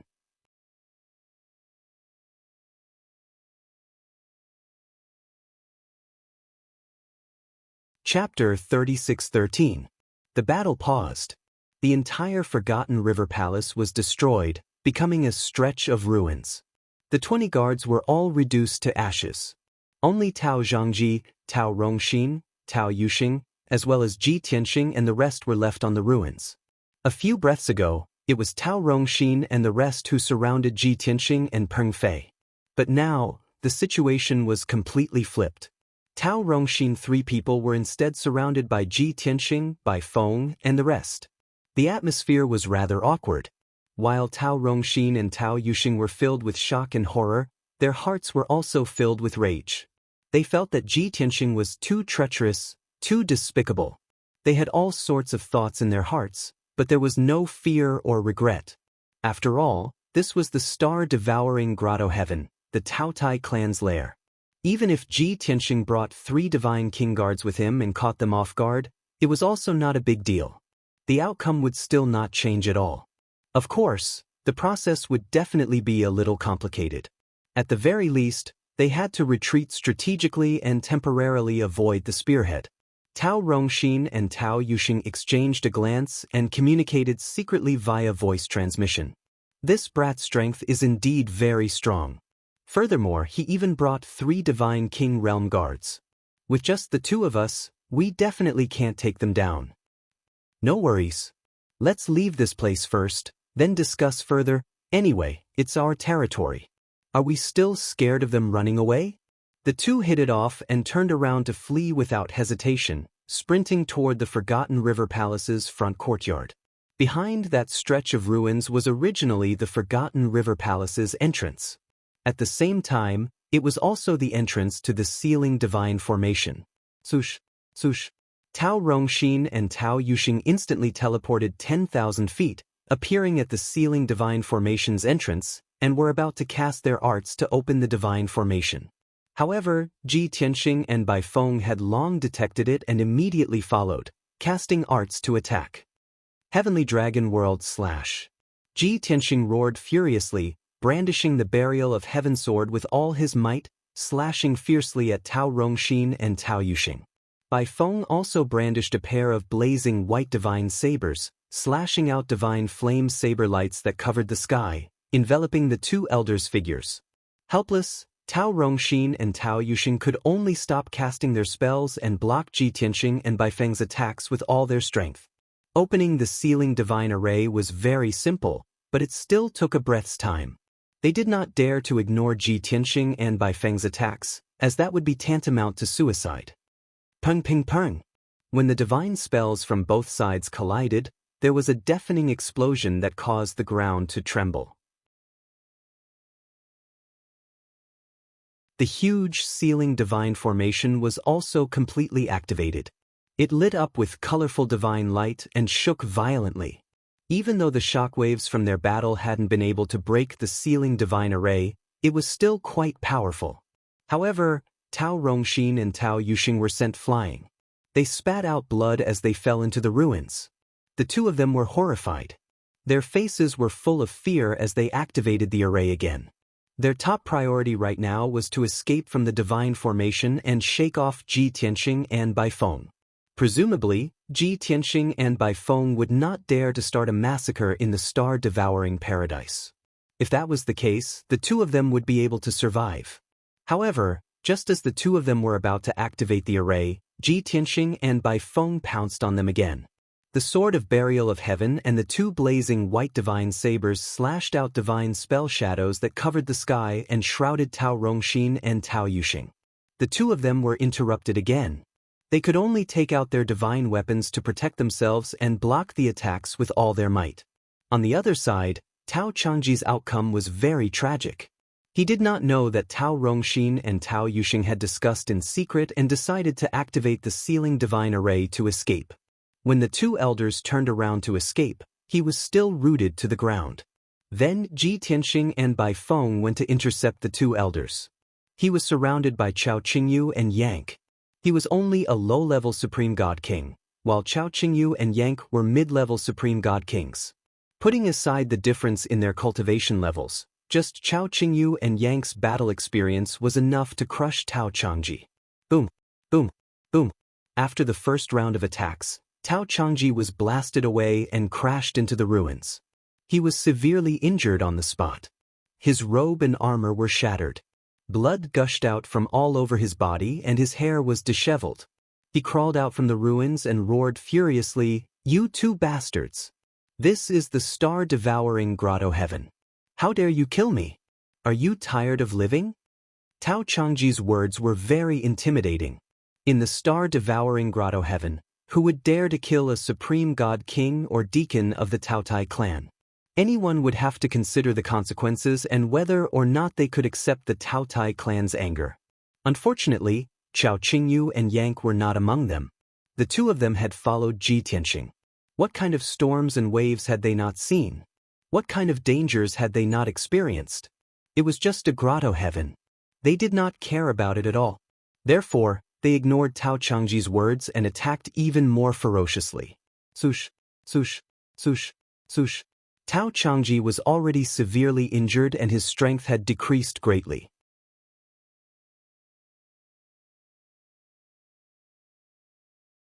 Faced with Chao Qingyu and Yang's all-out attacks, he tried his best to block and dodge, but it was useless. Boom, boom, boom, boom, boom, boom. Tao Changji was blasted into pieces on the spot. Not even his bones were left. Even his divine spark was blasted into pieces and scattered among the ruins. Chao Qingyu and Yang did not stop after finishing off their opponents. They turned around and flew towards Ji Tianxing and Bai Feng to help them deal with Tao Rongxin and Tao Yuxing. However, at this moment, Ji Tianxing and Bai Feng launched a series of consecutive attacks, injuring the two elders and shattering the sealing divine formation. Boom! Crack! Along with the crisp cracking sound, a huge crack appeared on the five-colored light shield that enveloped the River of Forgetfulness Palace. Countless shards of divine light shot out. Although Tao Rongxin and Tao Yuxing were both heavily injured, covered in blood, and in a sorry state, their hair was disheveled. When they saw the crack in the divine formation, they were overjoyed. They rushed over without any regard for their own safety. Swoosh, swoosh. The two of them were the closest to the crack. They turned around and went through the crack, escaping the sealing formation. Outside the divine formation, it was still dark and the cold wind was howling. However, the commotion caused by the battle earlier was so great that it shook everything within a 1,000-mile radius. There were many palaces and mansions near the River of Forgetfulness Palace. The Taotai tribesmen living there were all awakened. When Tao Rongxin and Tao Yuxing escaped from the sealing formation, there were already dozens of Taotai tribesmen gathered outside. They were looking into the divine formation. It was obvious that they did not know what had happened. Tao Rongxin and Tao Yuxing flew across the sky in a miserable state. When they saw the dozens of Taotai tribesmen, they shouted at the top of their lungs, "Someone, come and kill those foreign race bastards." Some foreign race experts have sneaked into the star-devouring grotto heaven and are on a killing spree. At this point, the two of them could not care less about keeping it a secret. As long as they could kill Ji Tianxing and the others and save their lives, they would not ask for any benefits. Ji Tianxing, Bai Feng, and the others chased out of the divine formation and were about to kill Tao Rongxin and Tao Yuxing. At this moment, a dignified roar suddenly sounded from the most sacred and solemn palace not far away. Stop.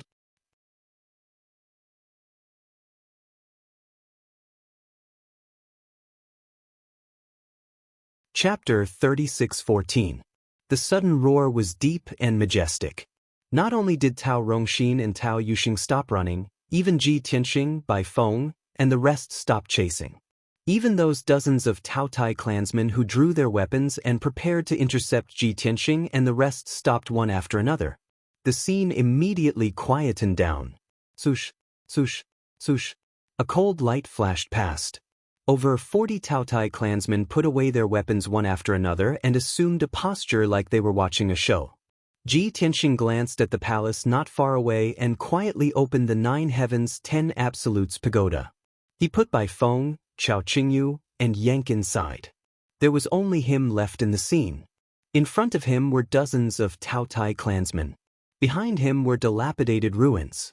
Right at this time, inside the most sacred and solemn palace, a dazzling blood light lit up. Swoosh! The blood light flashed. A man in purple armor who was 3 feet tall and sturdy like a small mountain appeared in front of everyone. This was a Taotai clansman who looked very clumsy and bloated. His entire body was covered with dark red scales.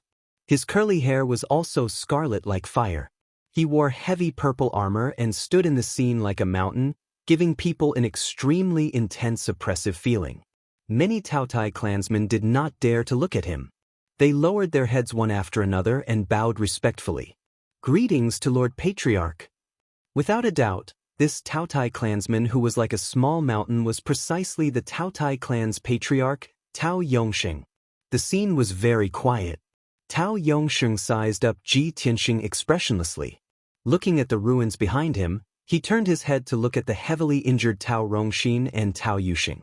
Ji Tianxing stood on the spot with an indifferent expression and was also sizing up Tao Yongxing. He only knew this Taotai clan's patriarch's name but did not understand his nature.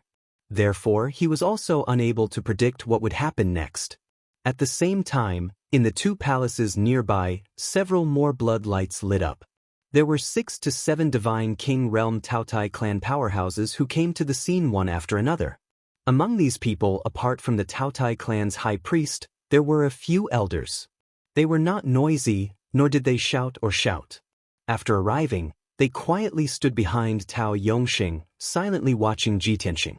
Seeing that Ji Tianxing was from the Dragon Clan and the ruins behind him, as well as Tao Rong Xian and Tao Rong Xian who were in a sorry state, the elders were shocked. After a moment of silence, Tao Yongxing took the lead and asked in a low voice, "Who can tell me what's going on?" He had been cultivating in seclusion all this while, so he didn't know what had happened. The commotion caused by the battle just now was too great, and it disturbed his cultivation. Therefore, he suppressed his anger, and his face was very gloomy.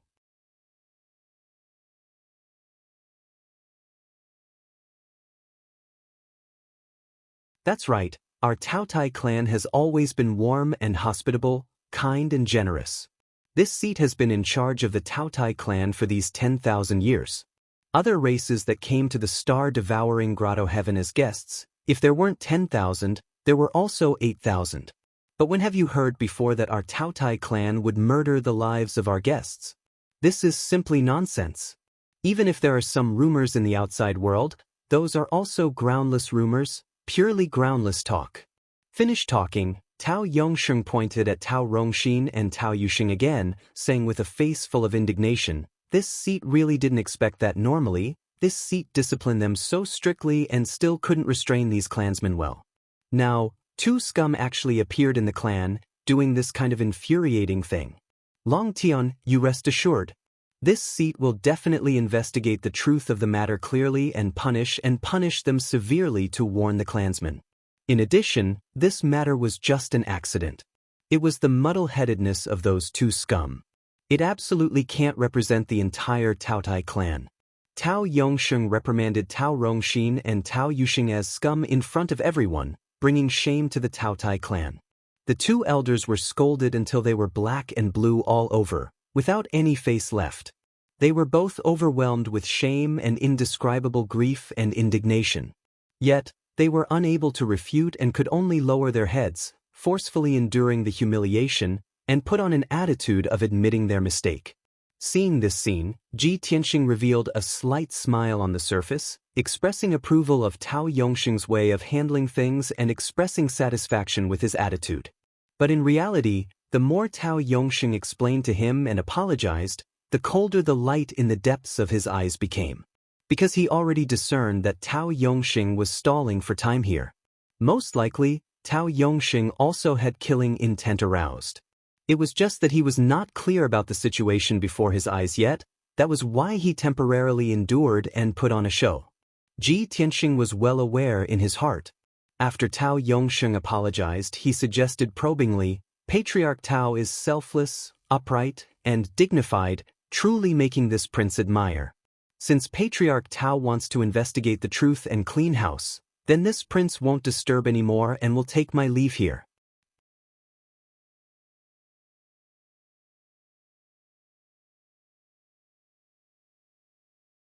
Chapter 36:15. Ji Tianxing mentioned that he wanted to leave the star-devouring grotto heaven. This was a test to verify his guess and the answer he already had in his heart. As expected. Without waiting for him to finish, Tao Yongxing smiled and waved his hand to interrupt him.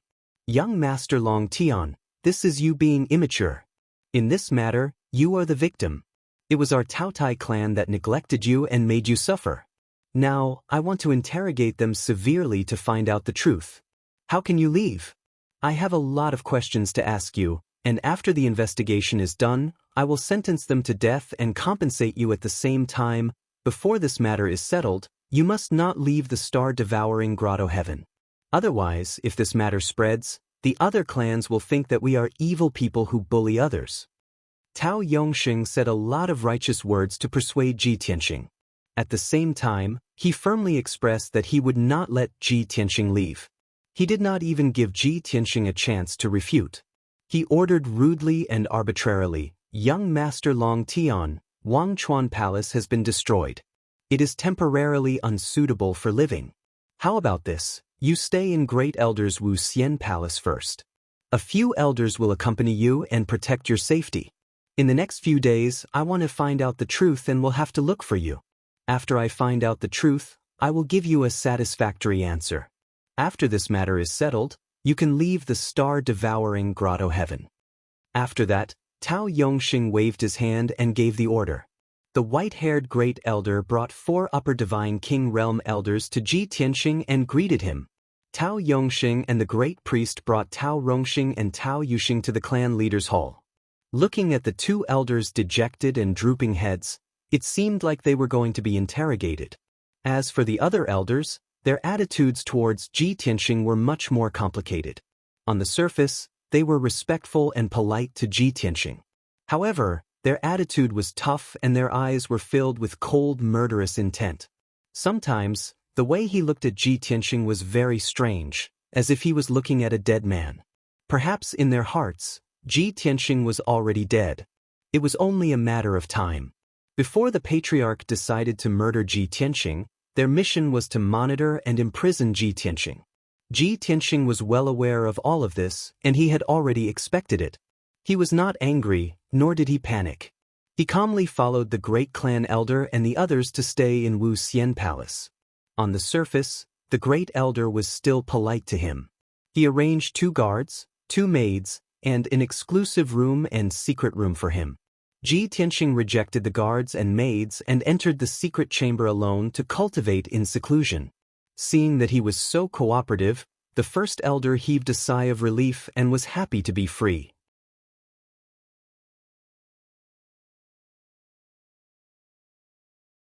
As long as Ji Tianxing stayed in Wuxian Palace and did not go out or leave, he did not care what Ji Tianxing was doing. In the palace where the patriarch Tao Yongxing lived, the gloomy underground secret chamber was protected by 2 layers of king-grade divine formations, which could block all sound, god power, and soul consciousness. Tao Yongxing sat at the head of the table, holding a bunch of colorful precious gems and stuffing them into his mouth like melon seeds. He chewed them loudly. The high priest stood aside, looking at Tao Rongxian and Tao Yuxing with a dark face. The 2 elders stood side by side in the middle of the secret chamber, lowering their heads as if they were waiting to be scolded. The atmosphere was heavy, but not oppressive or fearful. That was because Tao Rongxian and Tao Yuxing knew that the patriarch would only scold them and not do anything else. As expected, Tao Yongxing chewed more than 20 gems before he calmed down. He asked in a low voice, "You too, do you know you were wrong?" Seeing his anger dissipate, Tao Rongxian and Tao Yuxing heaved a sigh of relief and hurried to bow and apologize. "Patriarch, please calm down. We know we were wrong. We know we were wrong. Patriarch, please punish us." Tao Yongxing looked at them expressionlessly and asked again, "Then do you know where you were wrong?" "Well." Tao Rongxian was stunned, not knowing how to answer. Tao Yuxing thought for a while and hurried to answer, "Patriarch, we were wrong because we didn't investigate the situation clearly. We didn't know the details of that kid before we acted rashly. If we had investigated clearly and acted with full confidence, we could have killed him in one blow. We wouldn't have made such a mess and humiliated our clan." Tao Yongxing nodded slightly and scolded in a dignified tone, "Yes. You were wrong because you were too stupid, too confident and arrogant. You think you can do whatever you want here in the star-devouring grotto heaven and in our territory? I've taught you many times that nothing is absolute. You can't underestimate your enemy at any time. This is a lesson. Not only did you fail to kill him, but you also lost Wang Chuan, Changji, and 20 guards. You also made a mess and lost your face. That kid is from the Dragon Clan, so he must have a powerful background. If he sends a message to the Dragon Clan or spreads out what you did, how do you think the various clans in the Dragon Realm will talk about our Taotai clan?" Speaking up to here, Tao Yongxing paused and glared at the 2 elders. Tao Rongxian and Tao Yuxing hurriedly admitted their mistakes and apologized, expressing that they would change next time. The high priest also exhorted earnestly, Patriarch taught you countless times that you must put the overall situation first. You coveted that Dragon Clan youth's bloodline. This is a small matter and also a small profit. But you screwed up the matter. If the news spreads out, it will ruin our clan's reputation. Even to the extent that we will offend the faction behind that kid, sowing enmity with the Dragon Clan. Whatever you do in the future, you must use your brains and think of the consequences. Tao Rongxian and Tao Yuxing both had lingering fear and said worriedly, Patriarch, High Priest, then why didn't we kill him directly? This way, he wouldn't have the chance to send a message. High Priest's lesson is right. We will remember it firmly. But what I'm worried about now is that that kid wouldn't have already sent a message out, right? Tao Yongxing immediately said with a cold smile, if this seat didn't come forward, he indeed had the chance to send a message and make what you guys did public. But this seat came forward, how could he still have the chance? Don't forget, Head Elder's Wuxian Palace was a divine palace that this seat spent painstaking effort and time to specially build. Inside that divine palace, any communication jade slips will be ineffective. Only then did Tao Rongxian and Tao Yuxing feel like they were relieved of a heavy burden, both revealing gratified smiles. Yeah, how could I forget about this? It's still Patriarch who is wise and far-sighted. Tao Yongxing furrowed his brows and said coldly with a black face, shut up. It's no use even if you guys flatter me. This seat isn't done yet. Don't think that this seat doesn't know what you guys are thinking. Isn't it just wanting to hog the Dragon Clan's bloodline for yourself? Previously, you even concealed the news all along, not letting this seat and the other elders know. Now that you've stirred up trouble, you want this seat to come forward to resolve it. This seat is going to punish you guys with 1,000 years of salary. Are you guys convinced?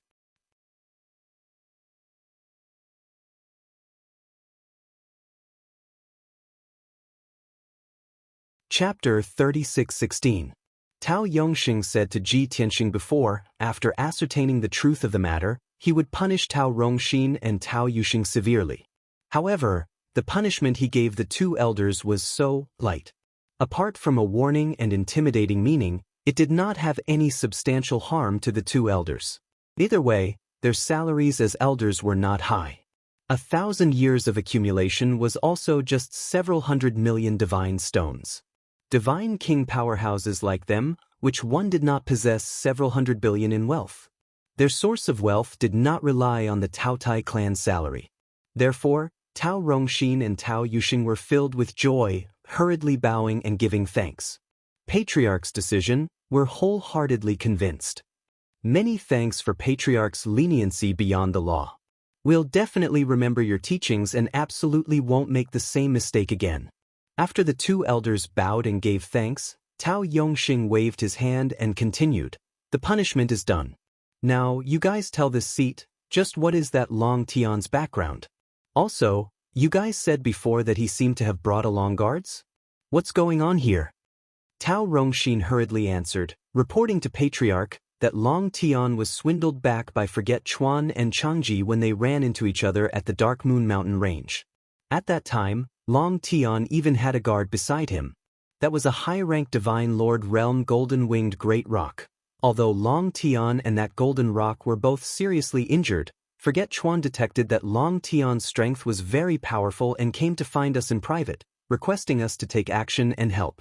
And when we entered the Forgotten River Palace and made a move against Long Tian, only then did we discover that his strength was indeed very powerful, comparable to high-rank divine kings. Furthermore, he even brought along 3 divine king realm guards with him. Those 3 guards seemed to all be of the divine race. One was a high-ranked divine king with the Phoenix race bloodline, while the other 2 were middle-ranked divine kings.